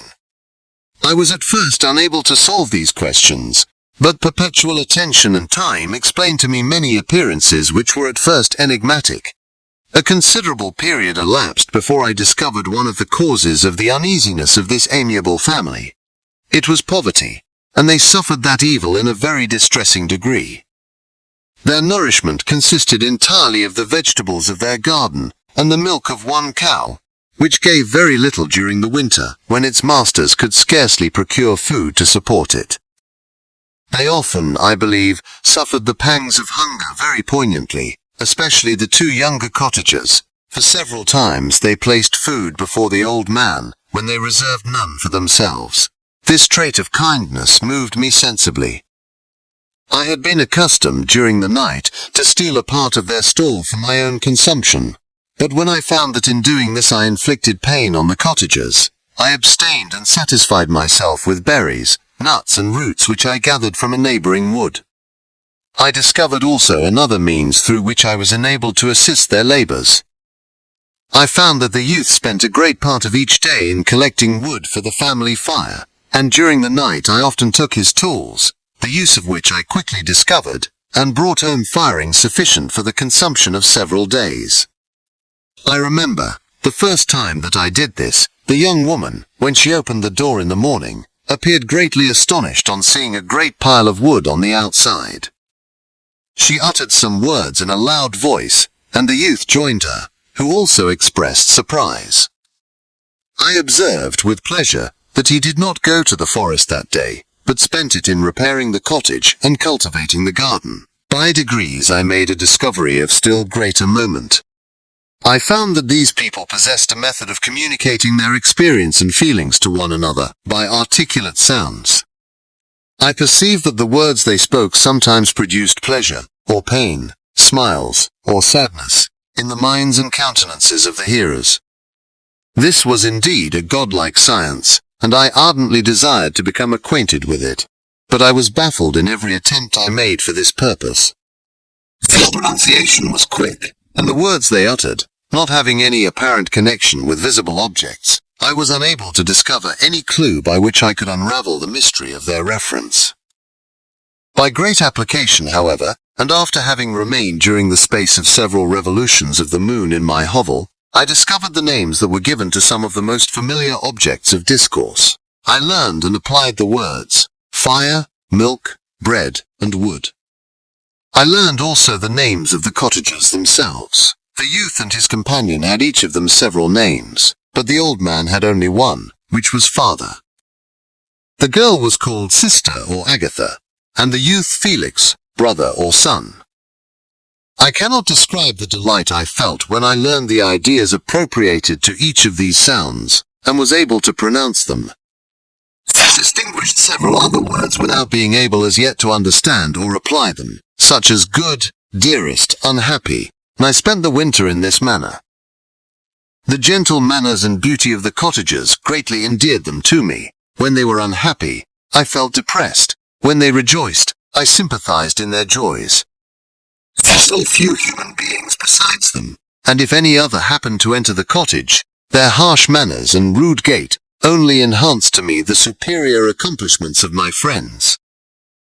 The old man, I could perceive, often endeavored to encourage his children, as sometimes I found that he called them, to cast off their melancholy. He would talk in a cheerful accent, with an expression of goodness that bestowed pleasure even upon me. Agatha listened with respect, her eyes sometimes filled with tears, which she endeavored to wipe away unperceived, but I generally found that her countenance and tone were more cheerful, after having listened to the exhortations of her father. It was not thus with Felix. He was always the saddest of the group, and even to my unpractised senses, he appeared to have suffered more deeply than his friends. But if his countenance was more sorrowful, his voice was more cheerful than that of his sister, especially when he addressed the old man. I could mention innumerable instances which, although slight, marked the dispositions of these amiable cottagers. In the midst of poverty and want, Felix carried with pleasure to his sister the first little white flower that peeped out from beneath the snowy ground. Early in the morning, before she had risen, he cleared away the snow that obstructed her path to the milk-house, drew water from the well, and brought the wood from the outhouse, where, to his perpetual astonishment, he found his store always replenished by an invisible hand. In the day, I believe, he worked sometimes for a neighboring farmer, because he often went forth and did not return until dinner, yet brought no wood with him. At other times he worked in the garden, but, as there was little to do in the frosty season, he read to the old man and Agatha. This reading had puzzled me extremely at first, but by degrees I discovered that he uttered many of the same sounds when he read as when he talked. I conjectured, therefore, that he found on the paper signs for speech which he understood, and I ardently longed to comprehend these also. But how was that possible, when I did not even understand the sounds for which they stood as signs? I improved, however, sensibly in this science, but not sufficiently to follow up any kind of conversation, although I applied my whole mind to the endeavour, for I easily perceived that, although I eagerly longed to discover myself to the cottagers, I ought not to make the attempt until I had first become master of their language, which knowledge might enable me to make them overlook the deformity of my figure, for with this also the contrast perpetually presented to my eyes had made me acquainted. And I had admired the perfect forms of my cottage. At first I started back, unable to believe that it was indeed I who was reflected in the mirror. And when I became fully convinced that I was in reality the monster that I am, I was filled with the bitterest sensations of despondence and mortification. Alas! I did not yet entirely know the fatal effects of this miserable deformity. As the sun became warmer and the light of day longer, the snow vanished, and I beheld the bare trees and the black earth. From this time Felix was more employed, and the heart-moving indications of impending famine disappeared. Their food, as I afterwards found, was coarse, but it was wholesome, and they procured a sufficiency of it. several new kinds of plants sprang up in the garden, which they dressed, and these signs of comfort increased daily as the season advanced. The old man, leaning on his son, walked each day at noon, when it did not rain, as I found it was called when the heavens poured forth its waters. This frequently took place, but a high wind quickly dried the earth, and the season became far more pleasant than it had been. My mode of life in my hovel was uniform. During the morning I attended the motions of the cottagers, and when they were dispersed in various occupations, I slept. The remainder of the day was spent in observing my friends. When they had retired to rest, if there was any moon or the night was starlight, I went into the woods and collected my own food and fuel for the cottage. When I returned, as often as it was necessary, I cleared their path from the snow, and performed those offices that I had seen done by Felix. I afterwards found that these labours, performed by an invisible hand, greatly astonished them, and once or twice I heard them on these occasions utter the words "good spirit," "wonderful," but I did not then understand the signification of these terms. My thoughts now became more active, and I longed to discover the motives and feelings of these lovely creatures. I was inquisitive to know why Felix appeared so miserable and Agatha so sad. I thought, foolish wretch, that it might be in my power to restore happiness to these deserving people. When I slept or was absent, the forms of the venerable blind father, the gentle Agatha, and the excellent Felix flitted before me. I looked upon them as superior beings, who would be the arbiters of my future destiny. I formed in my imagination 1,000 pictures of presenting myself to them, and their reception of me. I imagined that they would be disgusted, until by my gentle demeanour and conciliating words, I should first win their favour, and afterwards their love. These thoughts exhilarated me, and led me to apply with fresh ardour to the acquiring the art of language.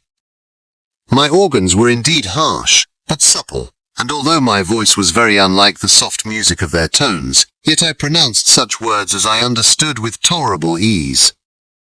It was as the ass and the lapdog. Yet surely the gentle ass, whose intentions were affectionate, although his manners were rude, deserved better treatment than blows and execration. The pleasant showers and genial warmth of spring greatly altered the aspect of the earth. Men who before this change seemed to have been hid in caves, dispersed themselves, and were employed in various arts of cultivation. The birds sang in more cheerful notes, and the leaves began to bud forth on the trees. Happy, happy earth! Fit habitation for gods, which, so short a time before, was bleak, damp, and unwholesome. My spirits were elevated by the enchanting appearance of nature. The past was blotted from my memory, the present was tranquil, and the future gilded by bright rays of hope and anticipations of joy. Chapter 13.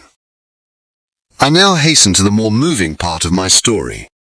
I shall relate events that impressed me with feelings which, from what I had been, have made me what I am. Spring advanced rapidly, the weather became fine, and the skies cloudless.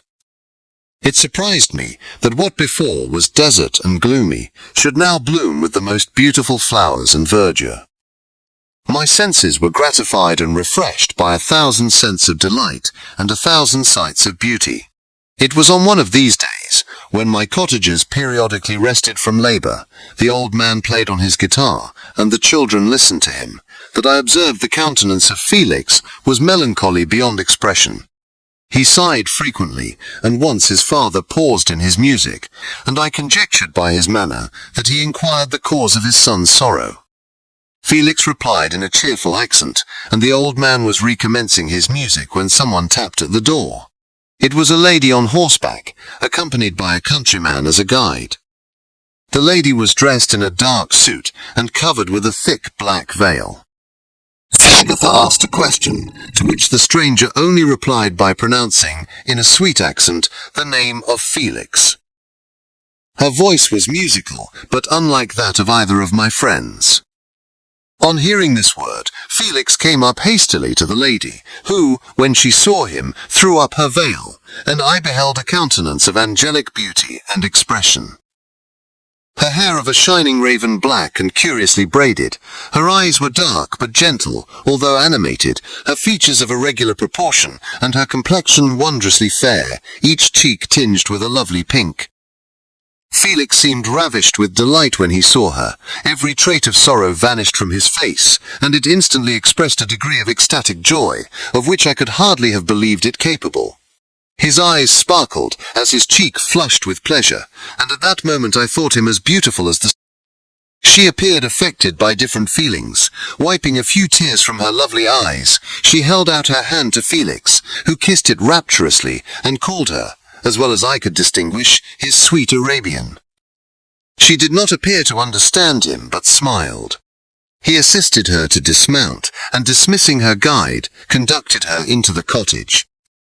A long conversation took place between him and his father, and the young stranger knelt at the old man's feet and would have kissed his hand, but he raised her and embraced her affectionately. I soon perceived that although the stranger uttered articulate sounds and appeared to have a language of her own, she was neither understood by, nor herself understood the cottagers. They made many signs which I did not comprehend, but I saw that her presence diffused gladness through the cottage, dispelling their sorrow as the sun dissipates the morning mists. Felix seemed peculiarly happy, and with smiles of delight welcomed his Arabian.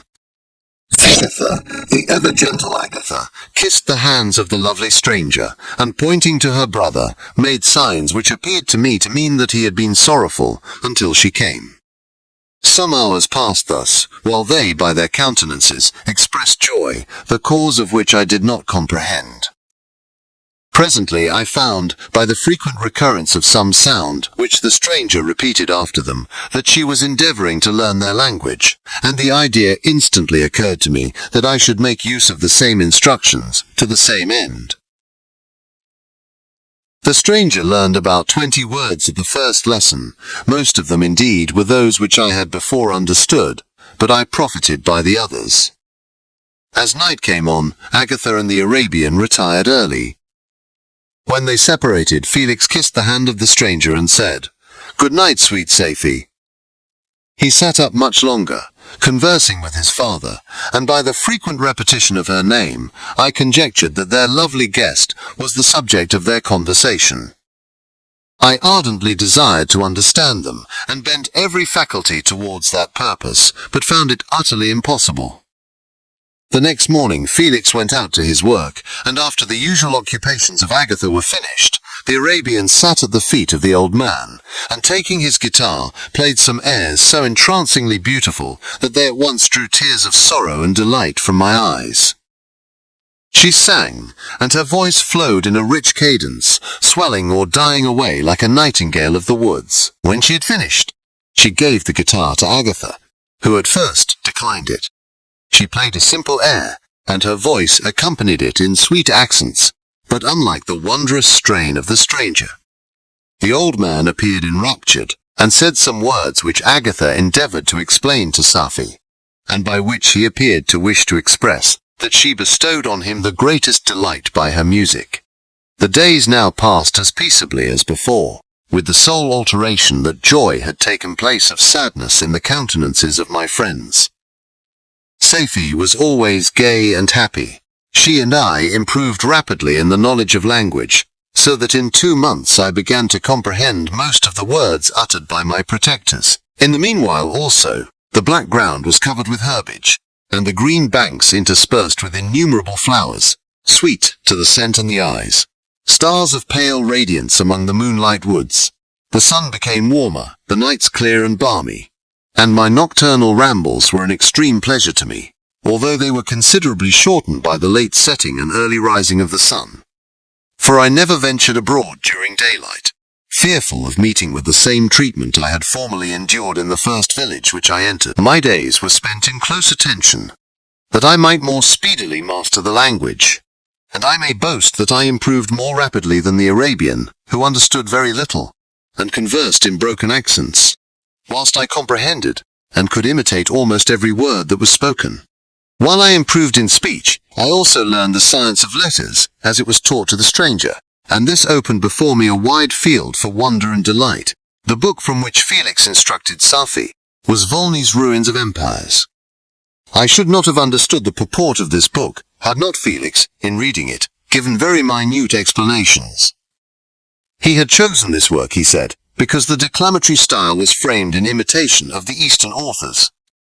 Through this work I obtained a cursory knowledge of history and a view of the several empires at present existing in the world.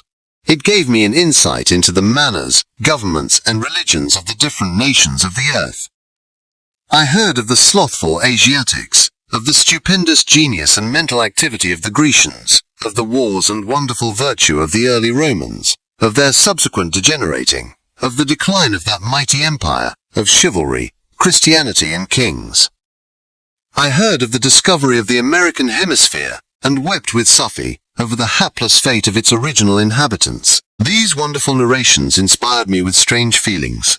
Was man indeed at once so powerful, so virtuous and magnificent, yet so vicious and base? He appeared at one time a mere scion of the evil principle, and at another, as all that can be conceived of noble and godlike. To be a great and virtuous man appeared the highest honor that can befall a sensitive being. To be base and vicious, as many on record have been, appeared the lowest degradation, a condition more abject than that of the blind mole or harmless worm. For a long time I could not conceive how one man could go forth to murder his fellow, or even why there were laws and governments. But when I heard details of vice and bloodshed, my wonder ceased, and I turned away with disgust and loathing. Every conversation of the cottagers now opened new wonders to me. While I listened to the instructions which Felix bestowed upon the Arabian, the strange system of human society was explained to me. I heard of the division of property, of immense wealth and squalid poverty, of rank, descent, and noble blood. The words induced me to turn towards myself. I learned that the possessions most esteemed by your fellow creatures were high and unsullied descent, united with riches. A man might be respected with only one of these advantages, but without either he was considered, except in very rare instances, as a vagabond and a slave, doomed to waste his powers for the profits of the chosen few. And what was I? Of my creation and creator I was absolutely ignorant, but I knew that I possessed no money, no friends, no kind of property. I was, besides, endued with a figure hideously deformed and loathsome. I was not even of the same nature as man. I was more agile than they, and could subsist upon coarser diet. I bore the extremes of heat and cold with less injury to my frame. My stature far exceeded theirs. When I looked around I saw and heard of none like me. Was I, then, a monster, a blot upon the earth, from which all men fled and whom all men disowned? I cannot describe to you the agony that these reflections inflicted upon me. I tried to dispel them, but sorrow only increased with knowledge. Oh, that I had forever remained in my native wood, nor known nor felt beyond the sensations of hunger, thirst, and heat. Of what a strange nature is knowledge! It clings to the mind when it has once seized on it like a lichen on the rock. I wished sometimes to shake off all thought and feeling, but I learned that there was but one means to overcome the sensation of pain, and that was death, a state which I feared yet did not understand. I admired virtue and good feelings, and loved the gentle manners and amiable qualities of my cottagers, but I was shut out from intercourse with them, except through means which I obtained by stealth, when I was unseen and unknown, and which rather increased than satisfied the desire I had of becoming one among my fellows. The gentle words of Agatha and the animated smiles of the charming Arabian were not for me. The mild exhortations of the old man, and the lively conversation of the loved Felix, were not for me. Miserable, unhappy wretch! Other lessons were impressed upon me even more deeply.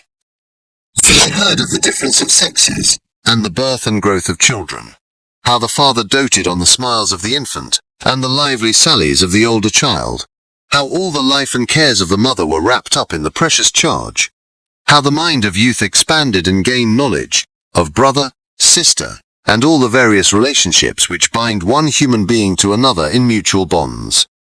But where were my friends and relations? No father had watched my infant days, No mother had blessed me with smiles and caresses. Or if they had, all my past life was now a blot, a blind vacancy in which I distinguished nothing. From my earliest remembrance I had been as I then was in height and proportion. I had never yet seen a being resembling me, or who claimed any intercourse with me. What was I? The question again recurred, to be answered only with groans. I will soon explain to what these feelings tended, but allow me now to return to the cottagers, whose story excited in me such various feelings of indignation, delight and wonder, but which all terminated in additional love and reverence for my protectors, for so I loved, in an innocent, half-painful self-deceit to call them. Chapter 14. Some time elapsed before I learned the history of my friends. It was one which could not fail to impress itself deeply on my mind, unfolding as it did a number of circumstances, each interesting and wonderful, to one so utterly inexperienced as I was. The name of the old man was de Lacy. He was descended from a good family in France, where he had lived for many years in affluence, respected by his superiors, and beloved by his equals. His son was bred in the service of his country, and Agatha had ranked with ladies of the highest distinction. A few months before my arrival they had lived in a large and luxurious city called Paris, surrounded by friends and possessed of every enjoyment which virtue, refinement of intellect, or taste, accompanied by a moderate fortune, could afford. The father of Sophie had been the cause of their ruin. He was a Turkish merchant and had inhabited Paris for many years, when, for some reason which I could not learn, he became obnoxious to the government. He was seized and cast into prison the very day that Sophie arrived from Constantinople to join him. He was tried and condemned to death. The injustice of his sentence was very flagrant. All Paris was indignant, and it was judged that his religion and wealth, rather than the crime alleged against him, had been the cause of his condemnation. Felix had accidentally been present at the trial. His horror and indignation were uncontrollable when he heard the decision of the court. He made, at that moment, a solemn vow to deliver him, and then looked around for the means. After many fruitless attempts to gain admittance to the prison, he found a strongly grated window in an unguarded part of the building, which lighted the dungeon of the unfortunate Mohammedan, who, loaded with chains, waited in despair the execution of the barbarous sentence. Felix visited the grate at night, and made known to the prisoner his intentions in his favor. The Turk, amazed and delighted, endeavored to kindle the zeal of his deliverer by promises of reward and wealth. Felix rejected his offers with contempt, yet when he saw the lovely Sophie, who was allowed to visit her father, and who by her gestures expressed her lively gratitude, the youth could not help owning to his own mind that the captive possessed a treasure which would fully reward his toil and hazard. The Turk quickly perceived the impression that his daughter had made on the heart of Felix, and endeavored to secure him more entirely in his interests, by the promise of her hand in marriage, so soon as he should be conveyed to a place of safety. Felix was too delicate to accept this offer, yet he looked forward to the probability of the event as to the consummation of his happiness. During the ensuing days, while the preparations were going forward for the escape of the merchant, the zeal of Felix was warmed by several letters that he received from this lovely girl, who found means to express her thoughts in the language of her lover by the aid of an old man, a servant of her father who understood French. She thanked him in the most ardent terms for his intended services towards her parent, and at the same time she gently deplored her own fate. I have copies of these letters, for I found means during my residence in the hovel to procure the implements of writing, and the letters were often in the hands of Felix or Agatha. Before I depart I will give them to you. They will prove the truth of my tale, but at present, as the sun is already far declined, I shall only have time to repeat the substance of them to you. Sophie related that her mother was a Christian Arab, seized and made a slave by the Turks. Recommended by her beauty, she had won the heart of the father of Sophie, who married her. The young girl spoke in high and enthusiastic terms of her mother, who, born in freedom, spurned the bondage to which she was now reduced. She instructed her daughter in the tenets of her religion, and taught her to aspire to higher powers of intellect, and an independence of spirit forbidden to the female followers of Muhammad. This lady died, but her lessons were indelibly impressed on the mind of Sophie, who sickened at the prospect of again returning to Asia and being immured within the walls of a harem, allowed only to occupy herself with infantile amusements, ill-suited to the temper of her soul, now accustomed to grand ideas and a noble emulation for virtue. The prospect of marrying a Christian and remaining in a country where women were allowed to take a rank in society was enchanting to her. The day for the execution of the Turk was fixed, but on the night previous to it he quitted his prison, and before morning was distant many leagues from Paris. Felix had procured passports in the name of his father, sister, and himself. He had previously communicated his plan to the former, who aided the deceit by quitting his house under the pretense of a journey and concealed himself with his daughter in an obscure part of Paris. Felix conducted the fugitives through France to Lyon and across Mont-Cenis to Leghorn, where the merchant had decided to wait a favorable opportunity of passing into some part of the Turkish dominions. Sophie resolved to remain with her father until the moment of his departure, before which time the Turk renewed his promise that she should be united. They conversed with one another through the means of an interpreter, and sometimes with the interpretation of looks, and Sophie sang to him the divine airs of her native country. The Turk allowed this intimacy to take place, and encouraged the hopes of the youthful lovers, while in his heart he had formed far other plans. He loathed the idea that his daughter should be united to a Christian, but he feared the resentment of Felix if he should appear lukewarm, for he knew that he was still in the power of his deliverer if he should choose to betray him to the Italian state which they inhabited.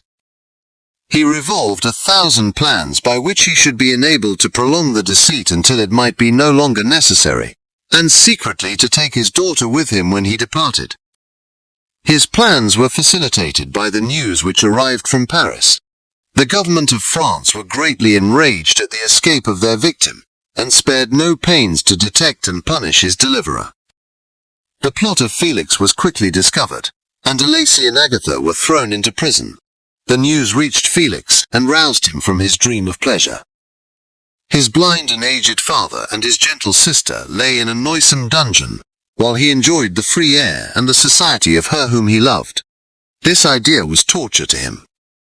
He quickly arranged with the Turk that if the latter should find a favorable opportunity for escape before Felix could return to Italy, Sophie should remain as a boarder at a convent at Leghorn, and then, quitting the lovely Arabian, he hastened to Paris and delivered himself up to the vengeance of the law, hoping to free de Lacy and Agatha by this proceeding. He did not succeed. They remained confined for 5 months before the trial took place, the result of which deprived them of their fortune and condemned them to a perpetual exile from their native country. They found a miserable asylum in the cottage in Germany, where I discovered them. Felix soon learned that the treacherous Turk, for whom he and his family endured such unheard-of oppression, on discovering that his deliverer was thus reduced to poverty and ruin, became a traitor to good feeling and honor, and had quitted Italy with his daughter, insultingly sending Felix a pittance of money to aid him, as he said, in some plan of future maintenance. Such were the events that preyed on the heart of Felix and rendered him, when I first saw him, the most miserable of his family. He could have endured poverty, and while this distress had been the meed of his virtue, he gloried in it. But the ingratitude of the Turk and the loss of his beloved Sophie were misfortunes more bitter and irreparable. The arrival of the Arabian now infused new life into his soul. When the news reached Leghorn that Felix was deprived of his wealth and rank, the merchant commanded his daughter to think no more of her lover, but to prepare to return to her native country. The generous nature of Sophie was outraged by this command. She attempted to expostulate with her father, but he left her angrily, reiterating his tyrannical mandate. A few days after, the Turk entered his daughter's apartment, and told her hastily that he had reason to believe that his residence at Leghorn had been divulged, and that he should speedily be delivered up to the French government. He had consequently hired a vessel to convey him to Constantinople, for which city he should sail in a few hours. He intended to leave his daughter under the care of a confidential servant, to follow at her leisure with the greater part of his property, which had not yet arrived at Leghorn. When alone, Sophie resolved in her own mind the plan of conduct that it would become her to pursue in this emergency. A residence in Turkey was abhorrent to her. Her religion and her feelings were alike averse to it.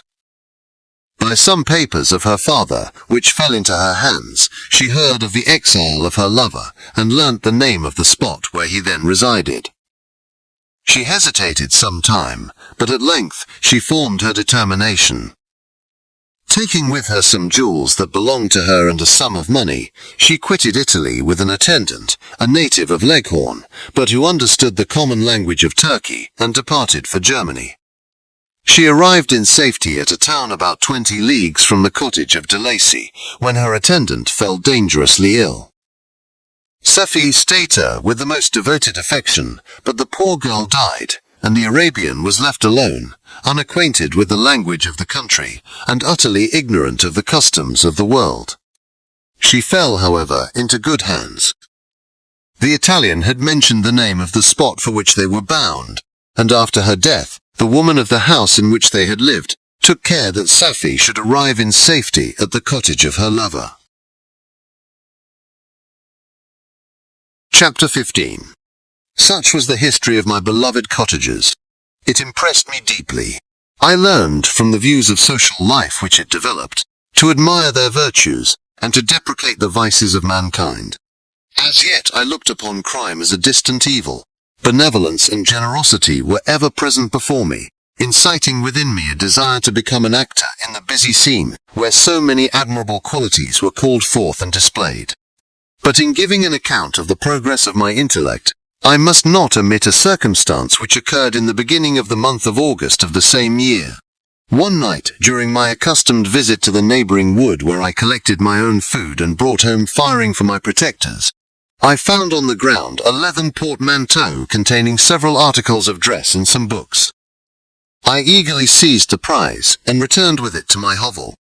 Fortunately, the books were written in the language, the elements of which I had acquired at the cottage. They consisted of Paradise Lost, a volume of Plutarch's Lives, and the Sorrows of Werther. The possession of these treasures gave me extreme delight.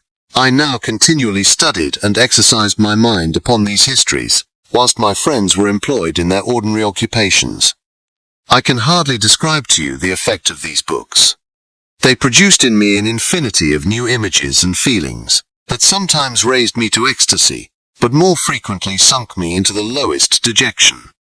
In the Sorrows of Werther, besides the interest of its simple and affecting story, so many opinions are canvassed, and so many lights thrown upon what had hitherto been to me obscure subjects, that I found in it a never-ending source of speculation and astonishment. The gentle and domestic manners it described, combined with lofty sentiments and feelings, which had for their object something out of self, accorded well with my experience among my protectors, and with the wants which were for ever alive in my own bosom. But I thought Werther himself a more divine being than I had ever beheld or imagined. His character contained no pretension, but it sank deep. The disquisitions upon death and suicide were calculated to fill me with wonder. I did not pretend to enter into the merits of the case, yet I inclined towards the opinions of the hero, whose extinction I wept, without precisely understanding it. As I read, however, I applied much personally to my own feelings and condition. I found myself similar, yet at the same time strangely unlike to the beings concerning whom I read, and to whose conversation I was a listener. I sympathized with and partly understood them, but I was unformed in mind. I was dependent on none, and related to none. The path of my departure was free, and there was none to lament my annihilation. My person was hideous, and my stature gigantic. What did this mean? Who was I? What was I? Whence did I come? What was my destination? These questions continually recurred, but I was unable to solve them. The volume of Plutarch's Lives which I possessed contained the histories of the first founders of the ancient republics. This book had a far different effect upon me from the Sorrows of Werther. I learned from Werther's imaginations despondency and gloom, but Plutarch taught me high thoughts. He elevated me above the wretched sphere of my own reflections, to admire and love the heroes of past ages. Many things I read surpassed my understanding and experience. I had a very confused knowledge of kingdoms, wide extents of country, mighty rivers and boundless seas. But I was perfectly unacquainted with towns and large assemblages of men.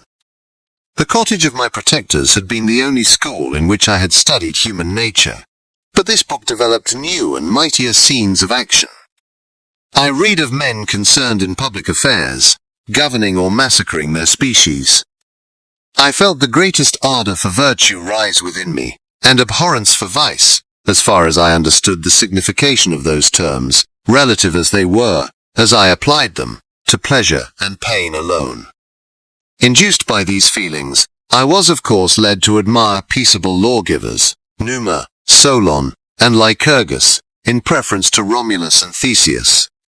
The patriarchal lives of my protectors caused these impressions to take a firm hold on my mind. Perhaps, if my first introduction to humanity had been made by a young soldier, burning for glory and slaughter, I should have been imbued with different sensations. But Paradise Lost excited different and far deeper emotions. I read it, as I had read the other volumes which had fallen into my hands, as a true history. It moved every feeling of wonder and awe that the picture of an omnipotent God warring with his creatures was capable of exciting. I often referred the several situations, as their similarity struck me, to my own. Like Adam, I was apparently united by no link to any other being in existence. But his state was far different from mine in every other respect. He had come forth from the hands of God a perfect creature, happy and prosperous, guarded by the especial care of his Creator. He was allowed to converse with and acquire knowledge from beings of a superior nature, but I was wretched, helpless, and alone. Many times I considered Satan as the fitter emblem of my condition, for often, like him, when I viewed the bliss of my protectors, the bitter gall of envy rose within me. Another circumstance strengthened and confirmed these feelings. Soon after my arrival in the hovel, I discovered some papers in the pocket of the dress, which I had taken from your laboratory. At first I had neglected them, but now that I was able to decipher the characters in which they were written, I began to study them with diligence. It was your journal of the 4 months that preceded my creation. You minutely described in these papers every step you took in the progress of your work. This history was mingled with accounts of domestic occurrences. You doubtless recollect these papers. Here they are. Everything is related in them, which bears reference to my accursed origin. The whole detail of that series of disgusting circumstances which produced it is set in view. The minutest description of my odious and loathsome person is given, in language which painted your own horrors and rendered mine indelible. I sickened as I read. Hateful day when I received life, I exclaimed in agony. Accursed Creator, why did you form a monster so hideous that even you turned from me in disgust? God, in pity, made man beautiful and alluring, after his own image, but my form is a filthy type of yours, more horrid even from the very resemblance. Satan had his companions, fellow devils, to admire and encourage him, but I am solitary and abhorred. These were the reflections of my hours of despondency and solitude, but when I contemplated the virtues of the cottagers, their amiable and benevolent dispositions, I persuaded myself that when they should become acquainted with my admiration of their virtues, they would compassionate me, and overlook my personal deformity. Could they turn from their door, one, however monstrous, who solicited their compassion and friendship? I resolved, at least, not to despair, but in every way to fit myself for an interview with them, which would decide my fate. I postponed this attempt for some months longer, for the importance attached to its success inspired me with a dread lest I should fail. Besides, I found that my understanding improved so much with every day's experience that I was unwilling to commence this undertaking until a few more months should have added to my sagacity. Several changes in the meantime took place in the cottage. The presence of Sephi diffused happiness among its inhabitants, and I also found that a greater degree of plenty reigned there. Felix and Agatha spent more time in amusement and conversation, and were assisted in their labors by servants. They did not appear rich, but they were contented and happy. Their feelings were serene and peaceful, while mine became every day more tumultuous. Increase of knowledge only discovered to me more clearly what a wretched outcast I was. I cherished hope, it is true, but it vanished when I beheld my person reflected in water or my shadow in the moonshine, even as that frail image and that inconstant shade. I endeavoured to crush these fears and to fortify myself for the trial which in a few months I resolved to undergo, and sometimes I allowed my thoughts, unchecked by reason, to ramble in the fields of paradise, and dared to fancy amiable and lovely creatures sympathizing with my feelings and cheering my gloom. Their angelic countenances breathed smiles of consolation. But it was all a dream. No Eve soothed my sorrows nor shared my thoughts. I was alone. I remembered Adam's supplication to his Creator, but where was mine? He had abandoned me, and in the bitterness of my heart I cursed him. Autumn passed thus. I saw with surprise and grief the leaves decay and fall, and nature again assume the barren and bleak appearance it had worn when I first beheld the woods and the lovely moon.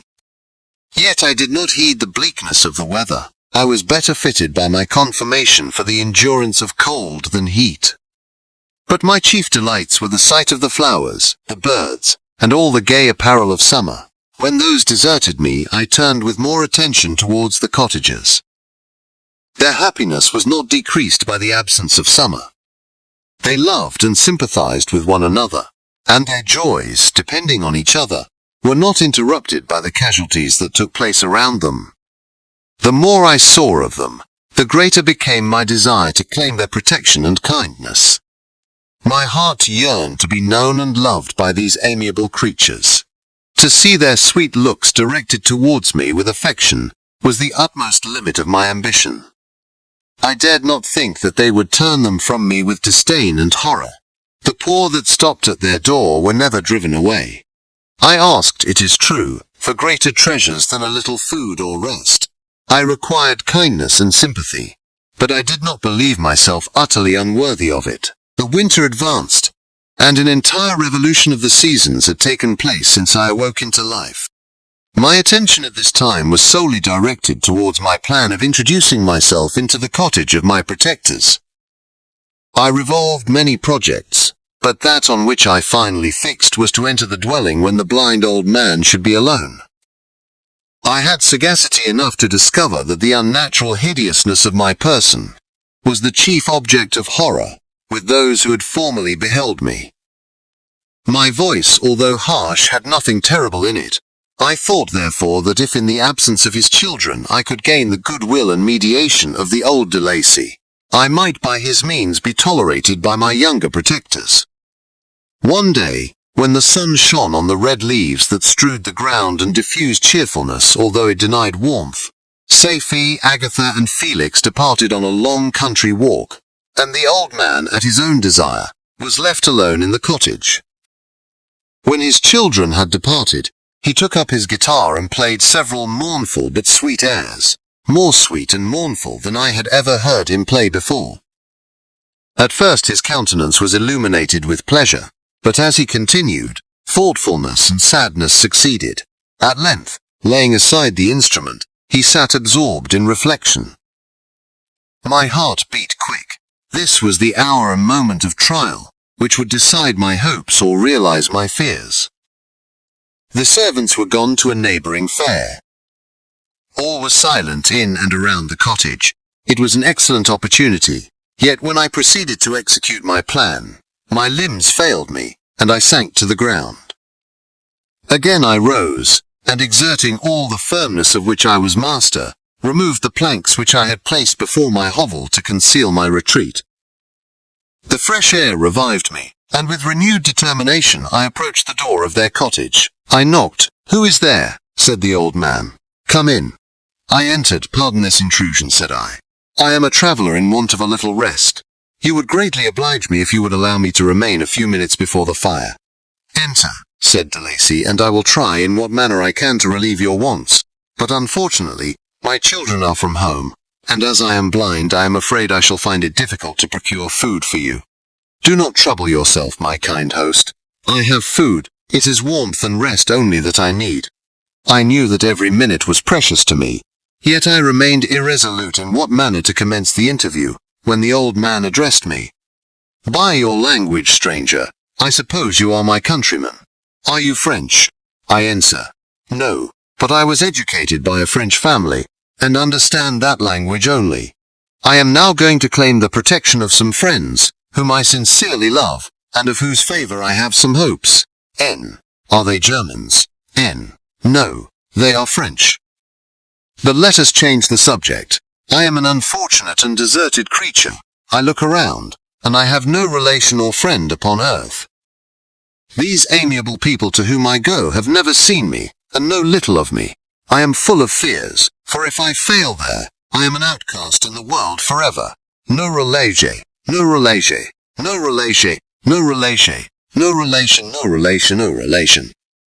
No relation, no relation.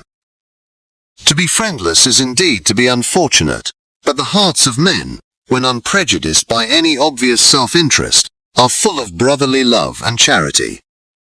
Rely, therefore, on your hopes, and if these friends are good and amiable, do not despair. They are kind. They are the most excellent creatures in the world, but, unfortunately, they are prejudiced against me. I have good dispositions. My life has been hitherto harmless, and in some degree beneficial. But a fatal prejudice clouds their eyes, and where they ought to see a feeling and kind friend, they behold only a detestable monster. No. That is indeed unfortunate. But if you are really blameless, cannot you undeceive them? No. I am about to undertake that task, and it is on that account that I feel so many overwhelming terrors. I tenderly love these friends. I have, unknown to them, been for many months in the habits of daily kindness towards them, but they believe that I wish to injure them, and it is that prejudice which I wish to overcome. Lomereau. Where do these friends reside? Lomereau. Near this spot. The old man paused and then continued. If you will unreservedly confide to me the particulars of your tale, I perhaps may be of use in undeceiving them. I am blind and cannot judge of your countenance, but there is something in your words which persuades me that you are sincere. I am poor and an exile, but it will afford me true pleasure to be in any way serviceable to a human creature. Nays.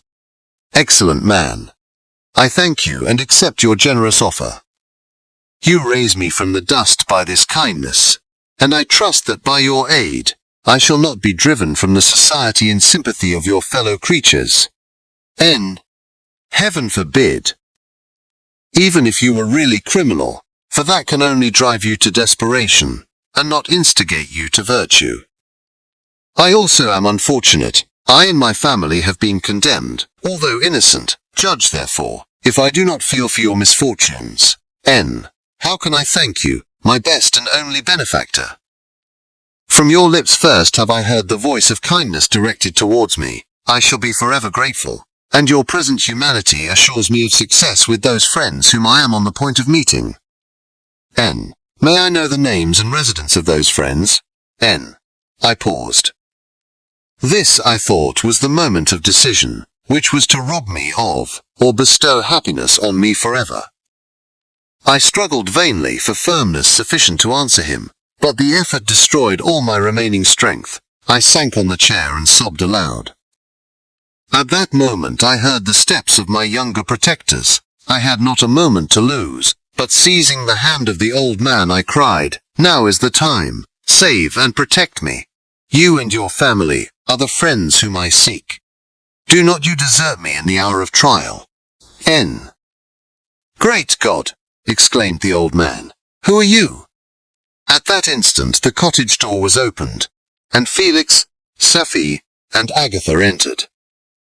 Who can describe their horror and consternation on beholding me? Agatha fainted, and Safie, unable to attend to her friend, rushed out of the cottage. Felix darted forward, and with supernatural force tore me from his father, to whose knees I clung.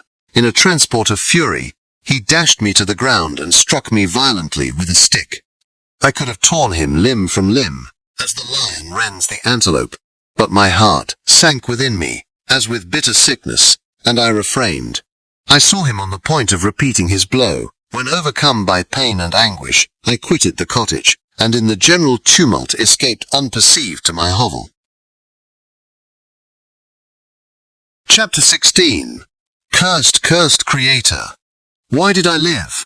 Why in that instant, Did I not extinguish the spark of existence which you had so wantonly bestowed?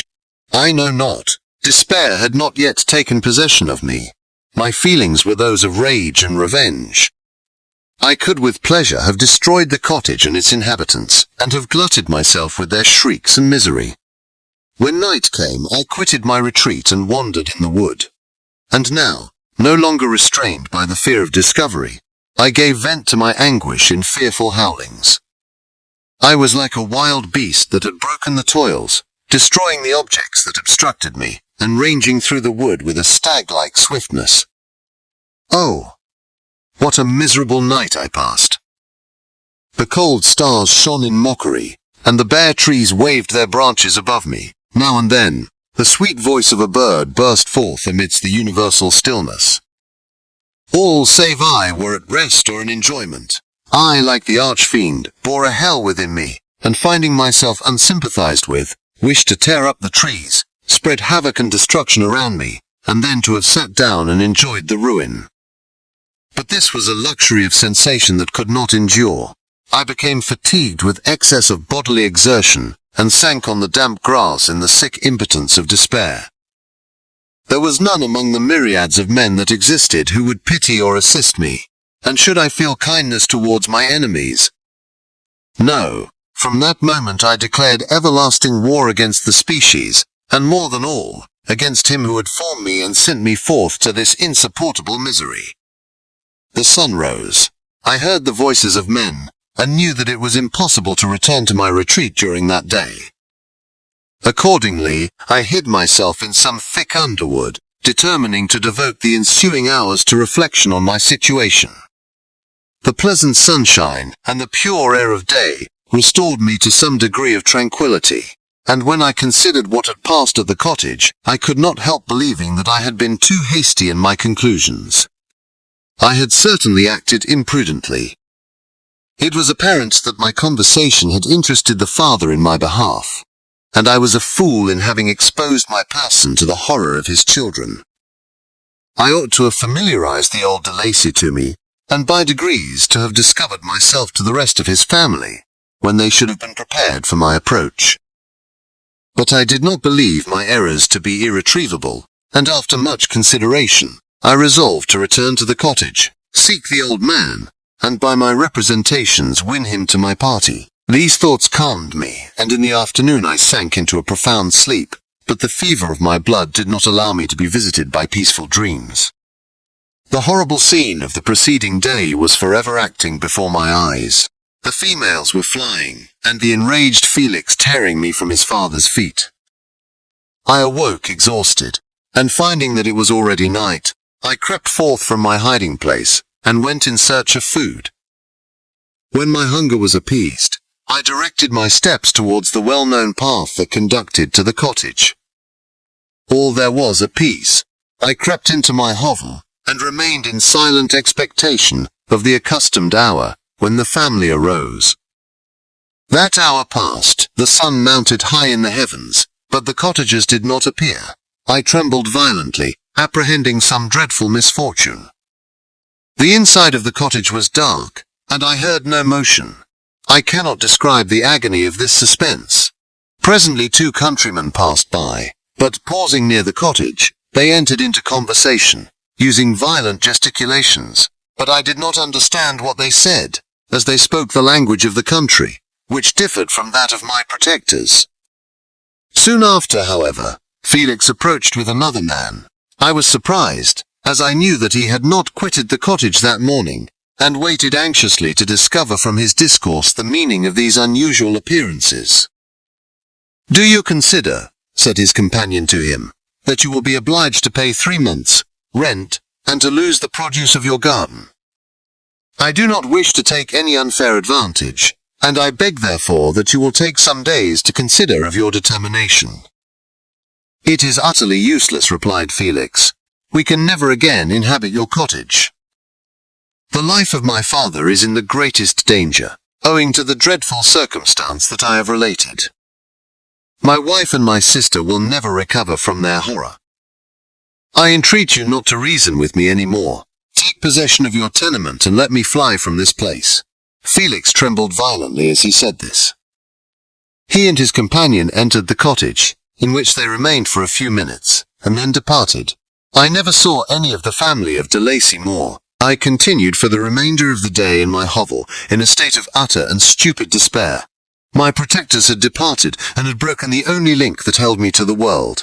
For the first time the feelings of revenge and hatred filled my bosom, and I did not strive to control them, but allowing myself to be borne away by the stream, I bent my mind towards injury and death.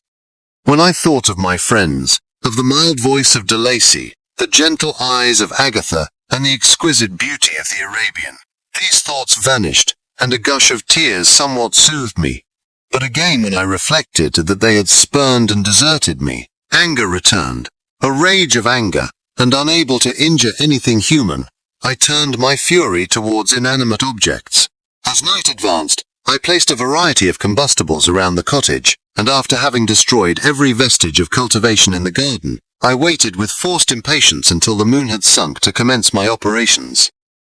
As the night advanced, a fierce wind arose from the woods and quickly dispersed the clouds that had loitered in the heavens. The blast tore along like a mighty avalanche and produced a kind of insanity in my spirits that burst all bounds of reason and reflection. I lighted the dry branch of a tree and danced with fury around the devoted cottage, my eyes still fixed on the western horizon, the edge of which the moon nearly touched. A part of its orb was at length hid, and I waved my brand. It sank, and with a loud scream I fired the straw and heath and bushes which I had collected. The wind fanned the fire, and the cottage was quickly enveloped by the flames, which clung to it and licked it with their forked and destroying tongues. As soon as I was convinced that no assistance could save any part of the habitation, I quitted the scene and sought for refuge in the woods. And now, with the world before me, whither should I bend my steps? I resolved to fly far from the scene of my misfortunes, but to me, hated and despised, every country must be equally horrible. At length, the thought of you crossed my mind. I learned from your papers that you were my father, my creator, and to whom could I apply with more fitness than to him who had given me life? Among the lessons that Felix had bestowed upon Safie geography had not been omitted. I had learned from these the relative situations of the different countries of the earth. You had mentioned Geneva as the name of your native town, and towards this place I resolved to proceed. But how was I to direct myself? I knew that I must travel in a southwesterly direction to reach my destination, but the sun was my only guide. I did not know the names of the towns that I was to pass through, nor could I ask information from a single human being, but I did not despair. From you only could I hope for succor, although towards you I felt no sentiment but that of hatred. Unfeeling, heartless creator, you had endowed me with perceptions and passions, and then cast me abroad an object for the scorn and horror of mankind. But on you only had I any claim for pity and redress, and from you I determined to seek that justice which I vainly attempted to gain from any other being that wore the human form. My travels were long, and the sufferings I endured intense. It was late in autumn when I quitted the district where I had so long resided. I travelled only at night, fearful of encountering the visage of a human being. Nature decayed around me, and the sun became heatless. Rain and snow poured around me. Mighty rivers were frozen. The surface of the earth was hard and chill and bare, and I found no shelter. O earth, how often did I imprecate curses on the cause of my being? The mildness of my nature had fled, and all within me was turned to gall and bitterness. The nearer I approached to your habitation, the more deeply did I feel the spirit of revenge enkindled in my heart. Snow fell, and the waters were hardened, but I rested not. A few incidents now and then directed me, and I possessed a map of the country, but I often wandered wide from my path. The agony of my feelings allowed me no respite. No incident occurred from which my rage and misery could not extract its food, but a circumstance that happened when I arrived on the confines of Switzerland, when the sun had recovered its warmth, and the earth again began to look green, confirmed in an especial manner the bitterness and horror of my feelings. I generally rested during the day and travelled only when I was secured by night from the view of man. One morning, however, finding that my path lay through a deep wood, I ventured to continue my journey after the sun had risen. The day, which was one of the first of spring, cheered even me by the loveliness of its sunshine and the balminess of the air. I felt emotions of gentleness and pleasure that had long appeared dead revive within me. Half surprised by the novelty of these sensations, I allowed myself to be borne away by them, and forgetting my solitude and deformity, dared to be happy. Soft tears again bedewed my cheeks, and I even raised my humid eyes with thankfulness towards the blessed sun, which bestowed such joy upon me. And I continued to wind among the paths of the wood, until I came to its boundary, which was skirted by a deep and rapid river, into which many of the trees bent their branches, now budding with the fresh spring. Here I paused, not exactly knowing what path to pursue, when I heard the sound of voices that induced me to conceal myself under the shade of a cypress. I was scarcely hid when a young girl came running towards the spot where I was concealed, laughing, as if she ran from someone in sport. She continued her course along the precipitous sides of the river, when suddenly her foot slipped, and she fell into the rapid stream. I rushed from my hiding place and with extreme labor, from the force of the current, saved her and dragged her to shore. She was senseless, and I endeavored by every means in my power to restore animation, when I was suddenly interrupted by the approach of a rustic, who was probably the person from whom she had playfully fled. On seeing me he darted towards me, and tearing the girl from my arms, hastened towards the deeper parts of the wood.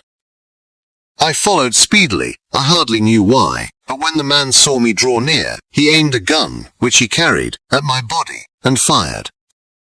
I sank to the ground, and my injurer, with increased swiftness, escaped into the wood. This was then the reward of my benevolence. I had saved a human being from destruction, and as a recompense I now writhed under the miserable pain of a wound which shattered the flesh and bone. The feelings of kindness and gentleness which I had entertained but a few moments before, gave place to hellish rage and gnashing of teeth. Inflamed by pain, I vowed eternal hatred and vengeance to all mankind. But the agony of my wound overcame me. My pulses paused and I fainted. After some weeks my wound healed, and I continued my journey. The labors I endured were no longer to be alleviated by the bright sun or gentle breezes of spring. All joy was but a mockery, which insulted my desolate state, and made me feel more painfully that I was not made for the enjoyment of pleasure. But my toils now drew near a close, and in 2 months from this time I reached the environs of Geneva. It was evening when I arrived, and I retired to a hiding place among the fields that surround it, to meditate in what manner I should apply to you. I was oppressed by fatigue and hunger, and far too unhappy to enjoy the gentle breezes of evening, or the prospect of the sun setting behind the stupendous mountains of Jura. At this time a slight sleep relieved me from the pain of reflection, which was disturbed by the approach of a beautiful child, who came running into the recess I had chosen, with all the sportiveness of infancy. Suddenly, as I gazed on him, an idea seized me that this little creature was unprejudiced, and had lived too short a time to have imbibed a horror of deformity. If therefore I could seize him and educate him as my companion and friend, I should not be so desolate in this peopled earth. Urged by this impulse, I seized on the boy as he passed, and drew him towards me. As soon as he beheld my form, he placed his hands before his eyes and uttered a shrill scream. I drew his hand forcibly from his face and said, "Child, what is the meaning of this? I do not intend to hurt you. Listen to me." He struggled violently. "Let me go," he cried. "Monster, ugly wretch, you wish to eat me and tear me to pieces. You are an ogre. Let me go, or I will tell my papa, or Ken. Boy, you will never see your father again. You must come with me. Min. Hideous monster. Let me go. My papa is a syndic. He is Frankenstein. He will punish you. You dare not keep me, Frankenstein. You belong then to my enemy. To him towards whom I have sworn eternal revenge. You shall be my first victim." The child still struggled and loaded me with epithets which carried despair to my heart. I grasped his throat to silence him, and in a moment he lay dead at my feet. I gazed on my victim, and my heart swelled with exultation and hellish triumph. Clapping my hands, I exclaimed, "I too can create desolation. My enemy is not invulnerable. This death will carry despair to him and 1,000 other miseries. I took it. It was a portrait of a most lovely woman. In spite of my malignity, it softened and attracted me. For a few moments I gazed with delight on her dark eyes, fringed by deep lashes, and her lovely lips, but presently my rage returned. I remembered that I was forever deprived of the delights that such beautiful creatures could bestow, and that she, whose resemblance I contemplated, would, in regarding me, have changed that air of divine benignity to one expressive of disgust and affright. Can you wonder that such thoughts transported me with rage? I only wonder that at that moment, instead of venting my sensations in exclamations and agony, I did not rush among mankind and perish in the attempt to destroy them. While I was overcome by these feelings, I left the spot where I had committed the murder, and seeking a more secluded hiding place, I entered a barn which had appeared to me to be empty.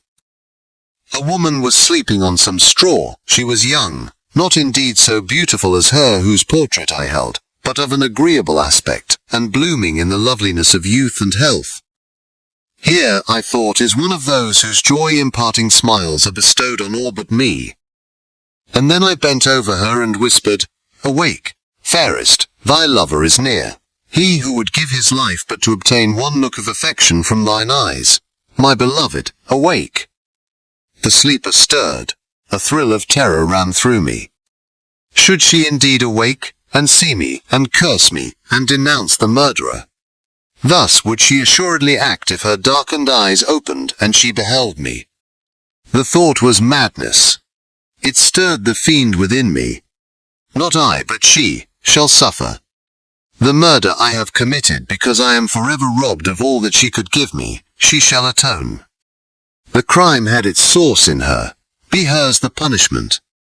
Thanks to the lessons of Felix, and the sanguinary laws of man, I had learned now to work mischief. I bent over her, and placed the portrait securely in one of the folds of her dress. She moved again, and I fled. For some days I haunted the spot where these scenes had taken place, sometimes wishing to see you, sometimes resolved to quit the world and its miseries forever. At length I wandered towards these mountains, and have ranged through their immense recesses, consumed by a burning passion, which you alone can gratify. We may not part until you have promised to comply with my requisition. I am alone and miserable. Man will not associate with me. But one as deformed and horrible as myself would not deny herself to me. My companion must be of the same species and have the same defects. This being you must create. Chapter 17. The being finished speaking and fixed his looks upon me in the expectation of a reply. But I was bewildered, perplexed, and unable to arrange my ideas sufficiently to understand the full extent of his proposition. He continued, "You must create a female for me, with whom I can live in the interchange of those sympathies necessary for my being. This you alone can do, and I demand it of you as a right which you must not refuse to concede." The latter part of his tale had kindled anew in me the anger that had died away, while he narrated his peaceful life among the cottagers, and as he said this I could no longer suppress the rage that burned within me. "I do refuse it," I replied, "and no torture shall ever extort a consent from me.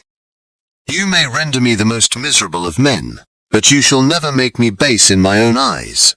Shall I create another like yourself, whose joint wickedness might desolate the world?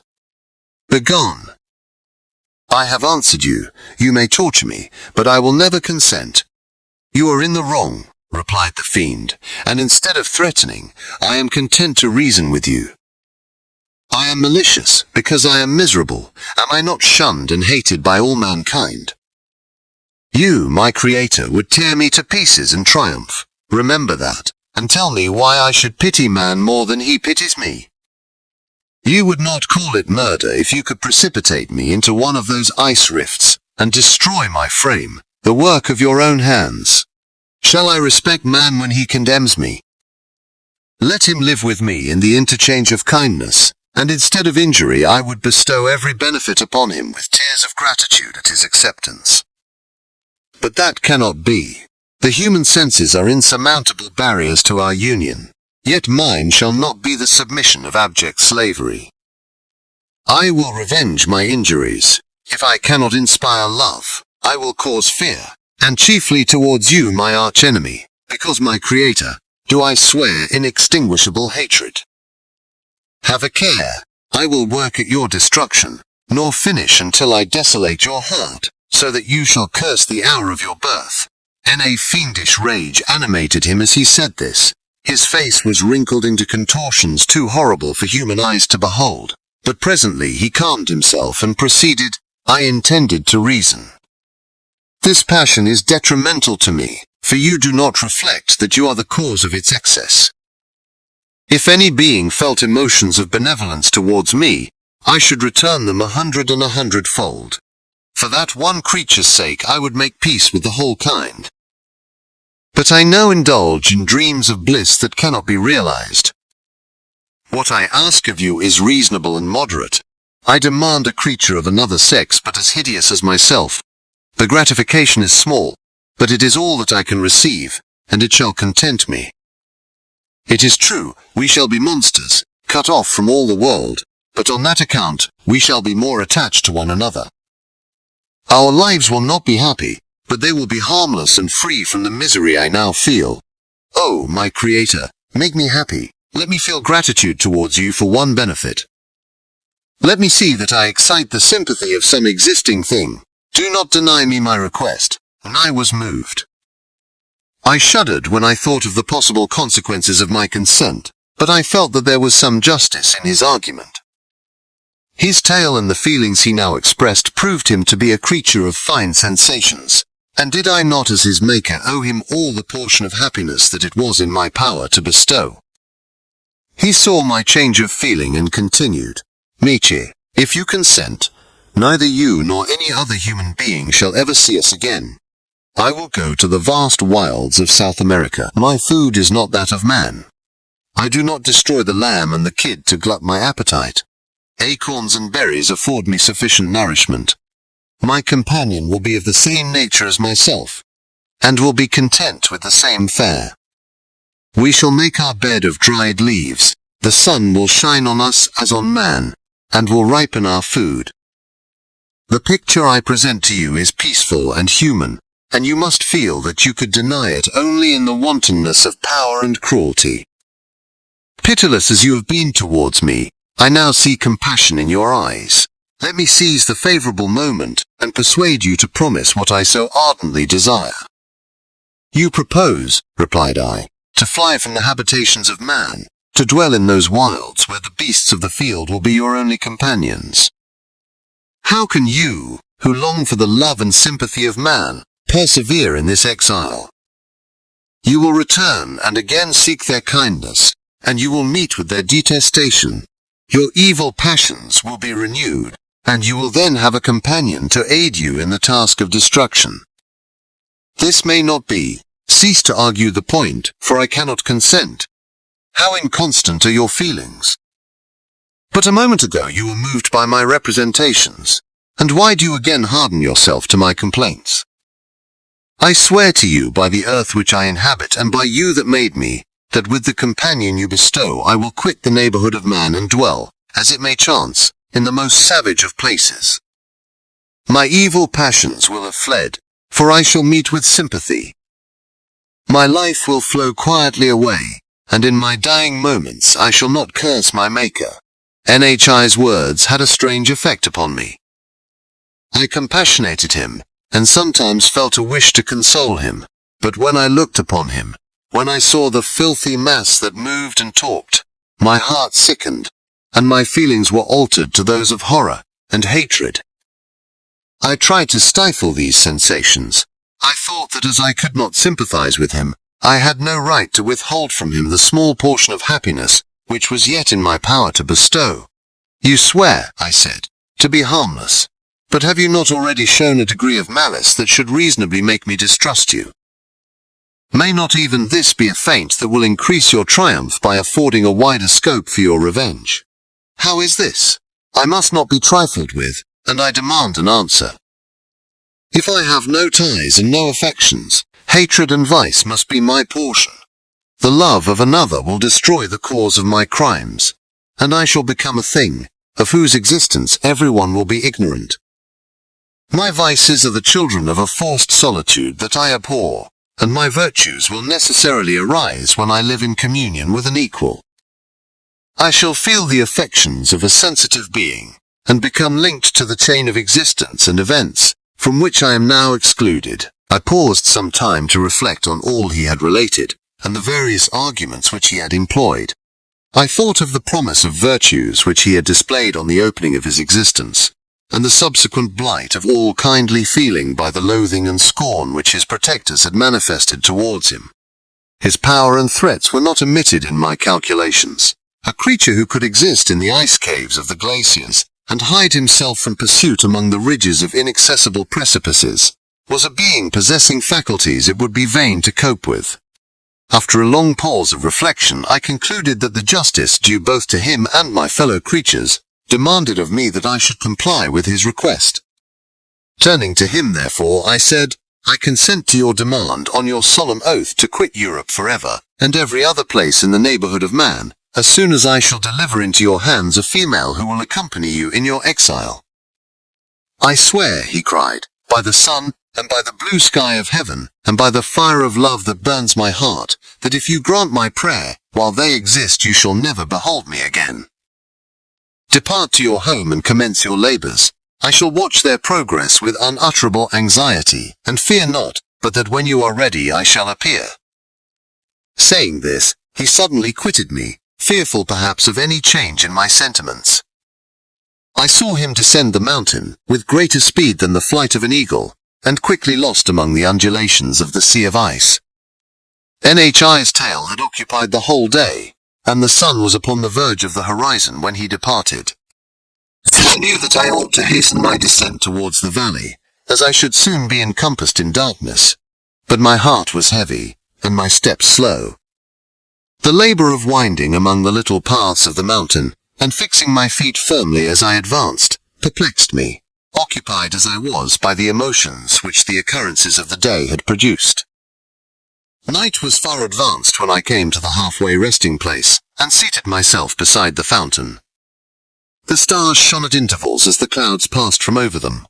The dark pines rose before me, and every here and there a broken tree lay on the ground. It was a scene of wonderful solemnity, and stirred strange thoughts within me. I wept bitterly, and clasping my hands in agony I exclaimed, "Oh, stars and clouds and winds, ye are all about to mock me. If ye really pity me, crush sensation and memory.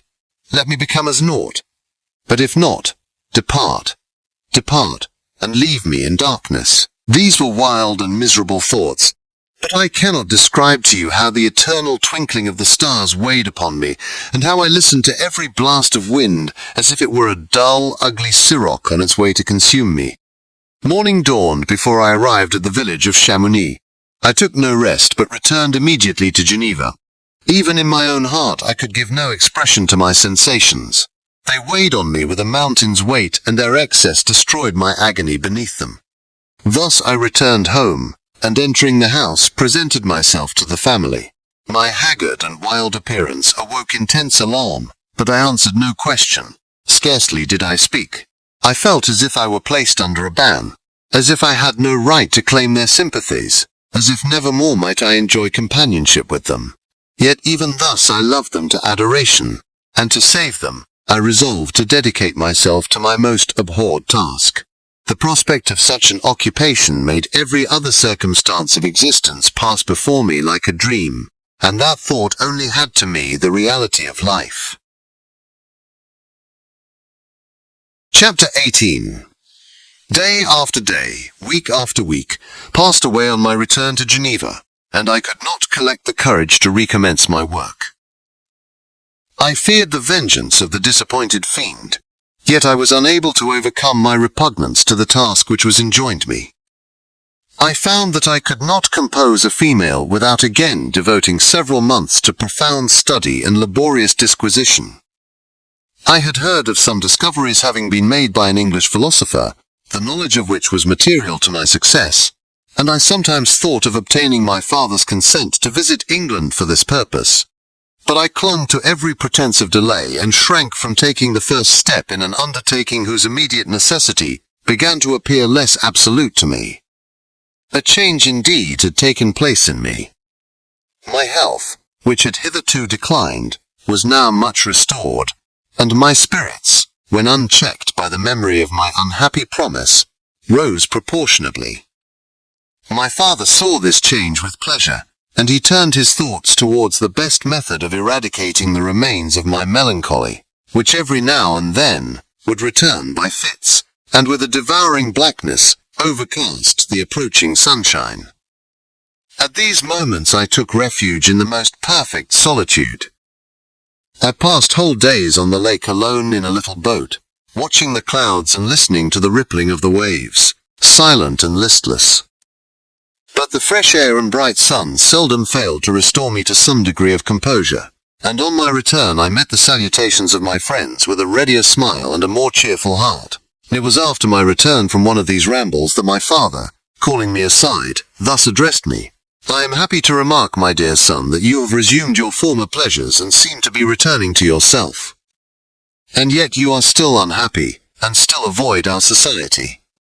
For some time I was lost in conjecture as to the cause of this, but yesterday an idea struck me, and if it is well founded, I conjure you to avow it.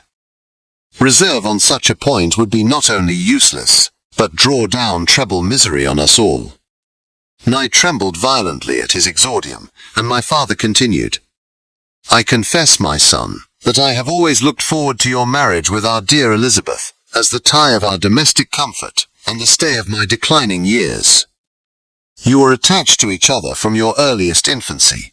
You studied together, and appeared in dispositions and tastes entirely suited to one another.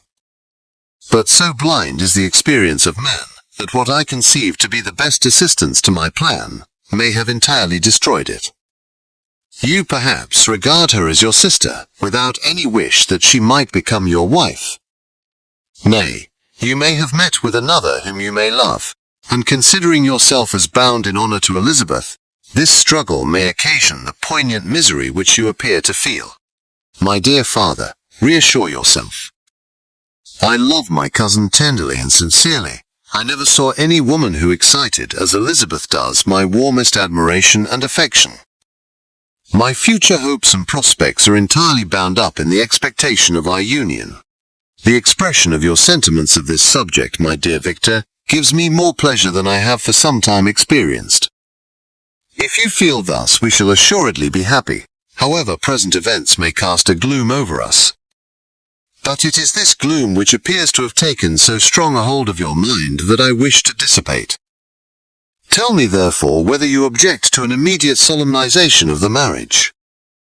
We have been unfortunate, and recent events have drawn us from that everyday tranquillity, befitting my years and infirmities. You are younger, yet I do not suppose, possessed as you are of a competent fortune, that an early marriage would at all interfere with any future plans of honor and utility that you may have formed.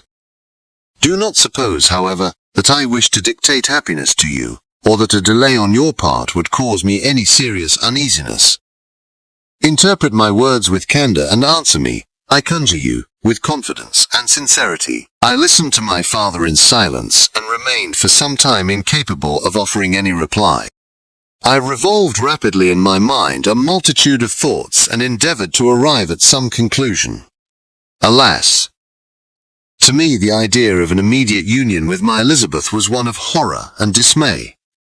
I was bound by a solemn promise which I had not yet fulfilled and dared not break, or if I did, what manifold miseries might not impend over me and my devoted family? Could I enter into a festival with this deadly weight, yet hanging round my neck and bowing me to the ground? I must perform my engagement and let the monster depart with his mate, before I allowed myself to enjoy the delight of a union from which I expected peace. I remembered also the necessity imposed upon me of either journeying to England, or entering into a long correspondence with those philosophers of that country, whose knowledge and discoveries were of indispensable use to me in my present undertaking. The latter method of obtaining the desired intelligence was dilatory and unsatisfactory. Besides, I had an insurmountable aversion to the idea of engaging myself in my loathsome task in my father's house, while in habits of familiar intercourse with those I loved. I knew that 1,000 fearful accidents might occur, the slightest of which would disclose a tale to thrill all connected with me with horror. I was aware also that I should often lose all self-command, all capacity of hiding the harrowing sensations that would possess me during the progress of my unearthly occupation. I must absent myself from all I loved while thus employed. Once commenced, it would quickly be achieved, and I might be restored to my family in peace and happiness. My promise fulfilled, the monster would depart forever. Or so my fond fancy imaged. Some accident might meanwhile occur to destroy him, and put an end to my slavery forever. These feelings dictated my answer to my father. I expressed a wish to visit England, but concealing the true reasons of this request, I clothed my desires under a guise which excited no suspicion, while I urged my desire with an earnestness that easily induced my father to comply. After so long a period of an absorbing melancholy, that resembled madness in its intensity and effects, he was glad to find that I was capable of taking pleasure in the idea of such a journey, and he hoped that change of scene and varied amusement would, before my return, have restored me entirely to myself. The duration of my absence was left to my own choice. A few months, or at most a year, was the period contemplated. One paternal kind precaution he had taken to ensure my having a companion. Without previously communicating with me, he had, in concert with Elizabeth, arranged that Clerval should join me at Strasbourg. This interfered with the solitude I coveted for the prosecution of my task, yet at the commencement of my journey, the presence of my friend could in no way be an impediment, and truly I rejoiced that thus I should be saved many hours of lonely, maddening reflection. Nay, Henry might stand between me and the intrusion of my foe. If I were alone, would he not at times force his abhorred presence on me to remind me of my task, or to contemplate its progress? NTO England, therefore, I was bound, and it was understood that my union with Elizabeth should take place immediately on my return. My father's age rendered him extremely averse to delay. For myself, there was one reward I promised myself from my detested toils. One consolation for my unparalleled sufferings. It was the prospect of that day when, enfranchised from my miserable slavery, I might claim Elizabeth and forget the past in my union with her. I now made arrangements for my journey, but one feeling haunted me which filled me with fear and agitation. During my absence I should leave my friends unconscious of the existence of their enemy, and unprotected from his attacks, exasperated as he might be by my departure. But he had promised to follow me wherever I might go, and would he not accompany me to England? This imagination was dreadful in itself, but soothing inasmuch as it supposed the safety of my friends. I was agonized with the idea of the possibility that the reverse of this might happen.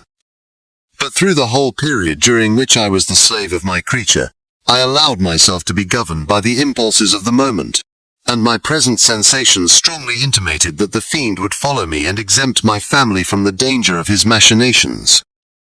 It was in the latter end of September that I again quitted my native country. My journey had been my own suggestion, and Elizabeth therefore acquiesced, but she was filled with disquiet at the idea of my suffering, away from her, the inroads of misery and grief.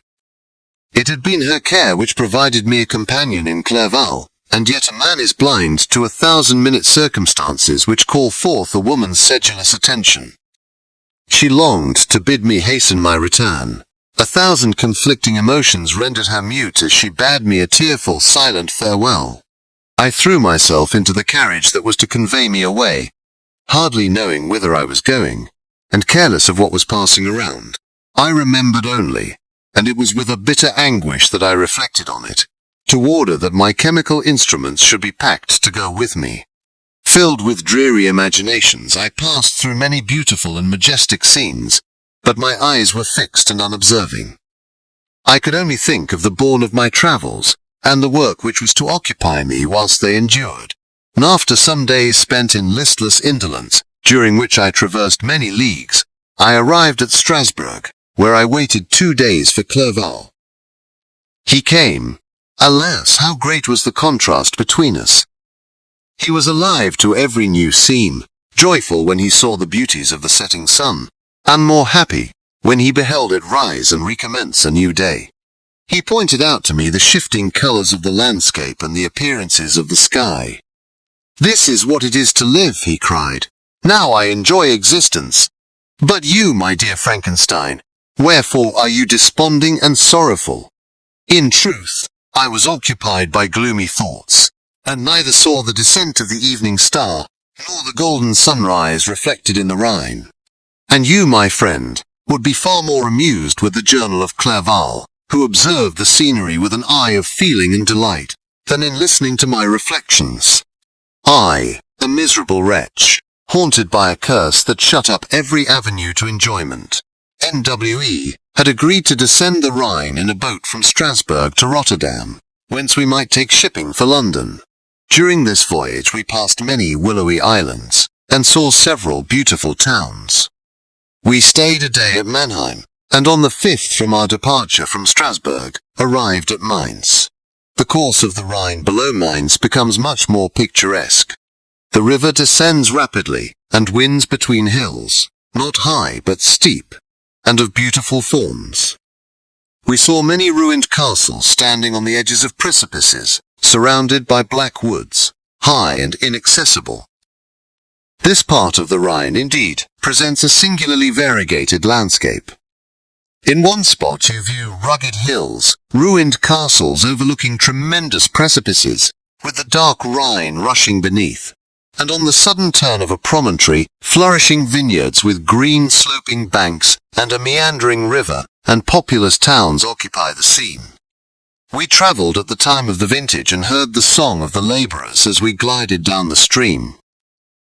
Even I, depressed in mind, and my spirits continually agitated by gloomy feelings, even I was pleased. I lay at the bottom of the boat, and as I gazed on the cloudless blue sky, I seemed to drink in a tranquillity to which I had long been a stranger. And if these were my sensations, who can describe those of Henry? He felt as if he had been transported to fairyland, and enjoyed a happiness seldom tasted by man. "I have seen," he said, "the most beautiful scenes of my own country. I have visited the lakes of Lucerne and Uri, where the snowy mountains descend almost perpendicularly to the water, casting black and impenetrable shades, which would cause a gloomy and mournful appearance, were it not for the most verdant islands that relieve the eye by their gay appearance. I have seen this lake agitated by a tempest, when the wind tore up whirlwinds of water and gave you an idea of what the water spout must be on the great ocean. And the waves dash with fury the bay. The mountains of Switzerland are more majestic and strange, but there is a charm in the banks of this divine river that I never before saw equalled. Look at that castle which overhangs yon precipice, and that also on the island, almost concealed amongst the foliage of those lovely trees. And now that group of labourers coming from among their vines, and that village half hid in the recess of the mountain. Oh, surely the spirit that inhabits and guards this place has a soul more in harmony with man than those who pile the glacier or retire to the inaccessible peaks of the mountains of our own country. Clerval, beloved friend, even now it delights me to record your words and to dwell on the praise of which you are so eminently deserving. He was a being formed in the very poetry of nature. His wild and enthusiastic imagination was chastened by the sensibility of his heart. His soul overflowed with ardent affections, and his friendship was of that devoted and wondrous nature that the worldly minded teach us to look for only in the imagination. But even human sympathies were not sufficient to satisfy his eager mind. The scenery of external nature, which others regard only with admiration, he loved with ardour. The sounding cataract haunted him like a passion. The tall rock, the mountain, and the deep and gloomy wood, their colours and their forms, were then to him an appetite, a feeling and a love that had no need of a remoter charm, by thought supplied, or any interest unborrowed from the eye. And where does he now exist? Is this gentle and lovely being lost forever? Has this mind so replete with ideas, imaginations fanciful and magnificent, which formed a world, whose existence depended on the life of its creator, has this mind perished? Does it now only exist in my memory? No, it is not thus. Your form so divinely wrought and beaming with beauty has decayed, but your spirit still visits and consoles your unhappy friend. Pardon this gush of sorrow. These ineffectual words are but a slight tribute to the unexampled worth of Henry, but they soothe my heart, overflowing with the anguish which his remembrance creates. I will proceed with my tale.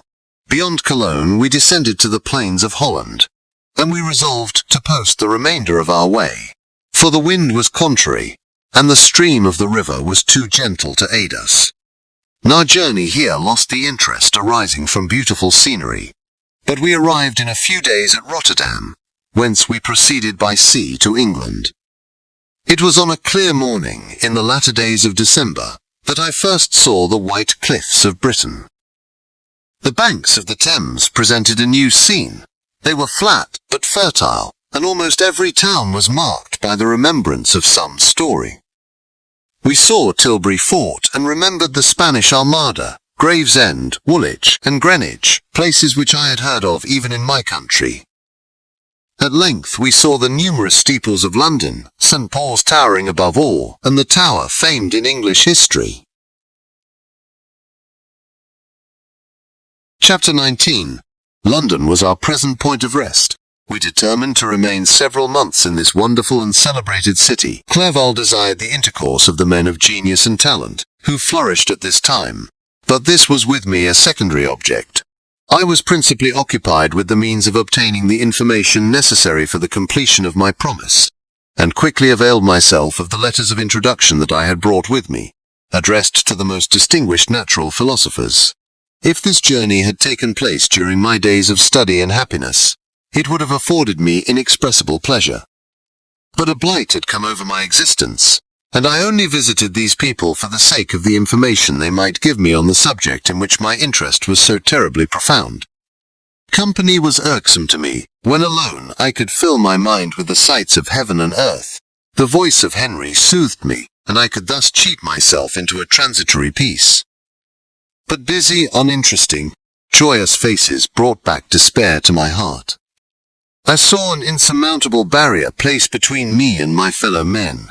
This barrier was sealed with the blood of William and Justine, and to reflect on the events connected with those names filled my soul with anguish. But in Clerval, I saw the image of my former self. He was inquisitive and anxious to gain experience and instruction. The difference of manners which he observed was to him an inexhaustible source of instruction and amusement. He was also pursuing an object he had long had in view. His design was to visit India, in the belief that he had in his knowledge of its various languages, and in the views he had taken of its society, a means of materially assisting the progress of European colonization and trade. In Britain only could he further the execution of his plan. He was forever busy, and the only check to his enjoyments was my sorrowful and dejected mind. I tried to conceal this as much as possible, that I might not debar him from the pleasures natural to one who was entering on a new scene of life, undisturbed by any care or bitter recollection. I often refused to accompany him, alleging another engagement, that I might remain alone. I now also began to collect the materials necessary for my new creation, and this was to me like the torture of single drops of water continually falling on the head. Every thought that was devoted to it was an extreme anguish, and every word that I spoke in allusion to it caused my lips to quiver, and my heart to palpitate. After passing some months in London, we received a letter from a person in Scotland, who had formerly been our visitor at Geneva. He mentioned the beauties of his native country, and asked us if those were not sufficient allurements to induce us to prolong our journey as far north as Perth, where he resided. Clerval eagerly desired to accept this invitation, and I, although I abhorred society, wished to view again mountains and streams and all the wondrous works with which nature adorns her chosen dwelling places. We had arrived in England at the beginning of October, and it was now February. We accordingly determined to commence our journey towards the north at the expiration of another month. In this expedition we did not intend to follow the great road to Edinburgh, but to visit Windsor, Oxford, Matlock, and the Cumberland Lakes, resolving to arrive at the completion of this tour about the end of July. I packed up my chemical instruments and the materials I'd collected, resolving to finish my labours in some obscure nook in the northern Highlands of Scotland. We quitted London on the 27th of March and remained a few days at Windsor, rambling in its beautiful forest. This was a new scene to us mountaineers. The majestic oaks, the quantity of game, and the herds of stately deer were all novelties to us. From thence we proceeded to Oxford. As we entered this city, our minds were filled with the remembrance of the events that had been transacted there more than a century and a half before. It was here that Charles I had collected his forces. This city had remained faithful to him, after the whole nation had forsaken his cause to join the standard of Parliament and liberty. The memory of that unfortunate king and his companions, the amiable Falkland, the insolent Goring, his queen and son, gave a peculiar interest to every part of the city which they might be supposed to have inhabited.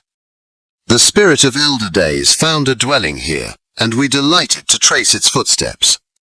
If these feelings had not found an imaginary gratification, the appearance of the city had yet in itself sufficient beauty to obtain our admiration.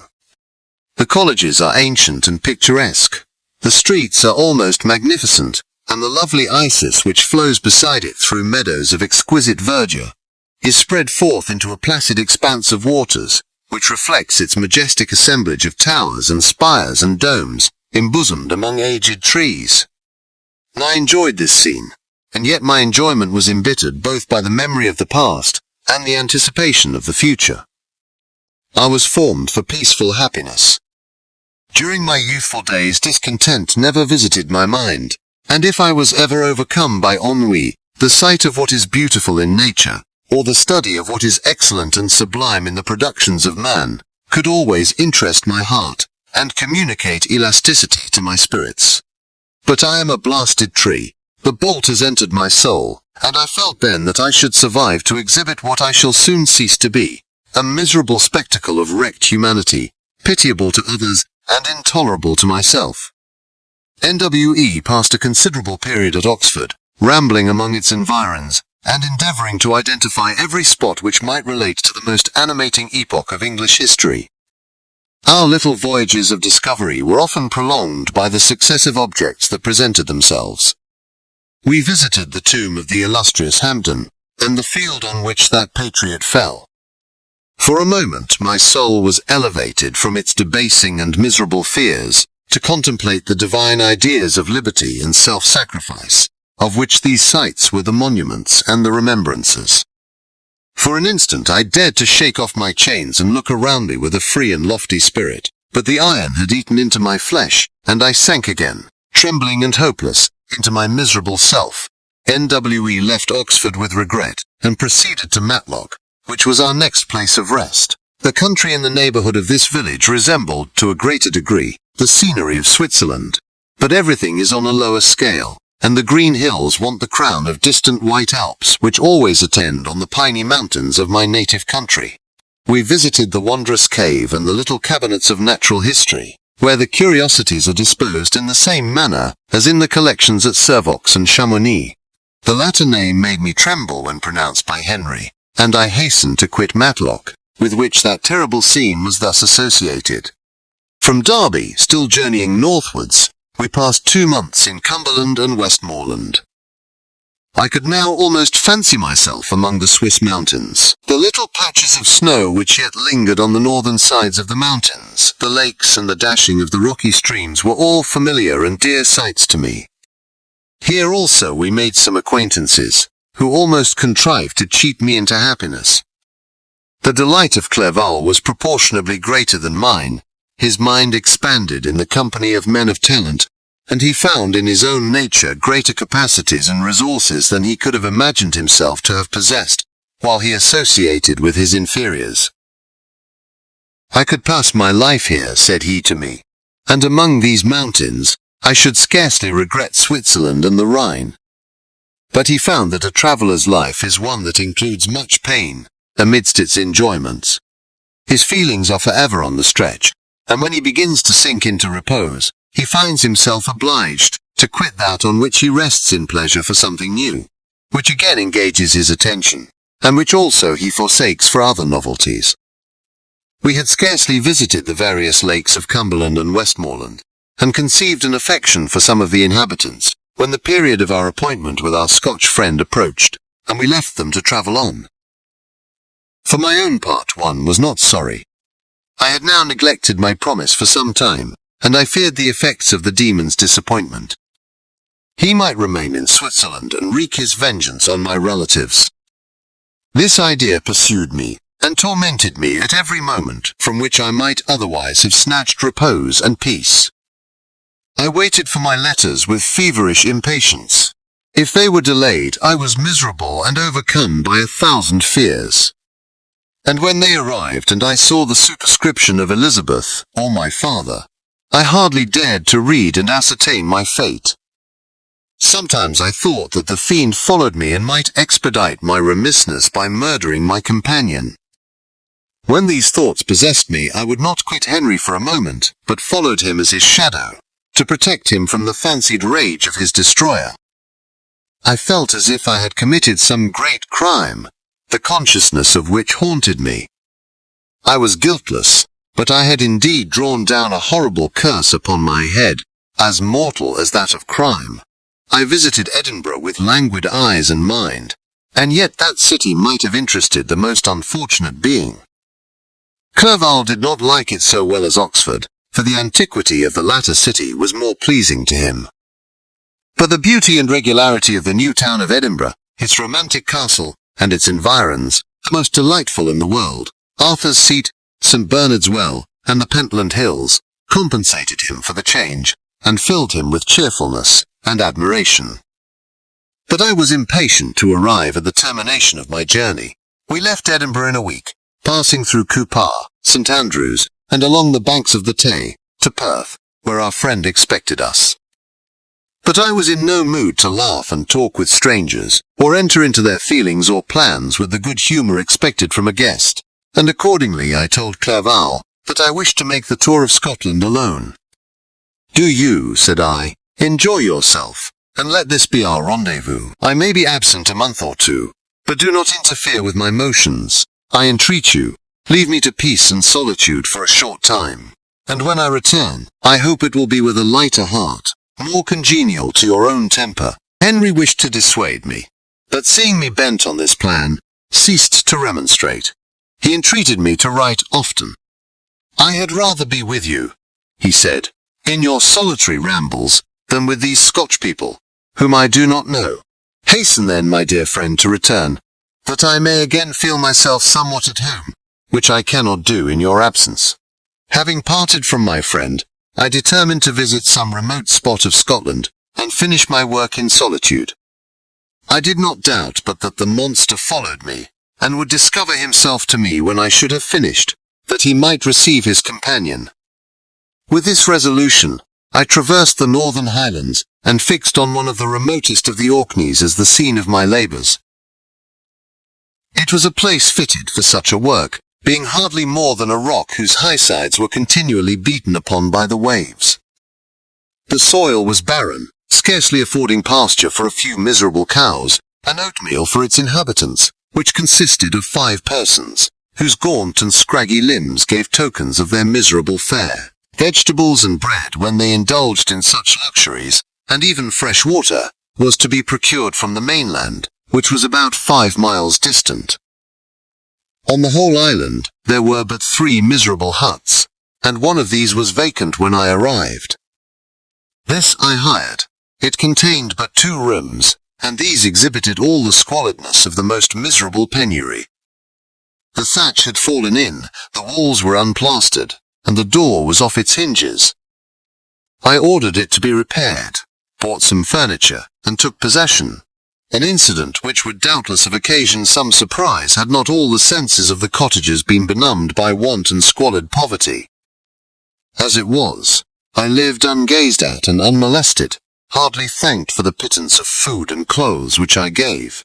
So much does suffering blunt even the coarsest sensations of men. In this retreat I devoted the morning to labor, but in the evening, when the weather permitted, I walked on the stony beach of the sea to listen to the waves as they roared and dashed at my feet. It was a monotonous yet ever-changing scene. I thought of Switzerland. It was far different from this desolate and appalling landscape. Its hills are covered with vines, and its cottages are scattered thickly in the plains. Its fair lakes reflect a blue and gentle sky, and when troubled by the winds, their tumult is but as the play of a lively infant when compared to the roarings of the giant ocean. In this manner I distributed my occupations when I first arrived, but as I proceeded in my labor, it became every day more horrible and irksome to me. Sometimes I could not prevail on myself to enter my laboratory for several days, and at other times I toiled day and night in order to complete my work. It was indeed a filthy process in which I was engaged. During my first experiment, a kind of enthusiastic frenzy had blinded me to the horror of my employment. My mind was intently fixed on the consummation of my labor, and my eyes were shut to the horror of my proceedings. But now I went to it in cold blood, and my heart often sickened at the work of my hands. Thus situated, employed in the most detestable occupation, immersed in a solitude where nothing could for an instant call my attention from the actual scene in which I was engaged, my spirits became unequal. I grew restless and nervous. Every moment I feared to meet my persecutor. Sometimes I sat with my eyes fixed on the ground, fearing to raise them lest they should encounter the object which I so much dreaded to behold. I feared to wander from the sight of my fellow creatures, lest when alone he should come to claim his companion. In the meantime I worked on, and my labor was already considerably advanced. I looked towards its completion with a tremulous and eager hope, which I dared not trust myself to question, but which was intermixed with obscure forebodings of evil that made my heart sicken in my bosom. Chapter 20. I sat one evening in my laboratory. The sun had set, and the moon was just rising from the sea.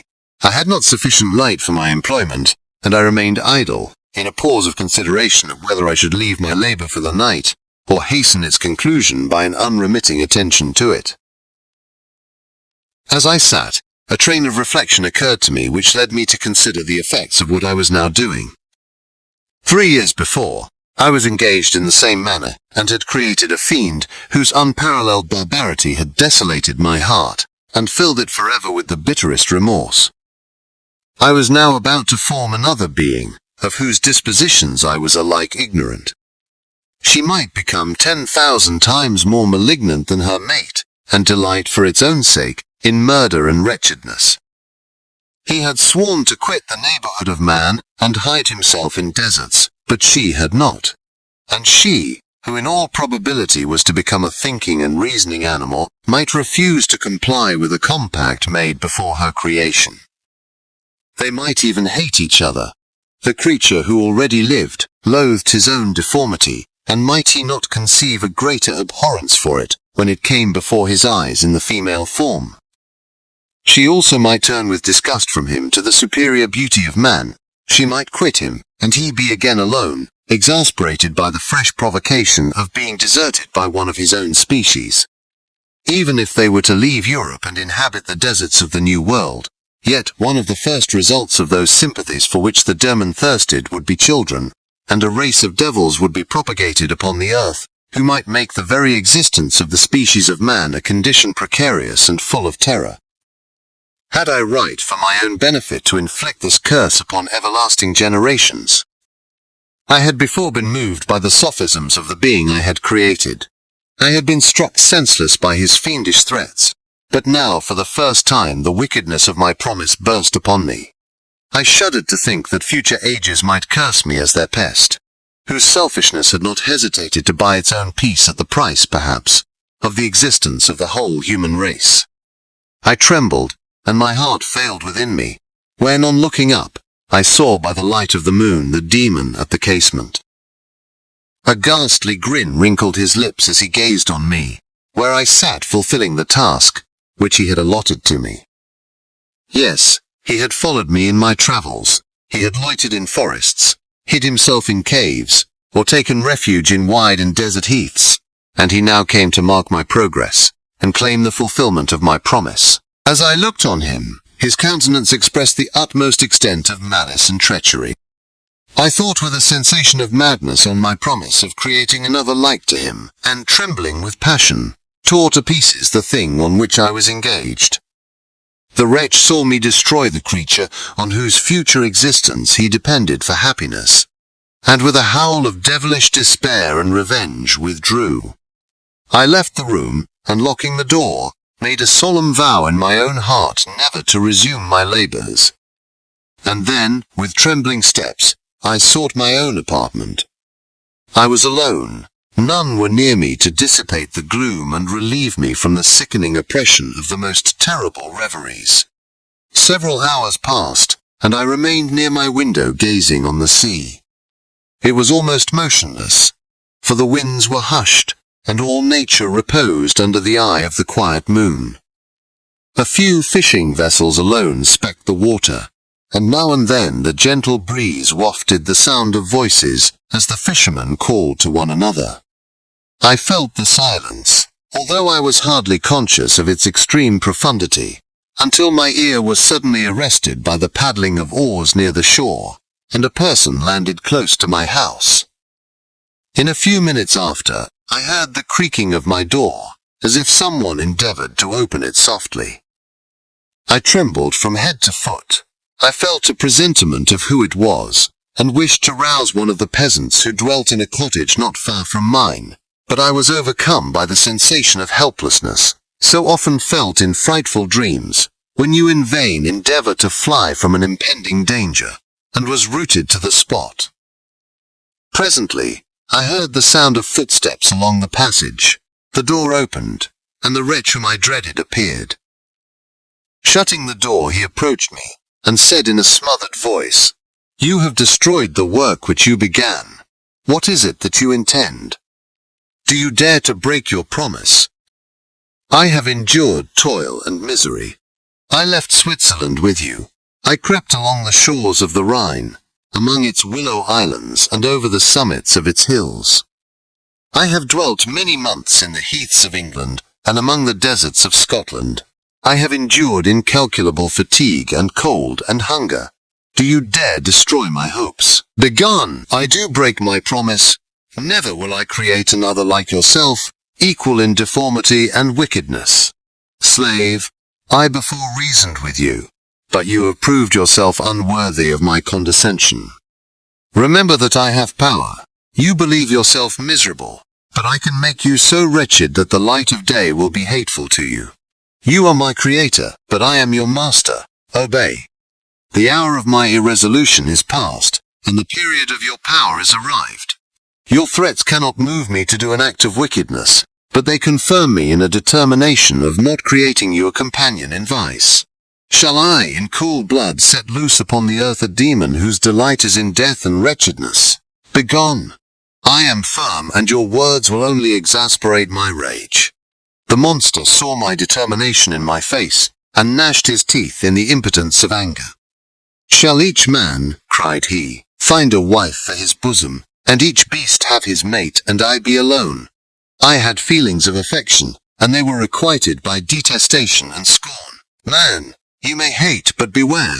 Your hours will pass in dread and misery, and soon the bolt will fall which must ravish from you your happiness forever.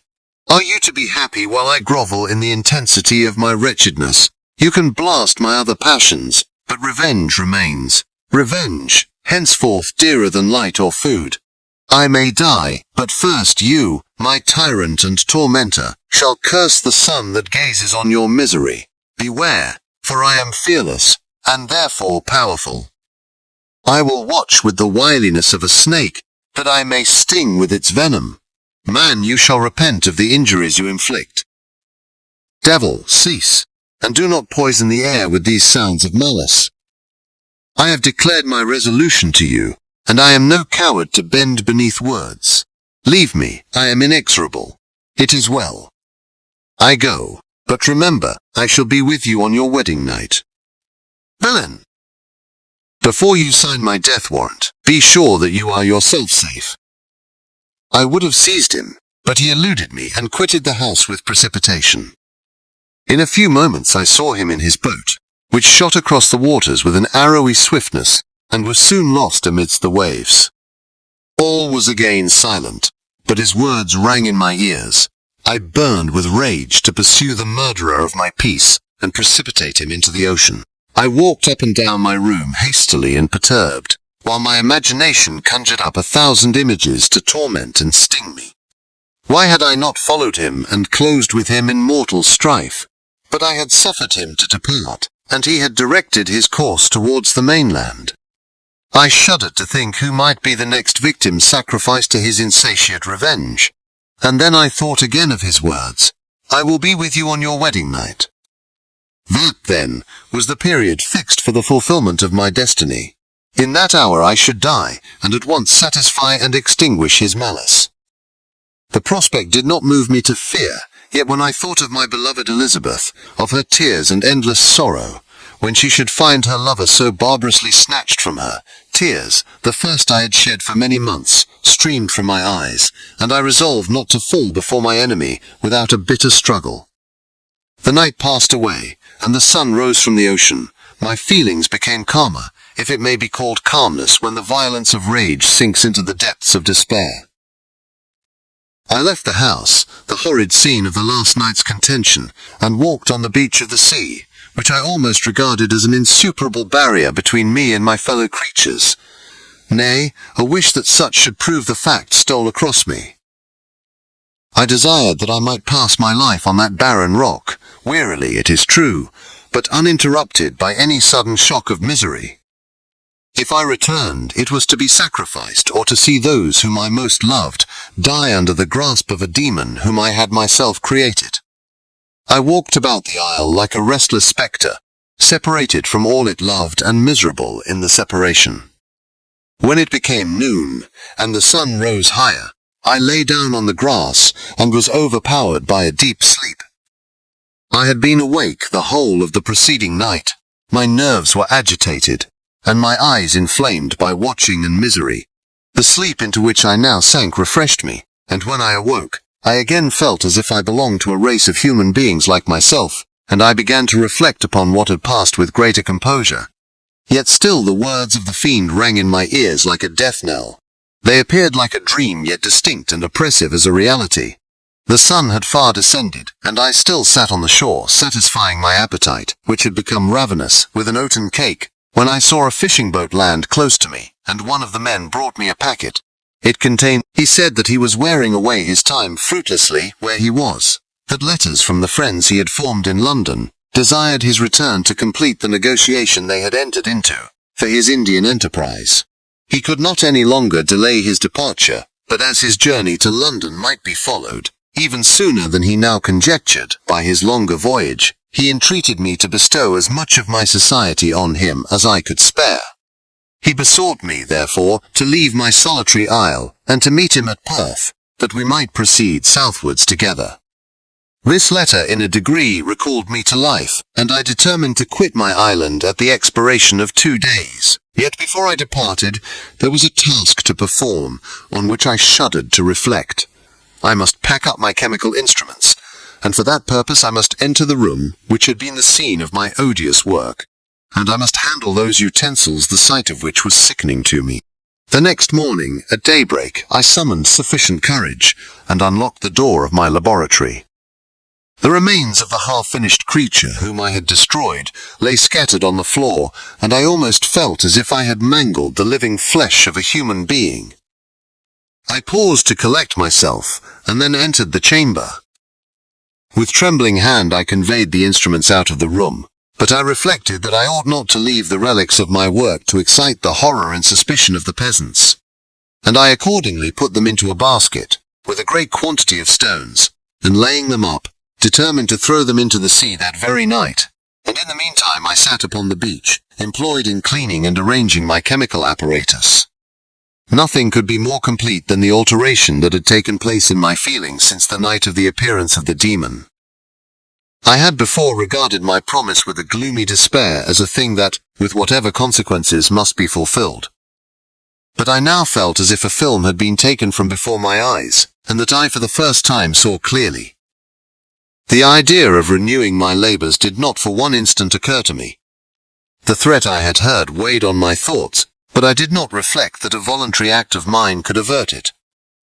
I had resolved in my own mind that to create another like the fiend I had first made would be an act of the basest and most atrocious selfishness, and I banished from my mind every thought that could lead to a different conclusion. Between 2 and 3 in the morning the moon rose, and I then, putting my basket aboard a little skiff, sailed out about 4 miles from the shore. The scene was perfectly solitary. A few boats were returning towards land, but I sailed away from them. I felt as if I was about the commission of a dreadful crime, and avoided with shuddering anxiety any encounter with my fellow creatures. At one time the moon, which had before been clear, was suddenly overspread by a thick cloud, and I took advantage of the moment of darkness, and cast my basket into the sea. I listened to the gurgling sound as it sank, and then sailed away from the spot. The sky became clouded, but the air was pure, although chilled by the northeast breeze that was then rising. But it refreshed me and filled me with such agreeable sensations that I resolved to prolong my stay on the water, and fixing the rudder in a direct position, stretched myself at the bottom of the boat. Clouds hid the moon, everything was obscure, and I heard only the sound of the boat as its keel cut through the waves. The murmur lulled me, and in a short time I slept soundly. I do not know how long I remained in this situation, but when I awoke, I found that the sun had already mounted considerably. The wind was high, and the waves continually threatened the safety of my little skiff. I found that the wind was northeast, and must have driven me far from the coast from which I had embarked. I endeavored to change my course, but quickly found that if I again made the attempt, the boat would be instantly filled with water. Thus situated, my only resource was to drive before the wind. I confess that I felt a few sensations of terror. I had no compass with me, and was so slenderly acquainted with the geography of this part of the world that the sun was of little benefit to me. I might be driven into the wide Atlantic and feel all the tortures of starvation, or be swallowed up in the immeasurable waters that roared and buffeted around me. I had already been out many hours and felt the torment of a burning thirst, a prelude to my other sufferings, which were covered by clouds that flew before the wind, only to be replaced by others. I looked upon the sea. It was to be my grave. "Fiend," I exclaimed, "your task is already fulfilled." I thought of Elizabeth, of my father, and of Clerval, all left behind, on whom the monster might satisfy his sanguinary and merciless passions. This idea plunged me into a reverie so despairing and frightful, that even now, when the scene is on the point of closing before me forever, I shudder to reflect on it. Some hours passed thus, but by degrees, as the sun declined towards the horizon, the wind died away into a gentle breeze, and the sea became free from breakers. But these gave place to a heavy swell. I felt sick and hardly able to hold the rudder, when suddenly I saw a line of high land towards the south. Almost spent, as I was, by fatigue and the dreadful suspense I endured for several hours, this sudden certainty of life rushed like a flood of warm joy to my heart, and tears gushed from my eyes.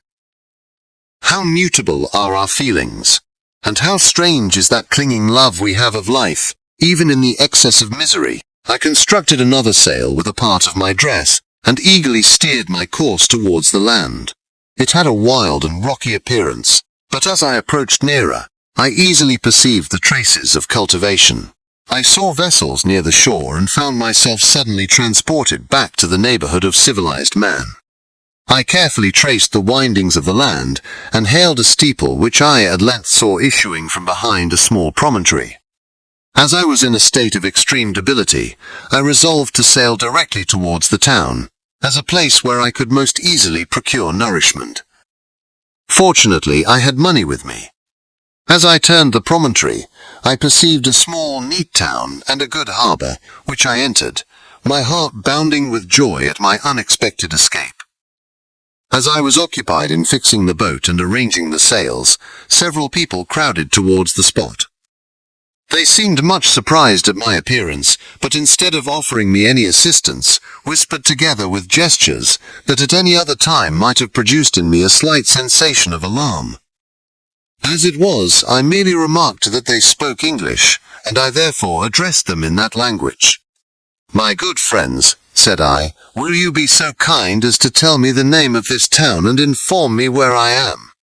"You will know that soon enough," replied a man with a hoarse voice. "Maybe you are come to a place that will not prove much to your taste, but you will not be consulted as to your quarters, I promise you." I was exceedingly surprised on receiving so rude an answer from a stranger, and I was also disconcerted on perceiving the frowning and angry countenances of his companions. "Why do you answer me so roughly?" I replied. "Surely it is not the custom of Englishmen to receive strangers so inhospitably." "I do not know," said the man, "what the custom of the English may be, but it is the custom of the Irish to hate villains." While this strange dialogue continued, I perceived the crowd rapidly increase. Their faces expressed a mixture of curiosity and anger, which annoyed and in some degree alarmed me. I inquired the way to the inn, but no one replied. I then moved forward, and a murmuring sound arose from the crowd as they followed and surrounded me, when an ill-looking man approaching tapped me on the shoulder and said, "Come, sir, you must follow me to Mr. Kerwin's to give an account of yourself." "Who is Mr. Kerwin? Why am I to give an account of myself? Is not this a free country?" "Aye, sir, free enough for honest folks. Mr. Kerwin is a magistrate, and you are to give an account of the death of a gentleman who was found murdered here last night." This answer startled me, but I presently recovered myself. I was innocent, that could easily be proved. Accordingly, I followed my conductor in silence, and was led to one of the best houses in the town. I was ready to sink from fatigue and hunger, but being surrounded by a crowd, I thought it politic to rouse all my strength, that no physical debility might be construed into apprehension or conscious guilt. Little did I then expect the calamity that was in a few moments to overwhelm me, and extinguish in horror and despair all fear of ignominy or death. I must pause here, for it requires all my fortitude to recall the memory of the frightful events which I am about to relate, in proper detail, to my recollection. Chapter 21. I was soon introduced into the presence of the magistrate, an old benevolent man with calm and mild manners. He looked upon me, however, with some degree of severity, and then, turning towards my conductors, he asked who appeared as witnesses on this occasion.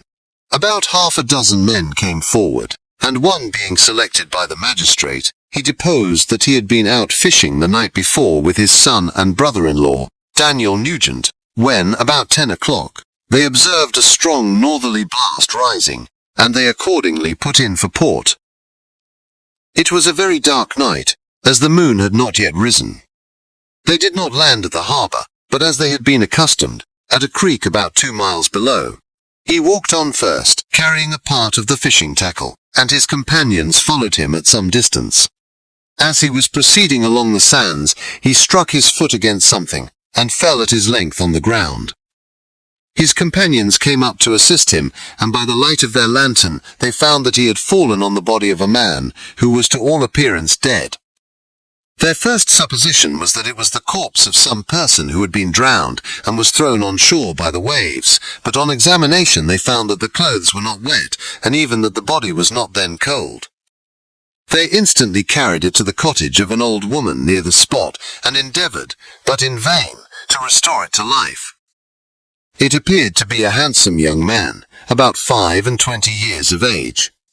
He had apparently been strangled, for there was no sign of any violence, except the black mark of fingers on his neck.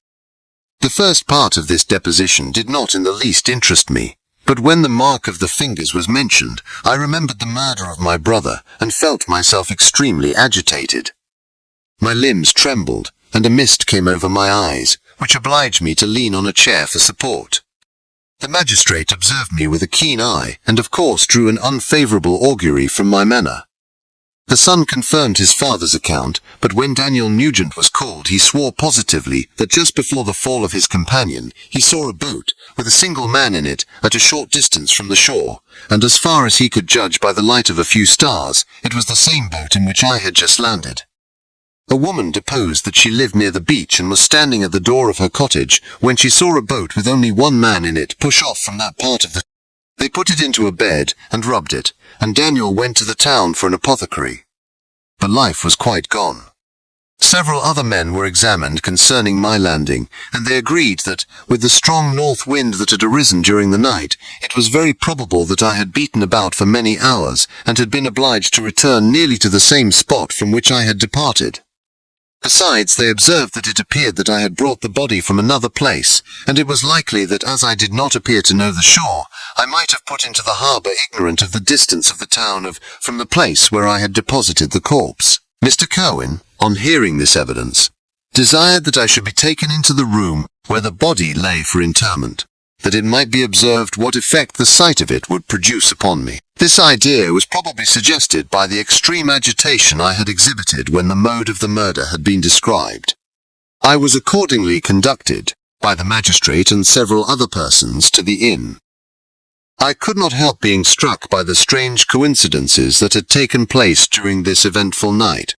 But, knowing that I had been conversing with several persons in the island I had inhabited about the time that the body had been found, I was perfectly tranquil as to the consequences of the affair.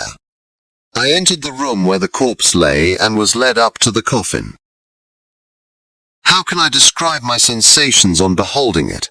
I feel yet parched with horror, nor can I reflect on that terrible moment without shuddering and agony.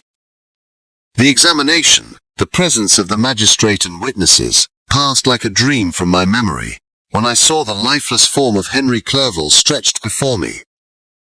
I gasped for breath, and throwing myself on the body I exclaimed, "Have my murderous machinations deprived you also, my dearest Henry, of life? 2 I have already destroyed. Other victims await their destiny. But you, Clerval, my friend, my benefactor, the human frame could no longer support the agonies that I endured, and I was carried out of the room in strong convulsions. A fever succeeded to this. I lay for 2 months on the point of death. My ravings, as I afterwards heard, were frightful. I called myself the murderer of William, of Justine, and of Clerval. Sometimes I entreated my attendants to assist me in the destruction of the fiend by whom I was tormented, and at others I felt the fingers of the monster already grasping my neck, and screamed aloud with agony and terror. Fortunately, as I spoke my native language, Mr. Curwen alone understood me. But my gestures and bitter cries were sufficient to affright the other witnesses. Why did I not die? More miserable than man ever was before, why did I not sink into forgetfulness and rest? Death snatches away many blooming children, the only hopes of their doting parents. How many brides and youthful lovers have been one day in the bloom of health and hope, and the next a prey for worms and the decay of the tomb? Of what materials was I made that I could thus resist so many shocks, which, like the turning of the wheel, continually renewed the torture? But I was doomed to live, and in 2 months found myself as awaking from a dream, in a prison, stretched on a wretched bed, surrounded by jailers, turnkeys, bolts, and all the miserable apparatus of a dungeon. It was morning, I remember, when I thus awoke to understanding. I had forgotten the particulars of what had happened, and only felt as if some great misfortune had suddenly overwhelmed me. But when I looked around and saw the barred windows and the squalidness of the room in which I was, all flashed across my memory, and I groaned bitterly. This sound disturbed an old woman who was sleeping in a chair beside me. She was a hired nurse, the wife of one of the turnkeys, and her countenance expressed all those bad qualities which often characterize that class. The lines of her face were hard and rude, like that of persons accustomed to see, without sympathizing, in sights of misery.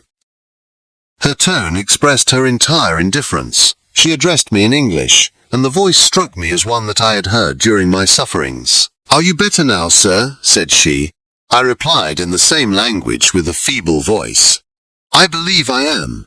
But if it be all true, if indeed I did not dream, I am sorry that I am still alive to feel this misery and horror." "For that matter," replied the old woman, "if you mean about the gentleman you murdered, I believe that it were better for you if you were dead, for I fancy it will go hard with you. However, that's none of my business. I am sent to nurse you and get you well. I do my duty with a safe conscience. It were well if everybody did the same." I turned with loathing from the woman who could utter so unfeeling a speech to a person just saved, on the very edge of death, but I felt languid and unable to reflect on all that had passed. The whole series of my life appeared to me as a dream. I sometimes doubted if indeed it were all true, for it never presented itself to my mind with the force of reality. As the images that floated before me became more distinct, I grew feverish. A darkness pressed around me. No one was near me who soothed me with the gentle voice of love. No dear hand supported me. The physician came and prescribed medicines, and the old woman prepared them for me, but utter carelessness was visible in the first, and the expression of brutality was strongly marked in the visage of the second. Who could be interested in the fate of a murderer but the hangman who would gain his fee? These were my first reflections, but I soon learnt that Mr. Curwen had shown me extreme kindness. He had caused the best room in the prison to be prepared for me. Wretched indeed was the best, and it was he who had provided a physician and a nurse. It is true he seldom came to see me, for although he ardently desired to relieve the sufferings of every human creature, he did not wish to be present at the agonies and miserable ravings of a murderer. He came therefore sometimes to see that I was not neglected, but his visits were short and with long intervals. One day, while I was gradually recovering, I was seated in a chair, my eyes half open, and my cheeks livid like those in death. I was overcome by gloom and misery, and often reflected I had better seek death than desire to remain in a world which to me was replete with wretchedness. At one time I considered whether I should not declare myself guilty and suffer the penalty of the law, less innocent than poor Justine had been. Such were my thoughts when the door of my apartment was opened, and Mr. Curwen entered. His countenance expressed sympathy and compassion. He drew a chair close to mine and addressed me in French. "I fear that this place is very shocking to you. Can I do anything to make you more comfortable?" "I thank you, but all that you mention is nothing to me. On the whole earth there is no comfort which I am capable of receiving. I know that the sympathy of a stranger can be but of little relief to one borne down as you are, by so strange a misfortune. But you will, I hope, soon quit this melancholy abode, for doubtless evidence can easily be brought to free you from the criminal charge." "That is my least concern. I am, by a course of strange events, become the most miserable of mortals. Persecuted and tortured as I am and have been, can death be any evil to me? Nothing indeed could be more unfortunate and agonizing than the strange chances that have lately occurred. You were thrown by some surprising accident on this shore, renowned for its hospitality, seized immediately, and charged with murder. The first sight that was presented to your eyes was the body of your friend, murdered in so unaccountable a manner, and placed, as it were, by some fiend across your path." As Mr. Curwen said this, notwithstanding the agitation I endured on this retrospect of my sufferings, I also felt considerable surprise at the knowledge he seemed to possess concerning me. I suppose some astonishment was exhibited in my countenance, for Mr. Curwen hastened to say, "Immediately upon your being taken ill, all the papers that were on your person were brought me, and I examined them that I might discover some trace by which I could send to your relations an account of your misfortune and illness. I found several letters, and among others, one which I discovered from its commencement to be from your father. I instantly wrote to Geneva. Nearly 2 months have elapsed since the departure of my letter. But you are ill. Even now you tremble. You are unfit for agitation of any kind. This suspense is 1,000 times worse than the most horrible event. Tell me what new scene of death has been acted, and whose murder I am now to lament." "Your family is perfectly well," said Mr. Curwen with gentleness, "and someone, a friend, is come to visit you." I know not by what chain of thought the idea presented itself, but it instantly darted into my mind that the murderer had come to mock at my misery and taunt me with the I put my hand before my eyes and cried out in agony, "Oh, take him away! I cannot see him! For God's sake, do not let him enter!" Mr. Kerwin regarded me with a troubled countenance. He could not help regarding my exclamation as a presumption of my guilt, and said in rather a severe tone, "I should have thought, young man, that the presence of your father would have been welcome instead of inspiring such violent repugnance." "My father!" cried I, while every feature and every muscle was relaxed from anguish to pleasure. "Is my father indeed come? How kind, how very kind! But where is he? Why does he not hasten to me?" My change of manner surprised and pleased the magistrate. Perhaps he thought that my former exclamation was a momentary return of delirium, and now he instantly resumed his former benevolence. He rose and quitted the room with my nurse, and in a moment my father entered it. Nothing at this moment could have given me greater pleasure than the arrival of my father. I stretched out my hand to him and cried, "Are you then safe? And Elizabeth, and Ernest?" My father calmed me with assurances of their welfare, and endeavored, by dwelling on these subjects so interesting to my heart, to raise my desponding spirits. But he soon felt that a prison cannot be the abode of cheerfulness. "What a place is this that you inhabit, my son?" said he, looking mournfully at the barred windows and wretched appearance of the room. "You travelled to seek happiness, but a fatality seems to pursue you. And poor Clerval." The name of my unfortunate and murdered friend was an agitation too great to be endured in my weak state. I shed tears. "Alas!" "Yes, my father," replied I. "Some destiny of the most horrible kind hangs over me, and I must live to fulfill it, or surely I should have died on the coffin of Henry."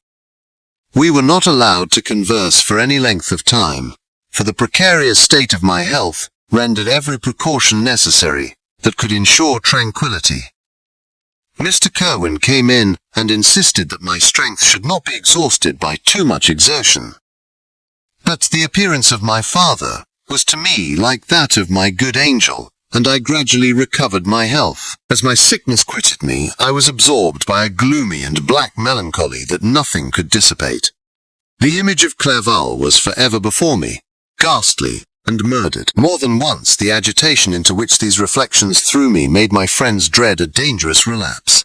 Alas! Why did they preserve so miserable and detested a life? It was surely that I might fulfill my destiny, which is now drawing to a close.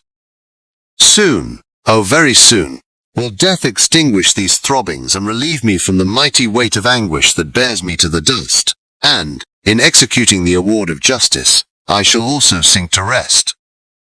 Then the appearance of death was distant, although the wish was ever present to my thoughts, and I often sat for hours, motionless and speechless, wishing for some mighty revolution that might bury me and my destroyer in its ruins.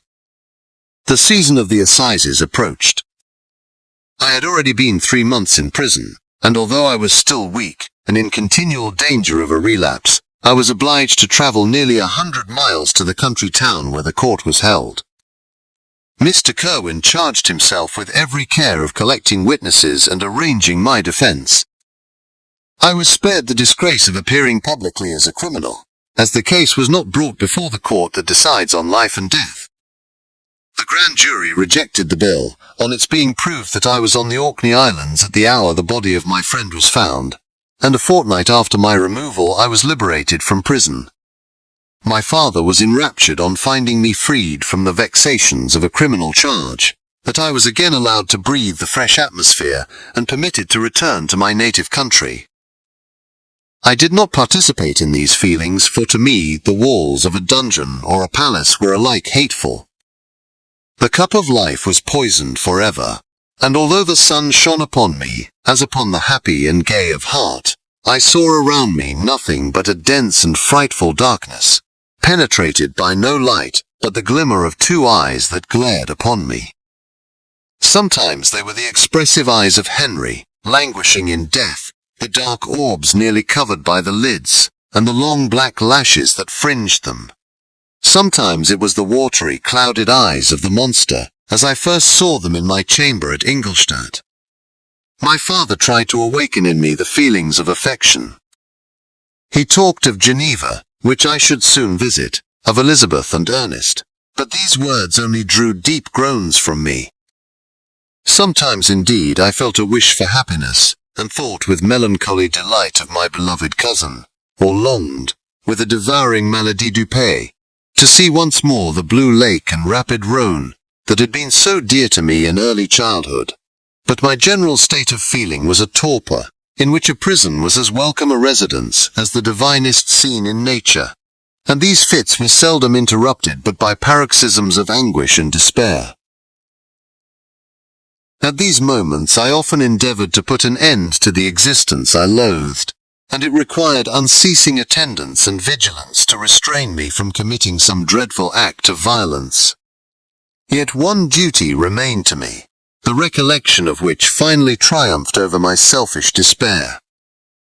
It was necessary that I should return without delay to Geneva, there to watch over the lives of those I so fondly loved, and to lie in wait for the murderer. That if any chance led me to the place of his concealment, or if he dared again to blast me by his presence, I might, with unfailing aim, put an end to the existence of the monstrous image which I had endued with the mockery of a soul still more monstrous. My father still desired to delay our departure, fearful that I could not sustain the fatigues of a journey, for I was a shattered wreck, the shadow of a human being. My strength was gone. I was a mere skeleton, and fever night and day preyed upon my wasted frame. Still, as I urged our leaving Ireland with such inquietude and impatience, my father thought it best to yield. We took our passage on board a vessel bound for Havre de Grace, and sailed with a fair wind from the Irish shores. It was midnight. I lay on the deck, looking at the stars, and listening to the dashing of the waves. I hailed the darkness that shut Ireland from my sight, and my pulse beat with a feverish joy when I reflected that I should soon see Geneva. The past appeared to me in the light of a frightful dream, yet the vessel in which I was, the wind that blew me from the detested shore of Ireland, and the sea which surrounded me, told me too forcibly that I was deceived by no vision, and that Clerval, my friend and dearest companion, had fallen a victim to me and the monster of my creation. I repassed in my memory my whole life, my quiet happiness while residing with my family in Geneva, the death of my mother, and my departure for Ingolstadt. I remembered, shuddering, the mad enthusiasm that hurried me on to the creation of my hideous enemy, and I called to mind the night in which he first lived. I was unable to pursue the train of thought. 1,000 feelings pressed upon me, and I wept bitterly. Ever since my recovery from the fever, I had been in the custom of taking every night a small quantity of laudanum, for it was by means of this drug only that I was enabled to gain the rest necessary for the preservation of life. Oppressed by the recollection of my various misfortunes, I now swallowed double my usual quantity, and soon slept profoundly. But sleep did not afford me respite from thought and misery. My dreams presented 1,000 objects that scared me. Towards morning I was possessed by a kind of nightmare. I felt the fiend's grasp in my neck and could not free myself from it. Groans and cries rang in my ears. My father, who was watching over me, perceiving my restlessness, awoke me. The dashing waves were around, the cloudy sky above. The fiend was not here. A sense of security, a feeling that a truce was established between the present hour and the irresistible, disastrous future, imparted to me a kind of calm forgetfulness, of which the human mind is by its structure peculiarly susceptible. Chapter 22. The voyage came to an end. We landed, and proceeded to Paris. I soon found that I had overtaxed my strength, and that I must repose before I could continue my journey. My father's care and attentions were indefatigable, but he did not know the origin of my sufferings, and sought erroneous methods to remedy the incurable ill. He wished me to seek amusement in society. I abhorred the face of man. Oh, not abhorred. They were my brethren, my fellow beings, and I felt attracted even to the most repulsive among them, as to creatures of an angelic nature and celestial mechanism. But I felt that I had no right to share their intercourse. I had unchained an enemy among them whose joy it was to shed their blood and to revel in their groans. How they would, each and all, abhor me and hunt me from the world, did they know my unhallowed acts and the crimes which had their source in me. My father yielded at length to my desire to avoid society, and strove by various arguments to banish my despair. Sometimes he thought that I felt deeply the degradation of being obliged to answer a charge of murder, and he endeavored to prove to me the futility of pride. Alas! My father, said I, how little do you know me. Human beings, their feelings and passions, would indeed be degraded if such a wretch as I felt pride. Justine, poor unhappy Justine, was as innocent as I, and she suffered the same charge. She died for it, and I am the cause of this. I murdered her. William, Justine, and Henry, they all died by my hands. My father had often, during my imprisonment, heard me make the same assertion. When I thus accused myself, he sometimes seemed to desire an explanation, and at others he appeared to consider it as the offspring of delirium, and that during my illness, some idea of this kind had presented itself to my imagination, the remembrance of which I preserved in my convalescence. I avoided explanation, and maintained a continual silence concerning the wretch I had created. I had a persuasion that I should be supposed mad, and this in itself would forever have chained my tongue. But, besides, I could not bring myself to disclose a secret which would fill my hearer with consternation, and make fear and unnatural horror the inmates of his breast. I checked, therefore, my impatient thirst for sympathy, and was silent when I would have given the world to have confided the fatal secret. Yet still, words like those I have recorded would burst uncontrollably from me. I could offer no explanation of them, but their truth in part relieved the burden of my mysterious woe. Upon this occasion my father said, with an expression of unbounded wonder, "My dearest Victor, what infatuation is this? My dear son, I entreat you never to make such an assertion again. I am not mad," I cried energetically. "The sun and the heavens, who have viewed my operations, can bear witness of my truth. I am the assassin of those most innocent victims. They died by my machinations. 1,000 times would I have shed my own blood, drop by drop, to have saved their lives. But I could not, my father. Indeed, I could not sacrifice the whole human race." The conclusion of this speech convinced my father that my ideas were deranged, and he instantly changed the subject of our conversation, and endeavored to alter the course of my thoughts. He wished as much as possible to obliterate the memory of the scenes that had taken place in Ireland, and never alluded to them, or suffered me to speak of my misfortunes. As time passed away, I became more calm. Misery had her dwelling in my heart, but I no longer talked in the same incoherent manner of my own crimes. Sufficient for me was the consciousness of them.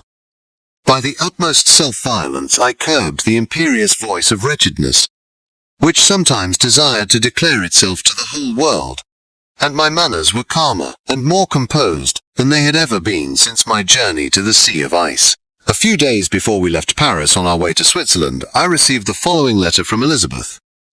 "My dear friend, it gave me the greatest pleasure to receive a letter from my uncle dated at Paris. You are no longer at a formidable distance, and I may hope to see you in less than a fortnight. My poor cousin, how much you must have suffered! I expect to see you looking even more ill than when you quitted Geneva.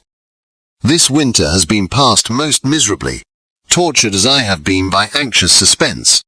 Yet I hope to see peace in your countenance, and to find that your heart is not totally void of comfort and tranquillity. Yet I fear that the same feelings now exist that made you so miserable a year ago, even perhaps augmented by time. I would not disturb you at this period, when so many misfortunes weigh upon you, but a conversation that I had with my uncle previous to his departure renders some explanation necessary before we meet. Explanation. You may possibly say, what can Elizabeth have to explain? If you really say this, my questions are answered, and all my doubts satisfied. But you are distant from me, and it is possible that you may dread and yet be pleased with this explanation. And in a probability of this being the case, I dare not any longer postpone writing what, during your absence, I have often wished to express to you, but have never had the courage to begin. You well know, Victor, that our union had been the favorite plan of your parents ever since our infancy. We were told this when young, and taught to look forward to it as an event that would certainly take place. We were affectionate playfellows during childhood, and I believe, dear and valued friends to one another as we grew older. But as brother and sister often entertain a lively affection towards each other, without desiring a more intimate union, may not such also be our case? Tell me, dearest Victor. Answer me, I conjure you by our mutual happiness, with simple truth. Do you not love another? You have travelled. You have spent several years of your life at Ingolstadt, and I confess to you, my friend, that when I saw you last autumn so unhappy, flying to solitude from the society of every creature, I could not help supposing that you might regret our connection and believe yourself bound in honour to fulfil the wishes of your parents, although they opposed themselves to your inclinations. But this is false reasoning. I confess to you, my friend, that I love you, and that in my airy dreams of futurity, you have been my constant friend and companion. But it is your happiness I desire as well as my own, when I declare to you that our marriage would render me eternally miserable, unless it were the dictate of your own free choice. Even now I weep to think that, borne down as you are by the cruelest misfortunes, you may stifle by the word honour all hope of that love and happiness, which would alone restore you to yourself. I, who have so disinterested an affection for you, may increase your miseries tenfold, by being an obstacle to your wishes. Ah! Victor, be assured that your cousin and playmate has too sincere a love for you not to be made miserable by this supposition. Be happy, my friend, and if you obey me in this one request, remain satisfied that nothing on earth will have the power to interrupt my tranquillity. Do not let this letter disturb you.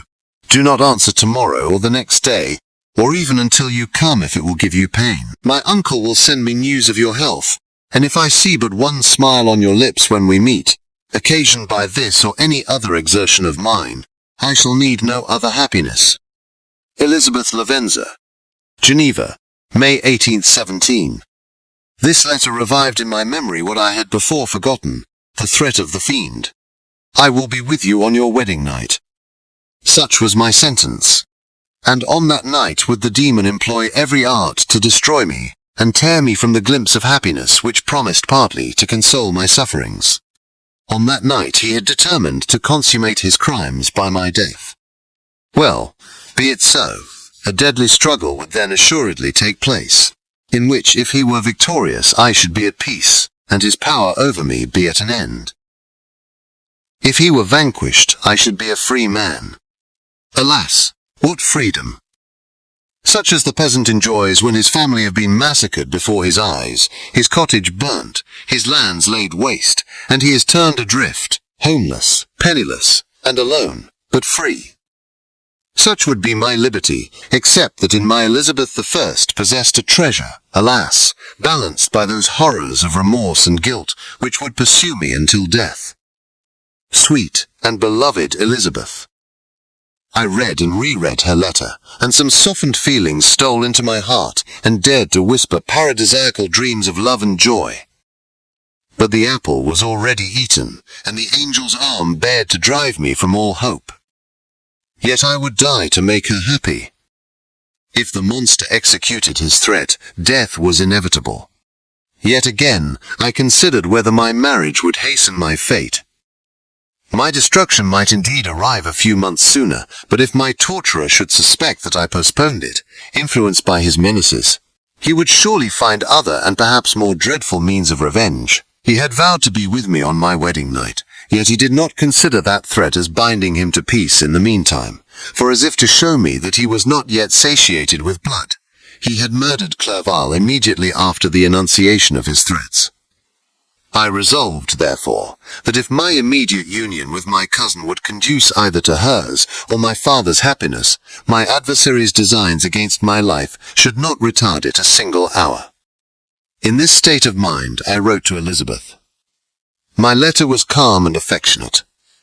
I fear, my beloved girl, I said, little happiness remains for us on earth, yet all that I may one day enjoy is centered in you.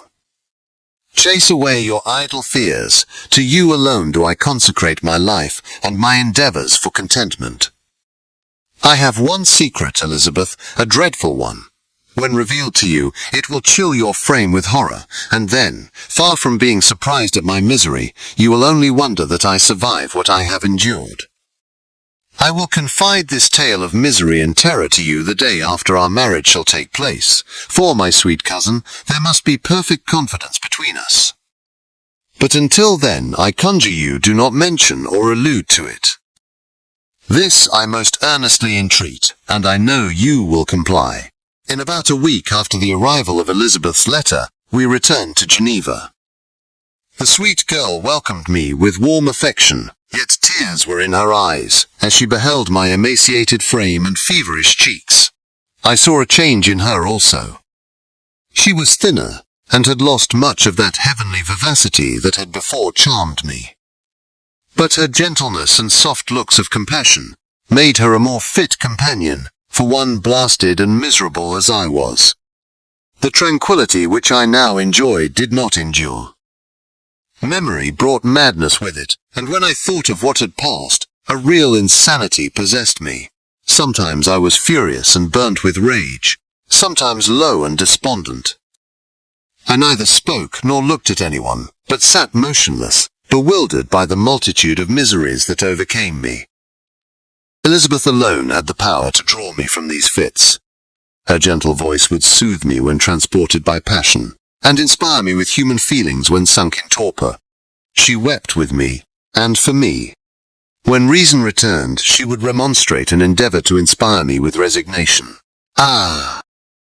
It is well for the unfortunate to be resigned, but for the guilty there is no peace.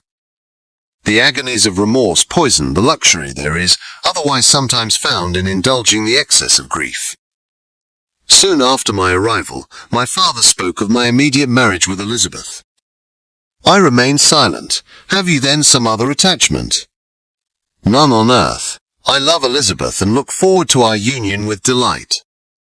Let the day therefore be fixed, and on it I will consecrate myself, in life or death, to the happiness of my cousin. My dear Victor, do not speak thus. Heavy misfortunes have befallen us, but let us only cling closer to what remains, and transfer our love for those whom we have lost to those who yet live.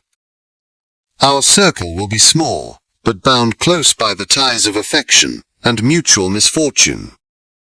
And when time shall have softened your despair, new and dear objects of care will be born to replace those of whom we have been so cruelly deprived. Such were the lessons of my father, but to me, the remembrance of the threat returned, nor can you wonder that, omnipotent as the fiend had yet been in his deeds of blood, I should almost regard him as invincible, and that when he had pronounced the words, "I shall be with you on your wedding night," I should regard the threatened fate as unavoidable.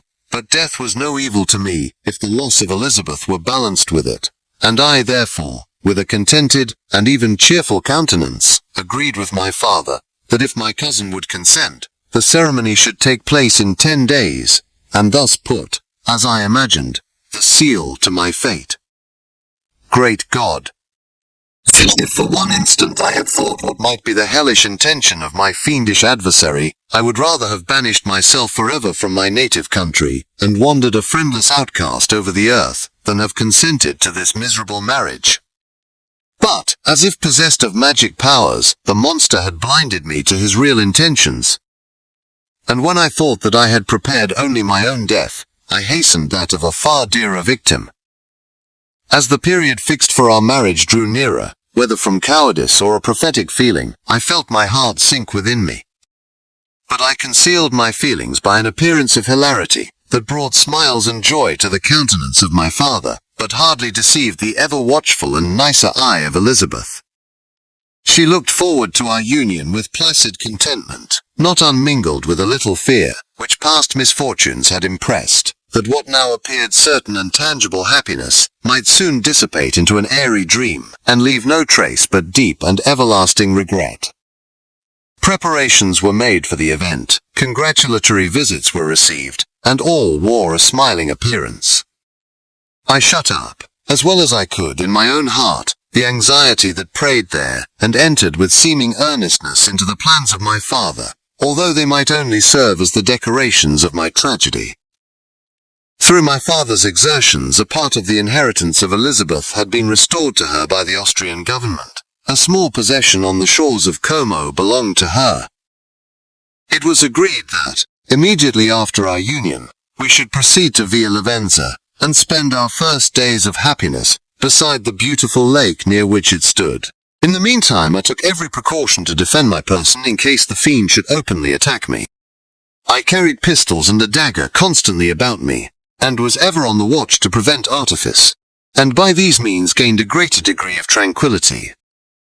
Indeed, as the period approached, the threat appeared more as a delusion, not to be regarded as worthy to disturb my peace, while the happiness I hoped for in my marriage wore a greater appearance of certainty, as the day fixed for its solemnization drew nearer, and I heard it continually spoken of as an occurrence which no accident could possibly prevent. Elizabeth seemed happy. My tranquil demeanor contributed greatly to calm her mind. But on the day that was to fulfill my wishes and my destiny, she was melancholy, and a presentiment of evil pervaded her. And perhaps also she thought of the dreadful secret which I had promised to reveal to her on the following day. My father was in the meantime overjoyed, and in the bustle of preparation, only recognized in the melancholy of his niece the diffidence of a bride.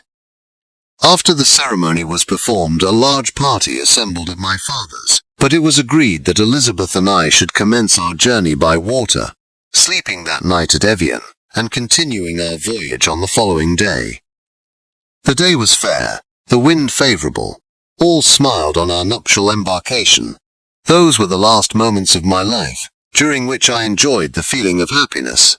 We passed rapidly along. The sun was hot, but we were sheltered from its rays by a kind of canopy while we enjoyed the beauty of the scene, sometimes on one side of the lake, where we saw Mont Salève, the pleasant banks of Montalegre, and at a distance, surmounting all, the beautiful Mont Blanc, and the assemblage of snowy mountains that in vain endeavor to emulate her.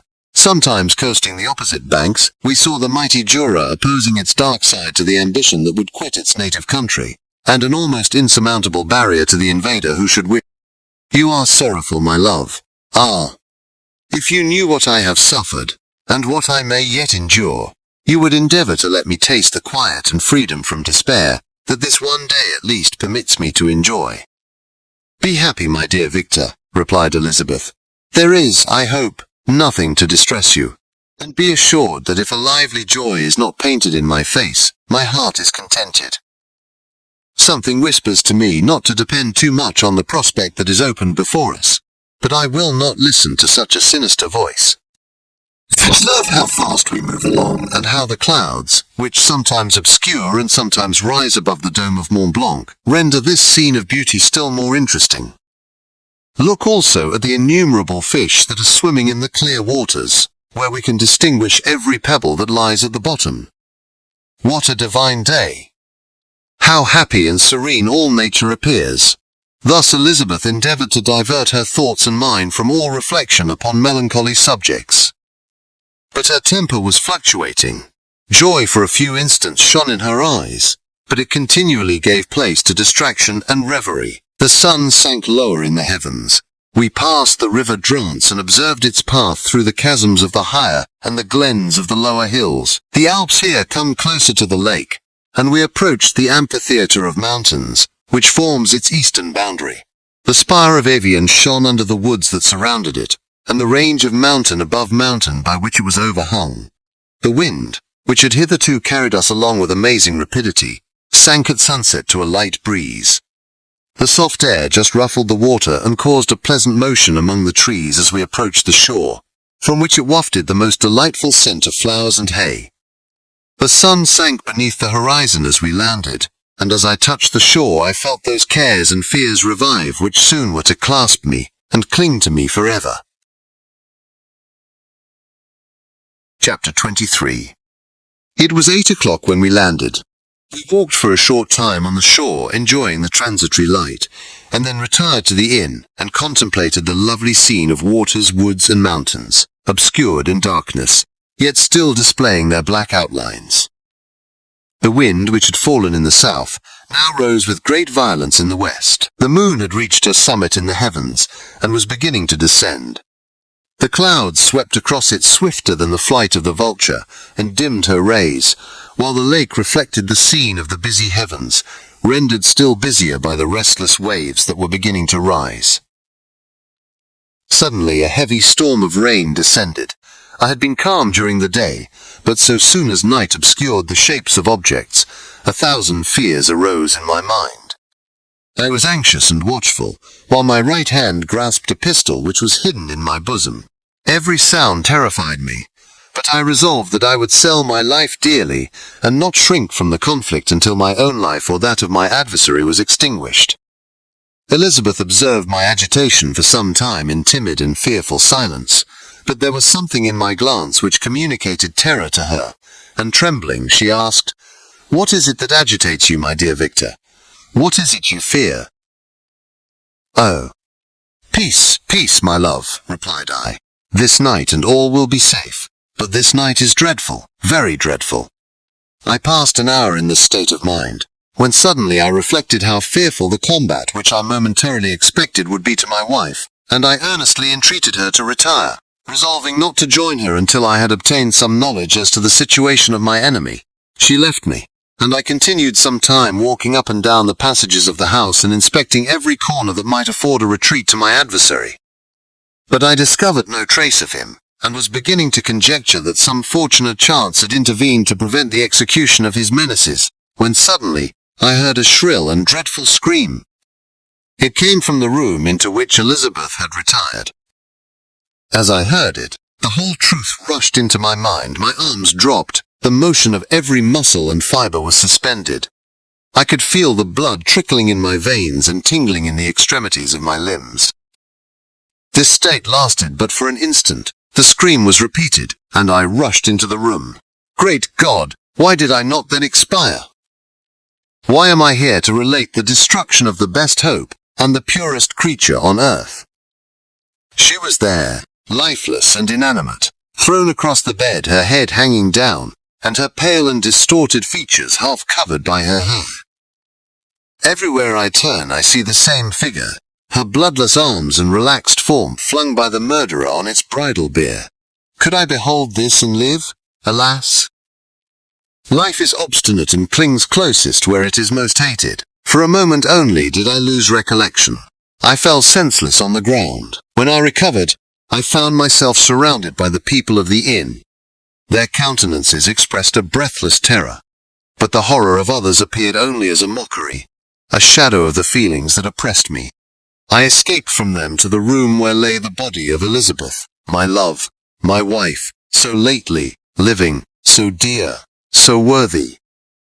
She had been moved from the posture in which I had first beheld her, and now, as she lay, her head upon her arm, and a handkerchief thrown across her face and neck, I might have supposed her asleep. I rushed towards her, and embraced her with ardour, but the deadly languor and coldness of the limbs told me that what I now held in my arms had ceased to be the Elizabeth whom I had loved and cherished. The murderous mark of the fiend's grasp was on her neck, and the breath had ceased to issue from her lips. While I still hung over her in the agony of despair, I happened to look up. The windows of the room had before been darkened, and I felt a kind of panic on seeing the pale yellow light of the moon illuminate the chamber.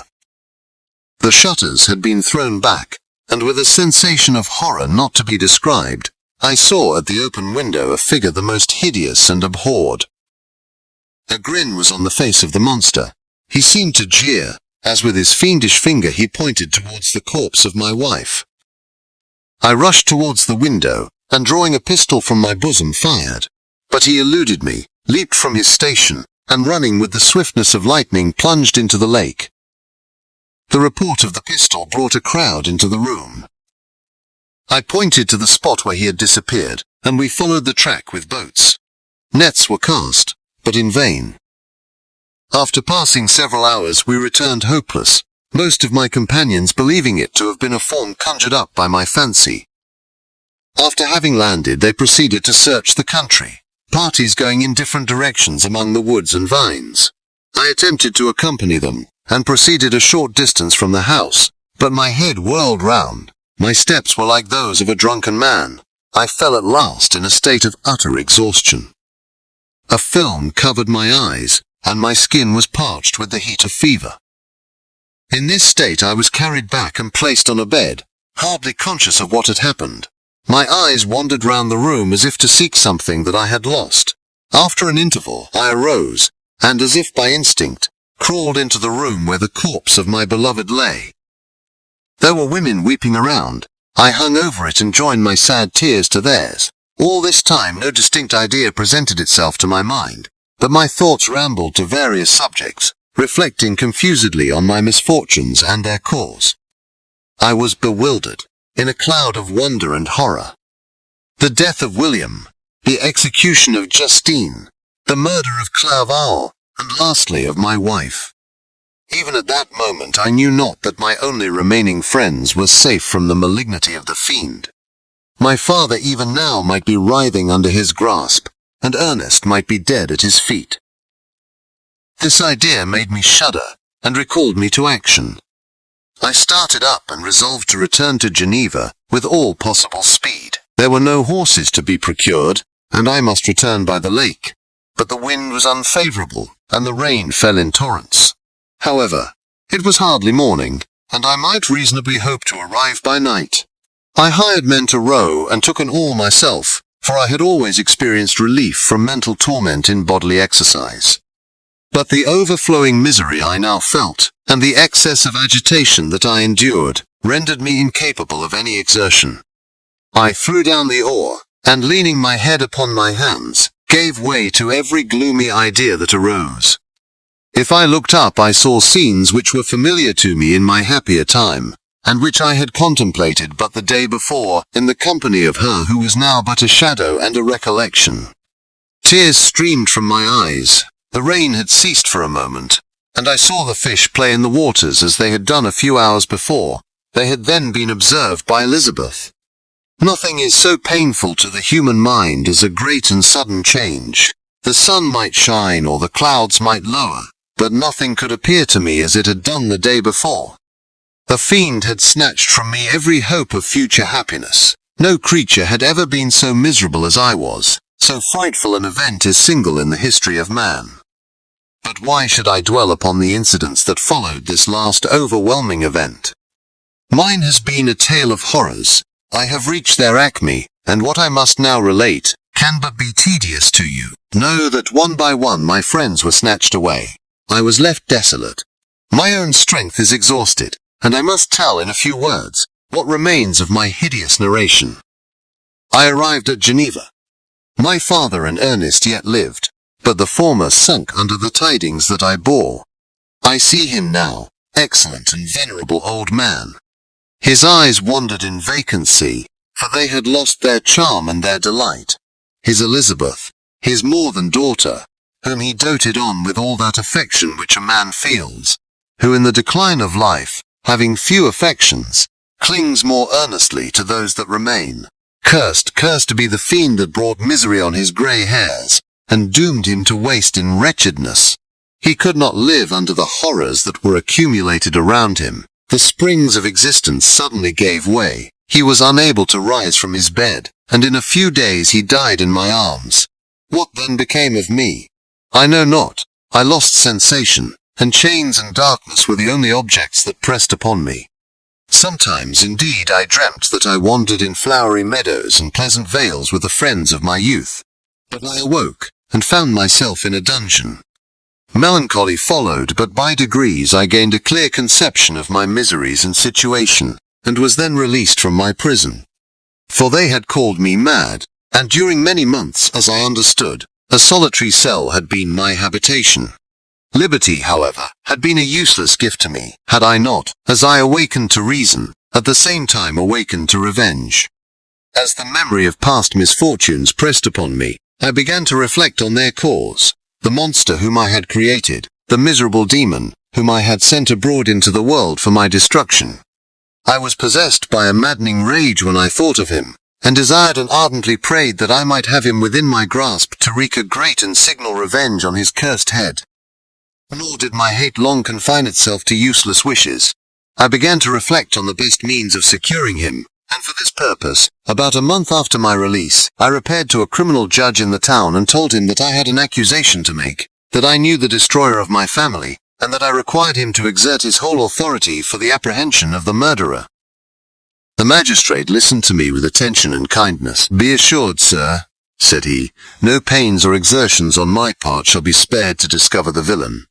"I thank you," replied I. "Listen, therefore, to the deposition that I have to make. It is indeed a tale so strange that I should fear you would not credit it, were there not something in truth which, however wonderful, forces conviction. The story is too connected to be mistaken for a dream, and I have no motive for falsehood."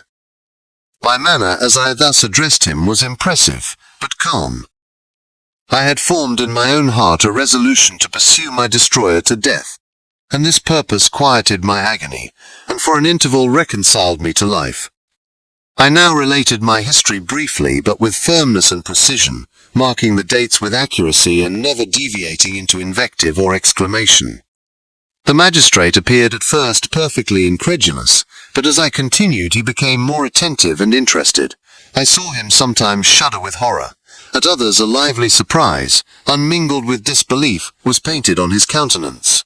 When I had concluded my narration I said, "This is the being whom I accuse and for whose seizure and punishment I call upon you to It is your duty as a magistrate, and I believe and hope that your feelings as a man will not revolt from the execution of those functions on this occasion." This address caused a considerable change in the physiognomy of my own auditor. He had heard my story with that half kind of belief that is given to a tale of spirits and supernatural events, but when he was called upon to act officially in consequence, the whole tide of his incredulity returned. He, however, answered mildly, "I would willingly afford you every aid in your pursuit, but the creature of whom you speak appears to have powers which would put all my exertions to defiance. Who can follow an animal which can traverse the sea of ice and inhabit caves and dens where no man would venture to intrude? Besides, some months have elapsed since the commission of his crimes, and no one can conjecture to what place he has wandered or what region he may now inhabit. I do not doubt that he hovers near the spot which I inhabit, and if he has indeed taken refuge in the Alps, he may be hunted like the chamois and destroyed as a beast of prey. But I perceive your thoughts. You do not credit my narrative, and do not intend to pursue my enemy with the punishment which is his desert."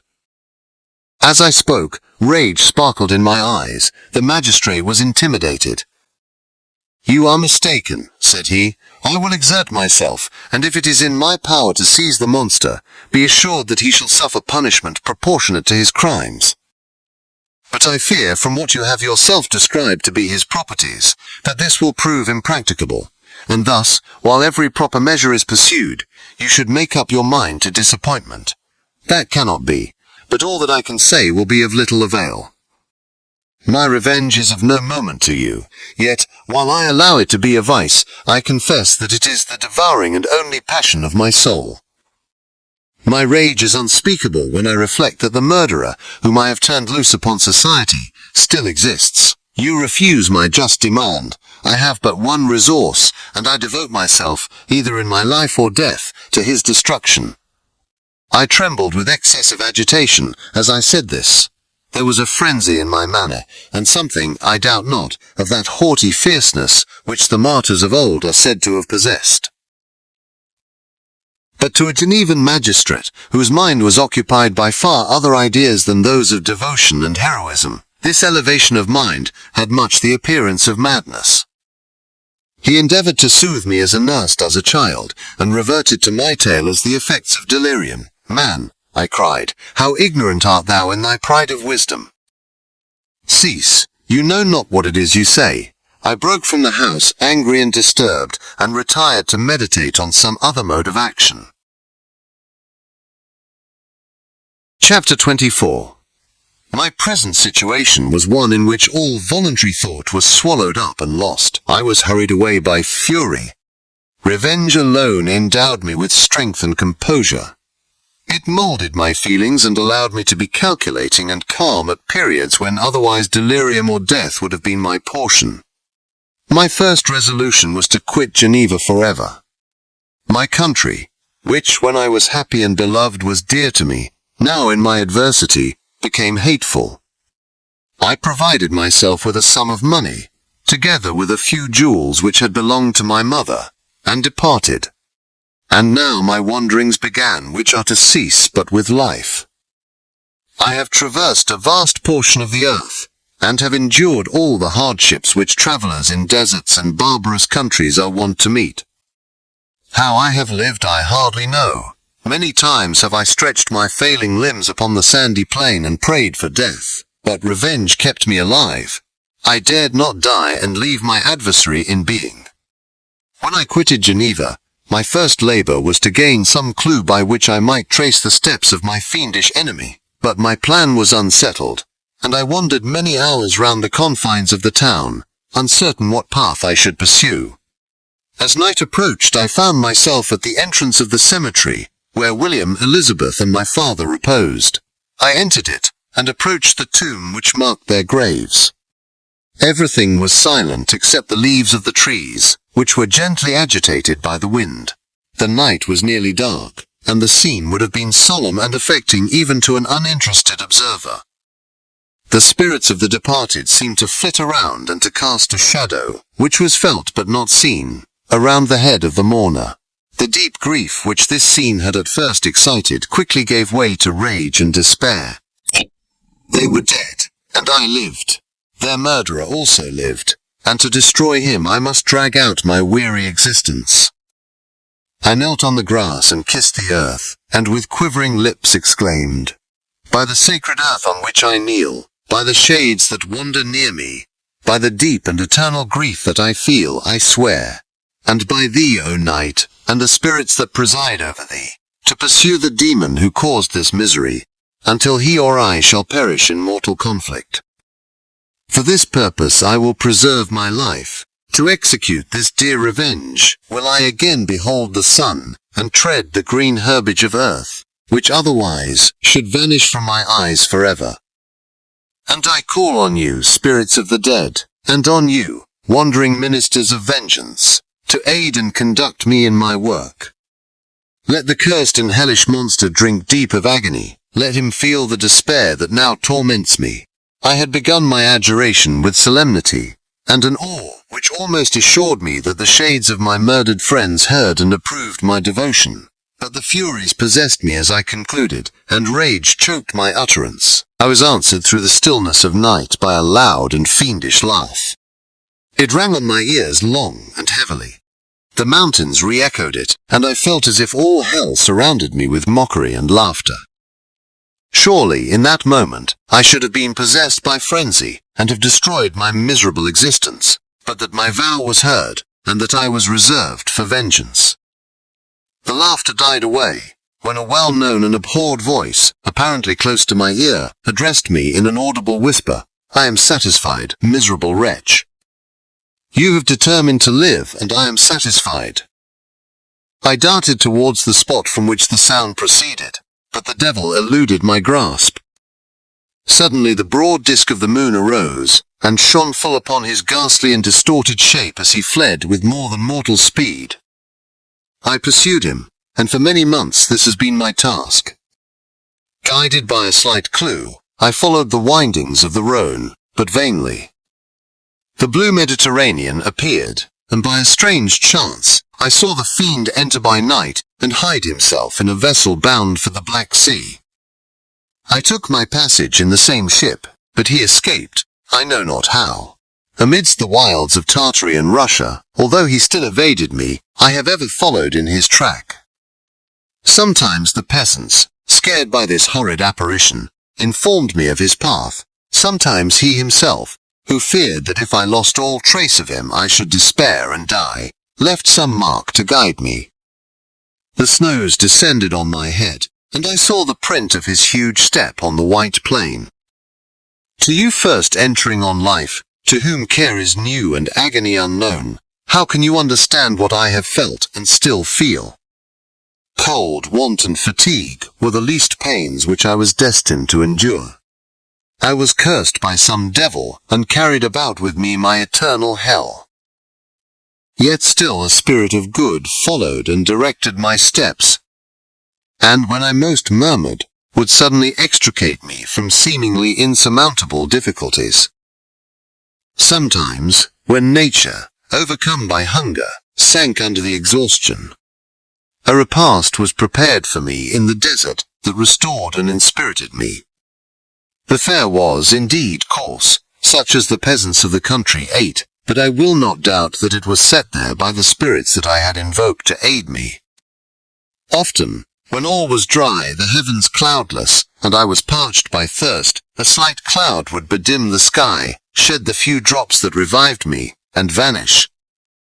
I followed, when I could, the courses of the rivers, but the demon generally avoided these, as it was here that the population of the country chiefly collected.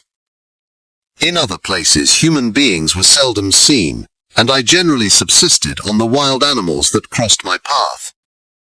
I had money with me, and gained the friendship of the villagers by distributing it. Or I brought with me some food that I had killed, which, after taking a small part, I always presented to those who had provided me with fire and utensils for cooking. My life, as it passed thus, was indeed hateful to me, and it was during sleep alone that I could taste joy. Oh, blessed sleep! Often when most miserable I sank to repose, and my dreams lulled me even to rapture. The spirits that guarded me had provided these moments, or rather hours, of happiness, that I might retain strength to fulfill my pilgrimage. Deprived of this respite, I should have sunk under my hardships. During the day I was sustained and inspirited by the hope of night, for in sleep I saw my friends, my wife, and my beloved country. Again, I saw the benevolent countenance of my father, heard the silver tones of my Elizabeth's voice, and beheld Clerval enjoying health and youth. Often, when wearied by a toilsome march, I persuaded myself that I was dreaming until night should come, and that I should then enjoy reality in the arms of my dearest friends. What agonizing fondness did I feel for them!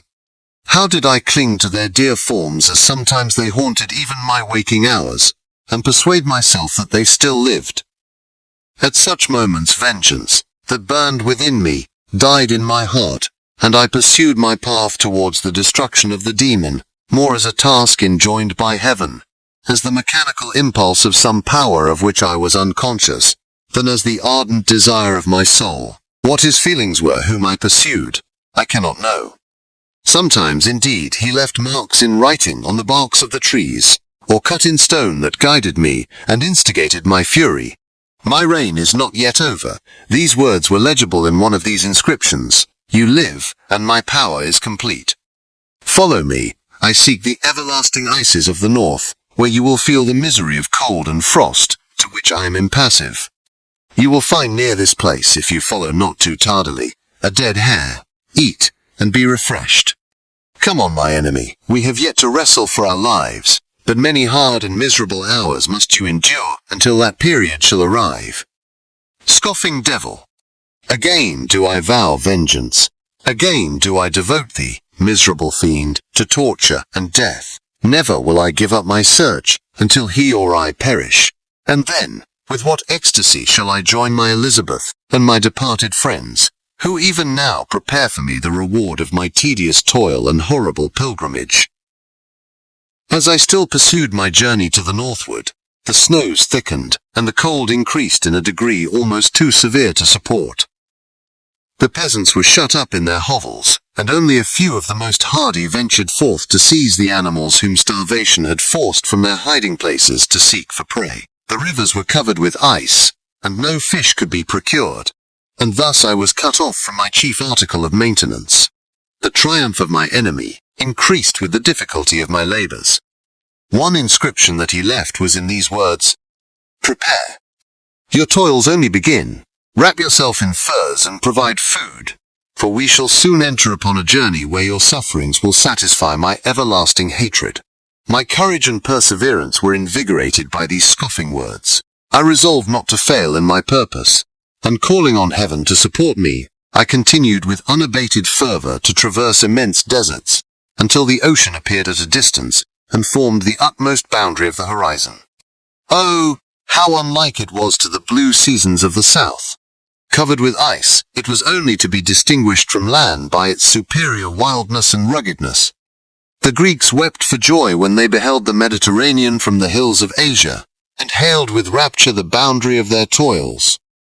I did not weep, but I knelt down and with a full heart thanked my guiding spirit for conducting me in safety to the place where I hoped, notwithstanding my adversary's jibe, to meet and grapple with him. Some weeks before this period I had procured a sledge and dogs, and thus traversed the snows with inconceivable speed. I know not whether the fiend possessed the same advantages, but I found that, as before I had daily lost ground in the pursuit, I now gained on him. So much so that when I first saw the ocean, he was but 1 day's journey in advance, and I hoped to intercept him before he should reach the beach. With new courage, therefore, I pressed on, and in 2 days arrived at a wretched hamlet on the seashore. I inquired of the inhabitants concerning the fiend, and gained accurate information. A gigantic monster, they said, had arrived the night before, armed with a gun and many pistols, putting to flight the inhabitants of a solitary cottage through fear of his terrific appearance. He had carried off their store of winter food, and placing it in a sledge to draw which he had seized on a numerous drove of trained dogs, he had harnessed them, and the same night, to the joy of the horror-struck villagers, had pursued his journey across the sea, in a direction that led to no land, and they conjectured that he must speedily be destroyed by the breaking of the ice, or frozen by the eternal frosts. On hearing this information, I suffered a temporary access of despair. He had escaped me, and I must commence a destructive and almost endless journey across the mountainous ices of the ocean, amidst cold that few of the inhabitants could long endure, and which I, the native of a genial and sunny climate, could not hope to survive. Yet at the idea that the fiend should live and be triumphant, my rage and vengeance returned, and like a mighty tide, overwhelmed every other feeling. After a slight repose, during which the spirits of the dead hovered round and instigated me to toil and revenge, I prepared for my journey. I exchanged my land sledge for one fashioned for the inequalities of the frozen ocean, and purchasing a plentiful stock of provisions, I departed from land. I cannot guess how many days have passed since then, but I have endured misery, which nothing but the eternal sentiment of a just retribution burning within my heart could have enabled me to support. Immense and rugged mountains of ice often barred up my passage, and I often heard the thunder of the ground sea, which threatened my destruction, but again the frost came, and made the paths of the sea secure. By the quantity of provision which I had consumed, I should guess that I had passed 3 weeks in this journey. And the continual protraction of hope, returning back upon the heart, often wrung bitter drops of despondency and grief from my eyes. Despair had indeed almost secured her prey, and I should soon have sunk beneath this misery. Once, after the poor animals that conveyed me had with incredible toil gained the summit of a sloping ice mountain, and one, sinking under his fatigue, died, I viewed the expanse before me with anguish, when suddenly my eye caught a dark speck upon the dusky plain. I strained my sight to discover what it could be, and uttered a wild cry of ecstasy when I distinguished a sledge, and the distorted proportions of a well-known form within. Oh! With what a burning gush did hope revisit my heart! Warm tears filled my eyes, which I hastily wiped away, that they might not intercept the view I had of the demon. But still my sight was dimmed by the burning drops, until, giving way to the emotions that oppressed me, I wept aloud. But this was not the time for delay. I disencumbered the dogs of their dead companion, gave them a plentiful portion of food, and after an hour's rest, which was absolutely necessary, and yet which was bitterly irksome to me, I continued my route. The sledge was still visible, nor did I again lose sight of it, except at the moments when for a short time some ice rock concealed it with its intervening crags. I indeed perceptibly gained on it, and when, after nearly 2 days' journey, I beheld my enemy at no more than a mile distant, my heart bounded within me. But now, when I appeared almost within grasp of my foe, my hopes were suddenly extinguished, and I lost all trace of him, more utterly than I had ever done before. A ground sea was heard. The thunder of its progress, as the waters rolled and swelled beneath me, became every moment more ominous and terrific. I pressed on, but in vain. The wind arose, the sea roared, and as with the mighty shock of an earthquake, it split and cracked, with a tremendous and overwhelming sound. The work was soon finished. In a few minutes a tumultuous sea rolled between me and my enemy, and I was left drifting on a scattered piece of ice that was continually lessening, and thus preparing for me a hideous death. In this manner many appalling hours passed. Several of my dogs died, and I myself was about to sink under the accumulation of distress when I saw your vessel riding at anchor, and holding forth to me hopes of succor and life. I had no conception that vessels ever came so far north, and was astounded at the sight. I quickly destroyed part of my sledge to construct oars, and by these means was enabled, with infinite fatigue, to move my ice raft in the direction of your ship. I had determined, if you were going southwards, still to trust myself to the mercy of the seas rather than abandon my purpose. I hoped to induce you to grant me a boat with which I could pursue my enemy. But your direction was northwards. You took me on board when my vigour was exhausted, and I should soon have sunk under my multiplied hardships into a death which I still dread, for my task is unfulfilled. Oh, when will my guiding spirit, in conducting me to the demon, allow me the rest I so much desire? Or must I die, and he yet live? If I do, swear to me, Walton, that he shall not escape, that you will seek him and satisfy my vengeance in his death.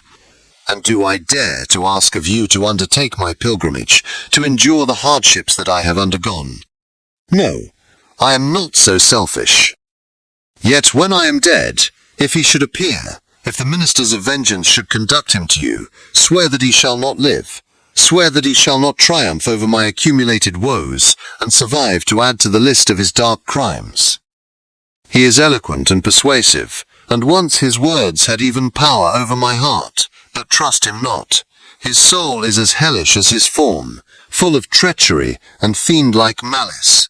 Hear him not. Call on the names of William, Justine, Clerval, Elizabeth my father, and of the wretched Victor, and thrust your sword into his heart. I will hover near and direct the steel aright. Walton, in continuation. August 26, 17. You have read this strange and terrific story, Margaret, and do you not feel your blood congeal with horror, like that which even now curdles mine? Sometimes, seized with sudden agony, he could not continue his tale. At others, his voice broken, yet piercing, uttered with difficulty the words so replete with anguish. His fine and lovely eyes were now lighted up with indignation, now subdued to downcast sorrow, and quenched in infinite wretchedness. Sometimes he commanded his countenance and tones, and related the most horrible incidents with a tranquil voice, suppressing every mark of agitation. Then, like a volcano bursting forth, his face would suddenly change to an expression of the wildest rage as he shrieked out imprecations on his persecutor. His tale is connected and told with an appearance of the simplest truth, yet I own to you that the letters of Felix and Safie, which he showed me, and the apparition of the monster seen from our ship, brought to me a greater conviction of the truth of his narrative than his asseverations. However, such a monster has, then, really existence. I cannot doubt it, yet I am lost in surprise and admiration. Sometimes I endeavored to gain from Frankenstein the particulars of his creature's formation, but on this point he was impenetrable. Are you mad, my friend? Said he. Or whither does your senseless curiosity lead you? Would you also create for yourself and the world a demoniacal enemy? Peace, peace. Learn my miseries and do not seek to increase your own. Frankenstein discovered that I made notes concerning his history. He asked to see them and then himself corrected and augmented them in many places, but principally in giving the life and spirit to the conversations he held with his enemy. "Since you have preserved my narration," said he, "I would not that a mutilated one should go down to posterity. Thus has a week passed away, while I have listened to the strangest tale that ever imagination formed. My thoughts and every feeling of my soul have been drunk up by the interest for my guest, which this tale and his own elevated and gentle manners have created. I wish to soothe him, yet can I counsel one so infinitely miserable, so destitute of every hope of consolation to live? Oh no! The only joy that he can now know will be when he composes his shattered spirit to peace and death. Yet he enjoys one comfort, the offspring of solitude and delirium. He believes that when in dreams he holds converse with his friends, and derives from that communion consolation for his miseries or excitements to his vengeance, that they are not the creations of his fancy, but the beings themselves who visit him from the regions of a remote world. This faith gives a solemnity to his reveries, that render them to me almost as imposing and interesting as truth. Our conversations are not always confined to his own history and misfortunes. On every point of general literature, he displays unbounded knowledge, and a quick and piercing apprehension. His eloquence is forcible and touching, nor can I hear him, when he relates a pathetic incident, or endeavors to move the passions of pity or love, without tears.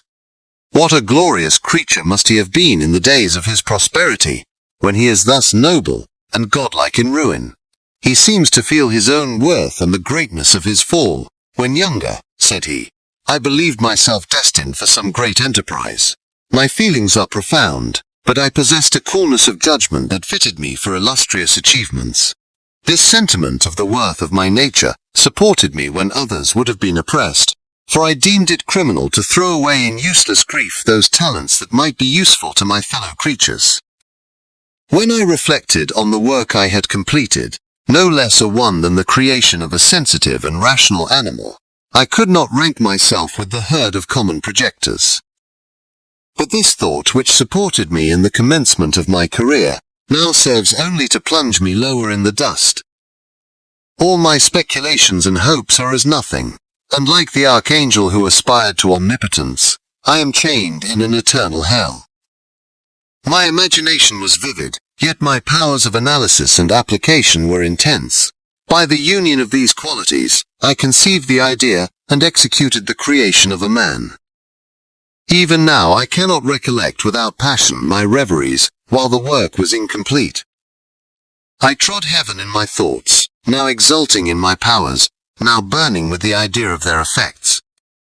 From my infancy I was imbued with high hopes and a lofty ambition. But how am I sunk? Oh! My friend, if you had known me as I once was, you would not recognize me in this state of degradation. Despondency rarely visited my heart. A high destiny seemed to bear me on, until I fell, never, never again to rise. Must I then lose this admirable being? I have longed for a friend, I have sought one who would sympathize with and love me. Behold, on these desert seas I have found such a one, but I fear I have gained him only to know his value and lose him. I would reconcile him to life, but he repulses the idea. I thank you, Walton, he said, for your kind intentions towards so miserable a wretch, but when you speak of new ties and fresh affections, think you that any can replace those who are gone? Can any man be to me as Clerval was, or any woman another Elizabeth? Even where the affections are not strongly moved by any superior excellence, the companions of our childhood always possess a certain power over our minds which hardly any later friend can obtain. They know our infantine dispositions, which, however they may be afterwards modified, are never eradicated, and they can judge of our actions with more certain conclusions as to the integrity of our motives. A sister or a brother can never, unless indeed such symptoms have been shown early, suspect the other of fraud or false dealing, when another friend, however strongly he may be attached, may, in spite of himself, be contemplated with suspicion. But I enjoyed friends, dear not only through habit and association, but from their own merits, and wherever I am, the soothing voice of my Elizabeth, and the conversation of Clerval will be ever whispered in my ear. They are dead, and but one feeling in such a solitude can persuade me to preserve my life. If I were engaged in any high undertaking or design, fraught with extensive utility to my fellow creatures, then could I live to fulfill it. But such is not my destiny. I must pursue and destroy the being to whom I gave existence. Then my lot on earth will be fulfilled, and I may die. My beloved sister, September 2d, I write to you, encompassed by peril and ignorant, whether I am ever doomed to see again dear England, and the dearer friends that inhabit it. I am surrounded by mountains of ice which admit of no escape, and threaten every moment to crush my vessel. The brave fellows whom I have persuaded to be my companions look towards me for aid, but I have none to bestow. There is something terribly appalling in our situation, yet my courage and hopes do not desert me. Yet it is terrible to reflect that the lives of all these men are endangered through me. If we are lost, my mad schemes are the cause. And what, Margaret, will be the state of your mind? You will not hear of my destruction, and you will anxiously await my return. Years will pass, and you will have visitings of despair, and yet be tortured by hope.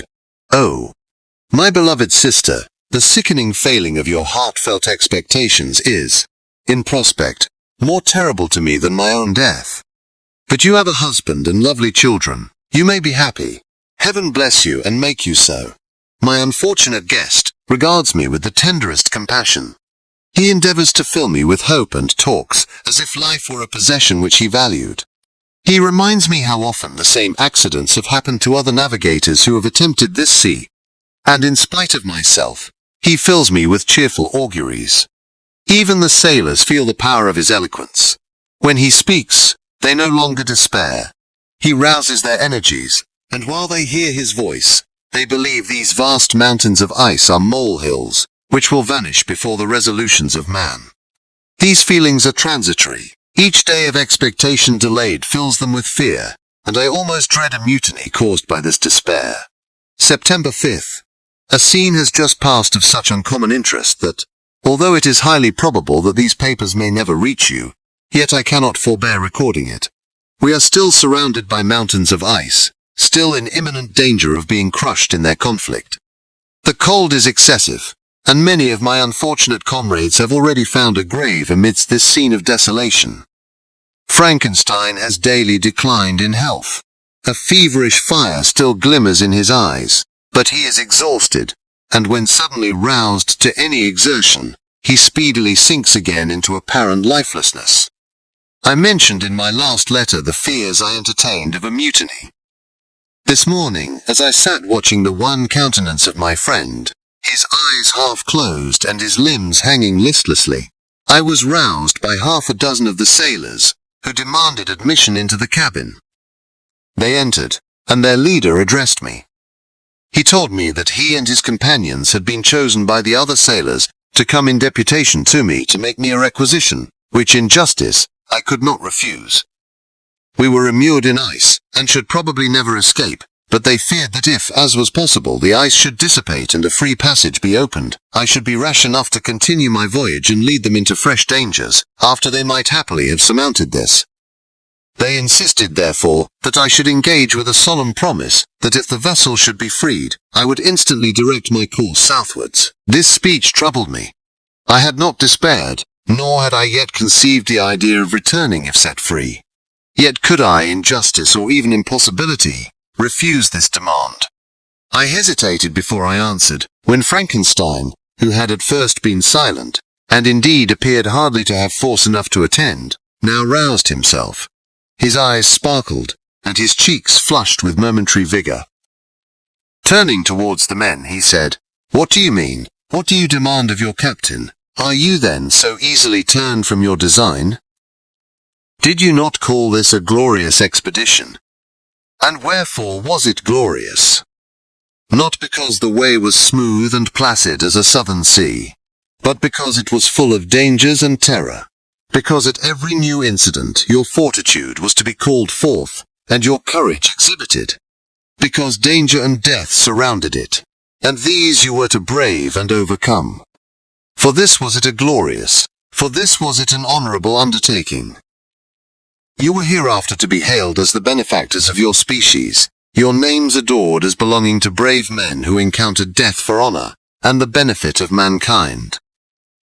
And now, behold, with the first imagination of danger, or if you will, the first mighty and terrific trial of your courage, you shrink away and are content to be handed down as men who had not strength enough to endure cold and peril. And so, poor souls, they were chilly, and returned to their warm firesides.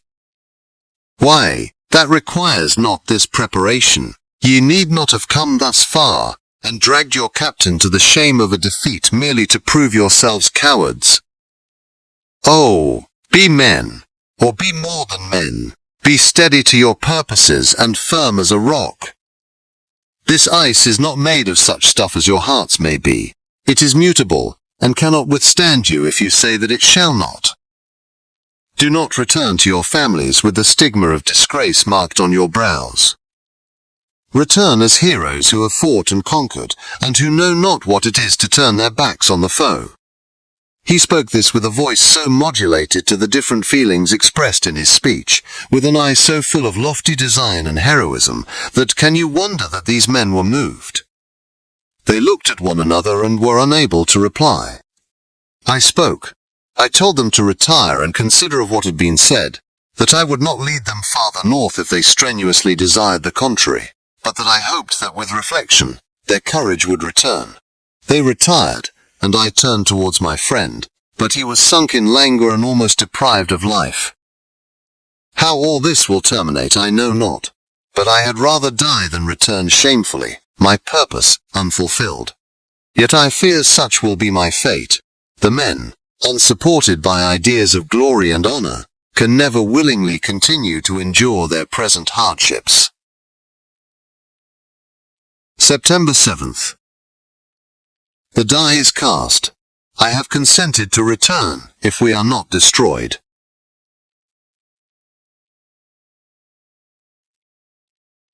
But eighteenth word must unquaff. Thus are my hopes blasted by cowardice and indecision. I come back ignorant and disappointed. It requires more philosophy than I possess to bear this injustice with patience. September 12th. It is past. I am returning to England. I have lost my hopes of utility and glory. I have lost my friend. But I will endeavour to detail these bitter circumstances to you, my dear sister. And while I am wafted towards England and towards you, I will not despond. September 9th. The ice began to move, and roarings like thunder were heard at a distance, as the islands split and cracked in every direction. We were in the most imminent peril, but as we could only remain passive, my chief attention was occupied by my unfortunate guest, whose illness increased in such a degree that he was entirely confined to his bed. The ice cracked behind us, and was driven with force towards the north. A breeze sprang from the west, and on the 11th, the passage towards the south became perfectly free. When the sailors saw this, and that their return to their native country was apparently assured, a shout of tumultuous joy broke from them, loud and long continued. Frankenstein, who was dozing, awoke and asked the cause of the tumult. They shout, I said, because they will soon return to England. Do you then really return? Alas! Yes, I cannot withstand their demands. I cannot lead them unwillingly to danger, and I must return. Do so if you will, but I will not. You may give up your purpose, but mine is assigned to me by heaven, and I dare not.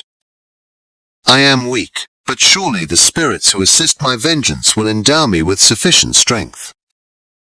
Saying this, he endeavored to spring from the bed, but the exertion was too great for him. He fell back and fainted. It was long before he was restored, and I often thought that life was entirely extinct. At length he opened his eyes. He breathed with difficulty, and was unable to speak. The surgeon gave him a composing draught, and ordered us to leave him undisturbed. In the meantime, he told me that my friend had certainly not many hours to live. His sentence was pronounced, and I could only grieve and be patient. I sat by his bed watching him. His eyes were closed, and I thought he slept, but presently he called to me in a feeble voice, and bidding me come near said, "Alas! The strength I relied on is gone. I feel that I shall soon die, and he, my enemy and persecutor, may still be in being. Think not, Walton, that in the last moments of my existence I feel that burning hatred and ardent desire of revenge I once expressed, but I feel myself justified in desiring the death of my adversary. During these last days I have been occupied in examining my past conduct, nor do I find it blamable. In a fit of enthusiastic madness I created a rational creature and was bound towards him to assure, as far as was in my power, his happiness and well-being. This was my duty. But there was another still paramount to that. My duties towards the beings of my own species had greater claims to my attention, because they included a greater proportion of happiness or misery. Urged by this view, I refused, and I did right in refusing, to create a companion for the first creature. He showed unparalleled malignity and selfishness in evil. He destroyed my friends. He devoted to destruction beings who possessed exquisite sensations, happiness, and wisdom. Nor do I know where this thirst for vengeance may end. Miserable himself that he may render no other wretched, he ought to die. The task of his destruction was mine, but I have failed. When actuated by selfish and vicious motives, I asked you to undertake my unfinished work, and I renew this request now, when I am only induced by reason and virtue. Yet I cannot ask you to renounce your country and friends to fulfill this task. And now that you are returning to England, you will have little chance of meeting with him. But the consideration of these points and the well-balancing of what you may esteem your duties, I leave to you. My judgment and ideas are already disturbed by the near approach of death. I dare not ask you to do what I think right, for I may still be misled by passion. That he should live to be an instrument of mischief disturbs me. In other respects, this hour, when I momentarily expect my release, is the only happy one which I have enjoyed for several years. The forms of the beloved dead flit before me, and I hasten to their arms. Farewell, Walton. Seek happiness in tranquillity, and avoid ambition, even if it be only the apparently innocent one of distinguishing yourself in science and discoveries. Yet why do I say this? I have myself been blasted in these hopes, yet another may succeed. His voice became fainter as he spoke, and at length, exhausted by his effort, he sank into silence. About half an hour afterwards he attempted again to speak, but was unable. He pressed my hand feebly, and his eyes closed forever, while the irradiation of a gentle smile passed away from his lips. Margaret, what comment can I make on the untimely extinction of this glorious spirit? What can I say that will enable you to understand the depth of my sorrow? All that I should express would be inadequate and feeble. My tears flow. My mind is overshadowed by a cloud of disappointment. But I journey towards England, and I may there find consolation. I am interrupted. What do these sounds portend? It is midnight. The breeze blows fairly, and the watch on deck scarcely stir. Again there is a sound as of a human voice, but hoarser. It comes from the cabin where the remains of Frankenstein still lie. I must arise and examine. Good night, my sister. Great God, what a scene has just taken place! I am yet dizzy with the remembrance of it. I hardly know whether I shall have the power to detail it. Yet the tale which I have recorded would be incomplete without this final and wonderful catastrophe. I entered the cabin where lay the remains of my ill-fated and admirable friend. Over him hung a form which I cannot find words to describe, gigantic in stature, yet uncouth and distorted in its proportions. As he hung over the coffin, his face was concealed by long locks of ragged hair, but one vast hand was extended, in colour and apparent texture, like that of a mummy. When he heard the sound of my approach, he ceased to utter exclamations of grief and horror, and sprung towards the window. Never did I behold a vision so horrible as his face, of such loathsome yet appalling hideousness.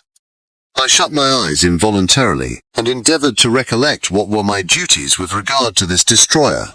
I called on him to stay. He paused, looking on me with wonder, and again turning towards the lifeless form of his creator. He seemed to forget my presence, and every feature and gesture seemed instigated by the wildest rage of some uncontrollable passion. "That is also my victim," he exclaimed.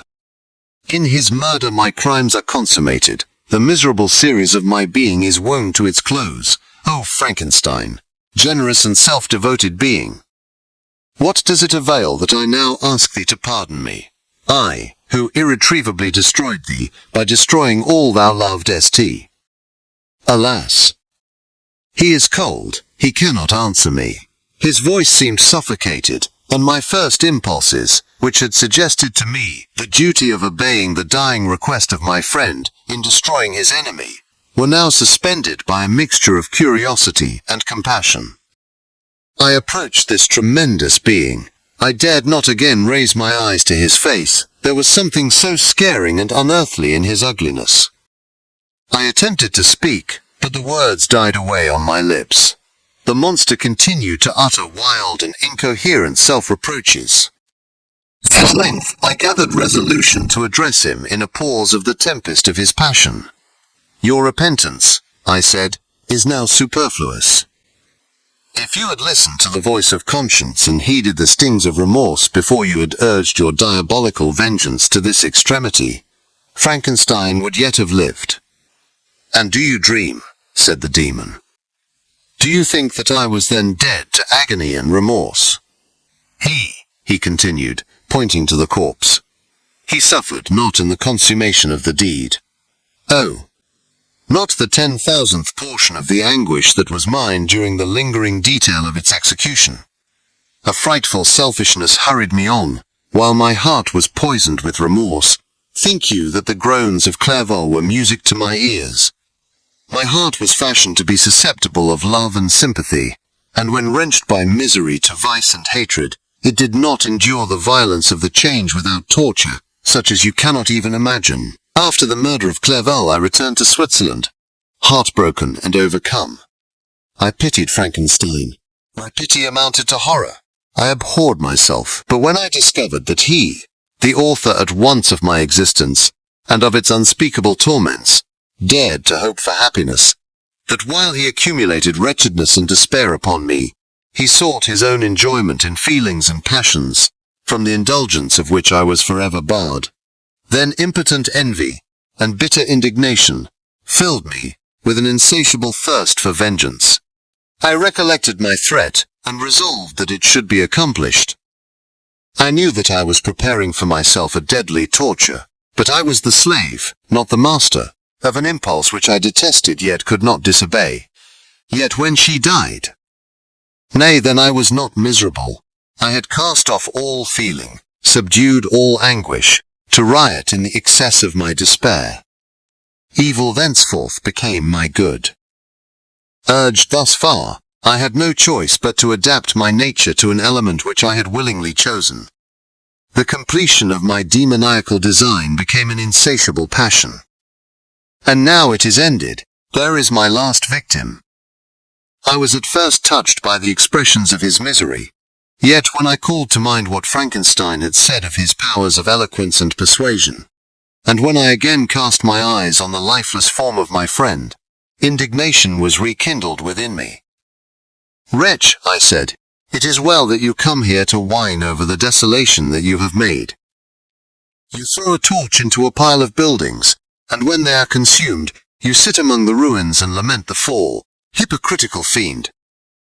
If he whom you mourn still lived, still would he be the object, again would he become the prey, of your accursed vengeance. It is not pity that you feel. You lament only because the victim of your malignity is withdrawn from your power." "Oh, it is not thus, interrupted the being. "Yet such must be the impression conveyed to you by what appears to be the purport of my actions. Yet I seek not a fellow feeling in my misery. No sympathy may I ever find. When I first sought it, it was the love of virtue, the feelings of happiness and affection with which my whole being overflowed, that I wished to be participated. But now that virtue has become to me a shadow, and that happiness and affection are turned into bitter and loathing despair, in what should I seek for sympathy? I am content to suffer alone while my suffering shall endure. When I die, I am well satisfied that abhorrence and opprobrium should load my memory. Once my fancy was soothed with dreams of virtue, of fame, and of enjoyment. Once I falsely hoped to meet with beings who, pardoning my outward form, would love me for the excellent qualities which I was capable of unfolding. I was nourished with high thoughts of honor and devotion, but now crime has degraded me beneath the meanest animal. No guilt, no mischief, no malignity, no misery, can be found comparable to mine. When I run over the frightful catalogue of my sins, I cannot believe that I am the same creature whose thoughts were once filled with sublime and transcendent visions of the beauty and the majesty of goodness. But it is even so, the fallen angel becomes a malignant devil. Yet even that enemy of God and man had friends and associates in his desolation. I am alone. You who call Frankenstein your friend, seem to have a knowledge of my crimes and his misfortunes, but in the detail which he gave you of them, he could not sum up the hours and months of misery which I endured, wasting in impotent passions. For while I destroyed his hopes, I did not satisfy my own desires. They were forever ardent and craving. Still I desired love and fellowship, and I was still spurned. Was there no injustice in this? Am I to be thought the only criminal, when all humankind sinned against me? Why do you not hate Felix, who drove his friend from his door with contumely?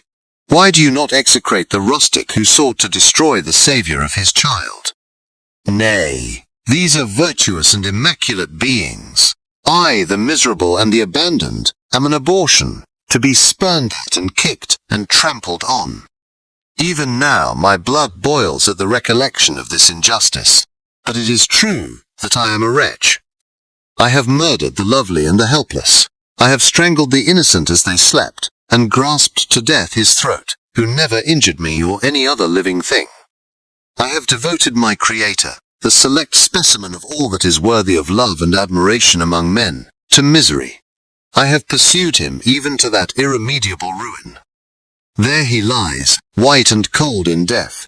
You hate me, but your abhorrence cannot equal that with which I regard myself. I look on the hands which executed the deed. I think on the heart in which the imagination of it was conceived, and long for the moment when these hands will meet my eyes, when that imagination will haunt my thoughts no more. Fear not that I shall be the instrument of future mischief.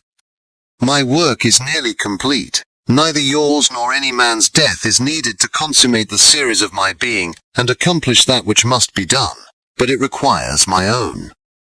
Do not think that I shall be slow to perform this sacrifice. I shall quit your vessel on the ice raft which brought me thither, and shall seek the most northern extremity of the globe.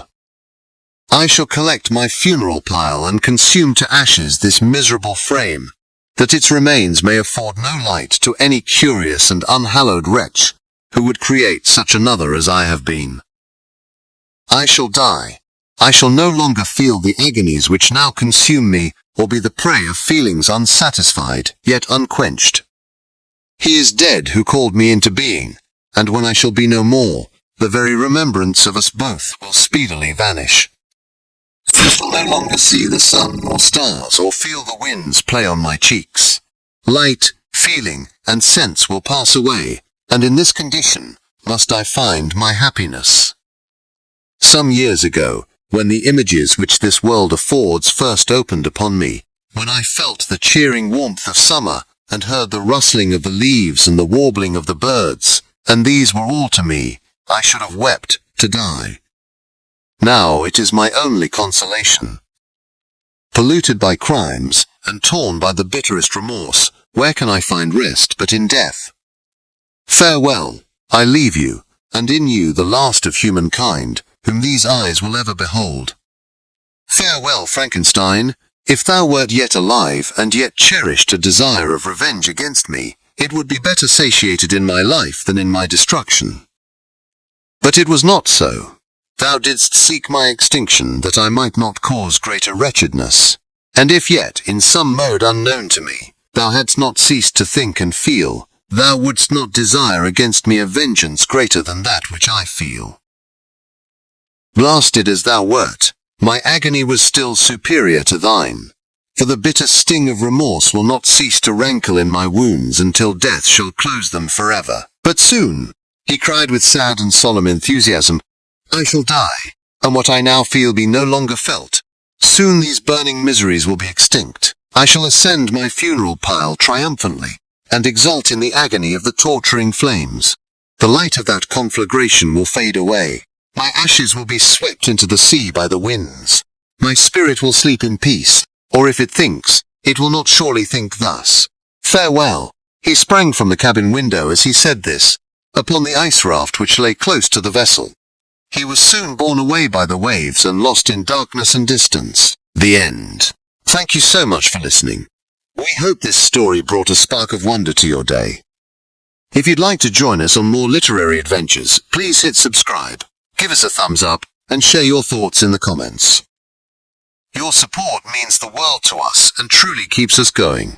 Until next time, happy listening. See you soon.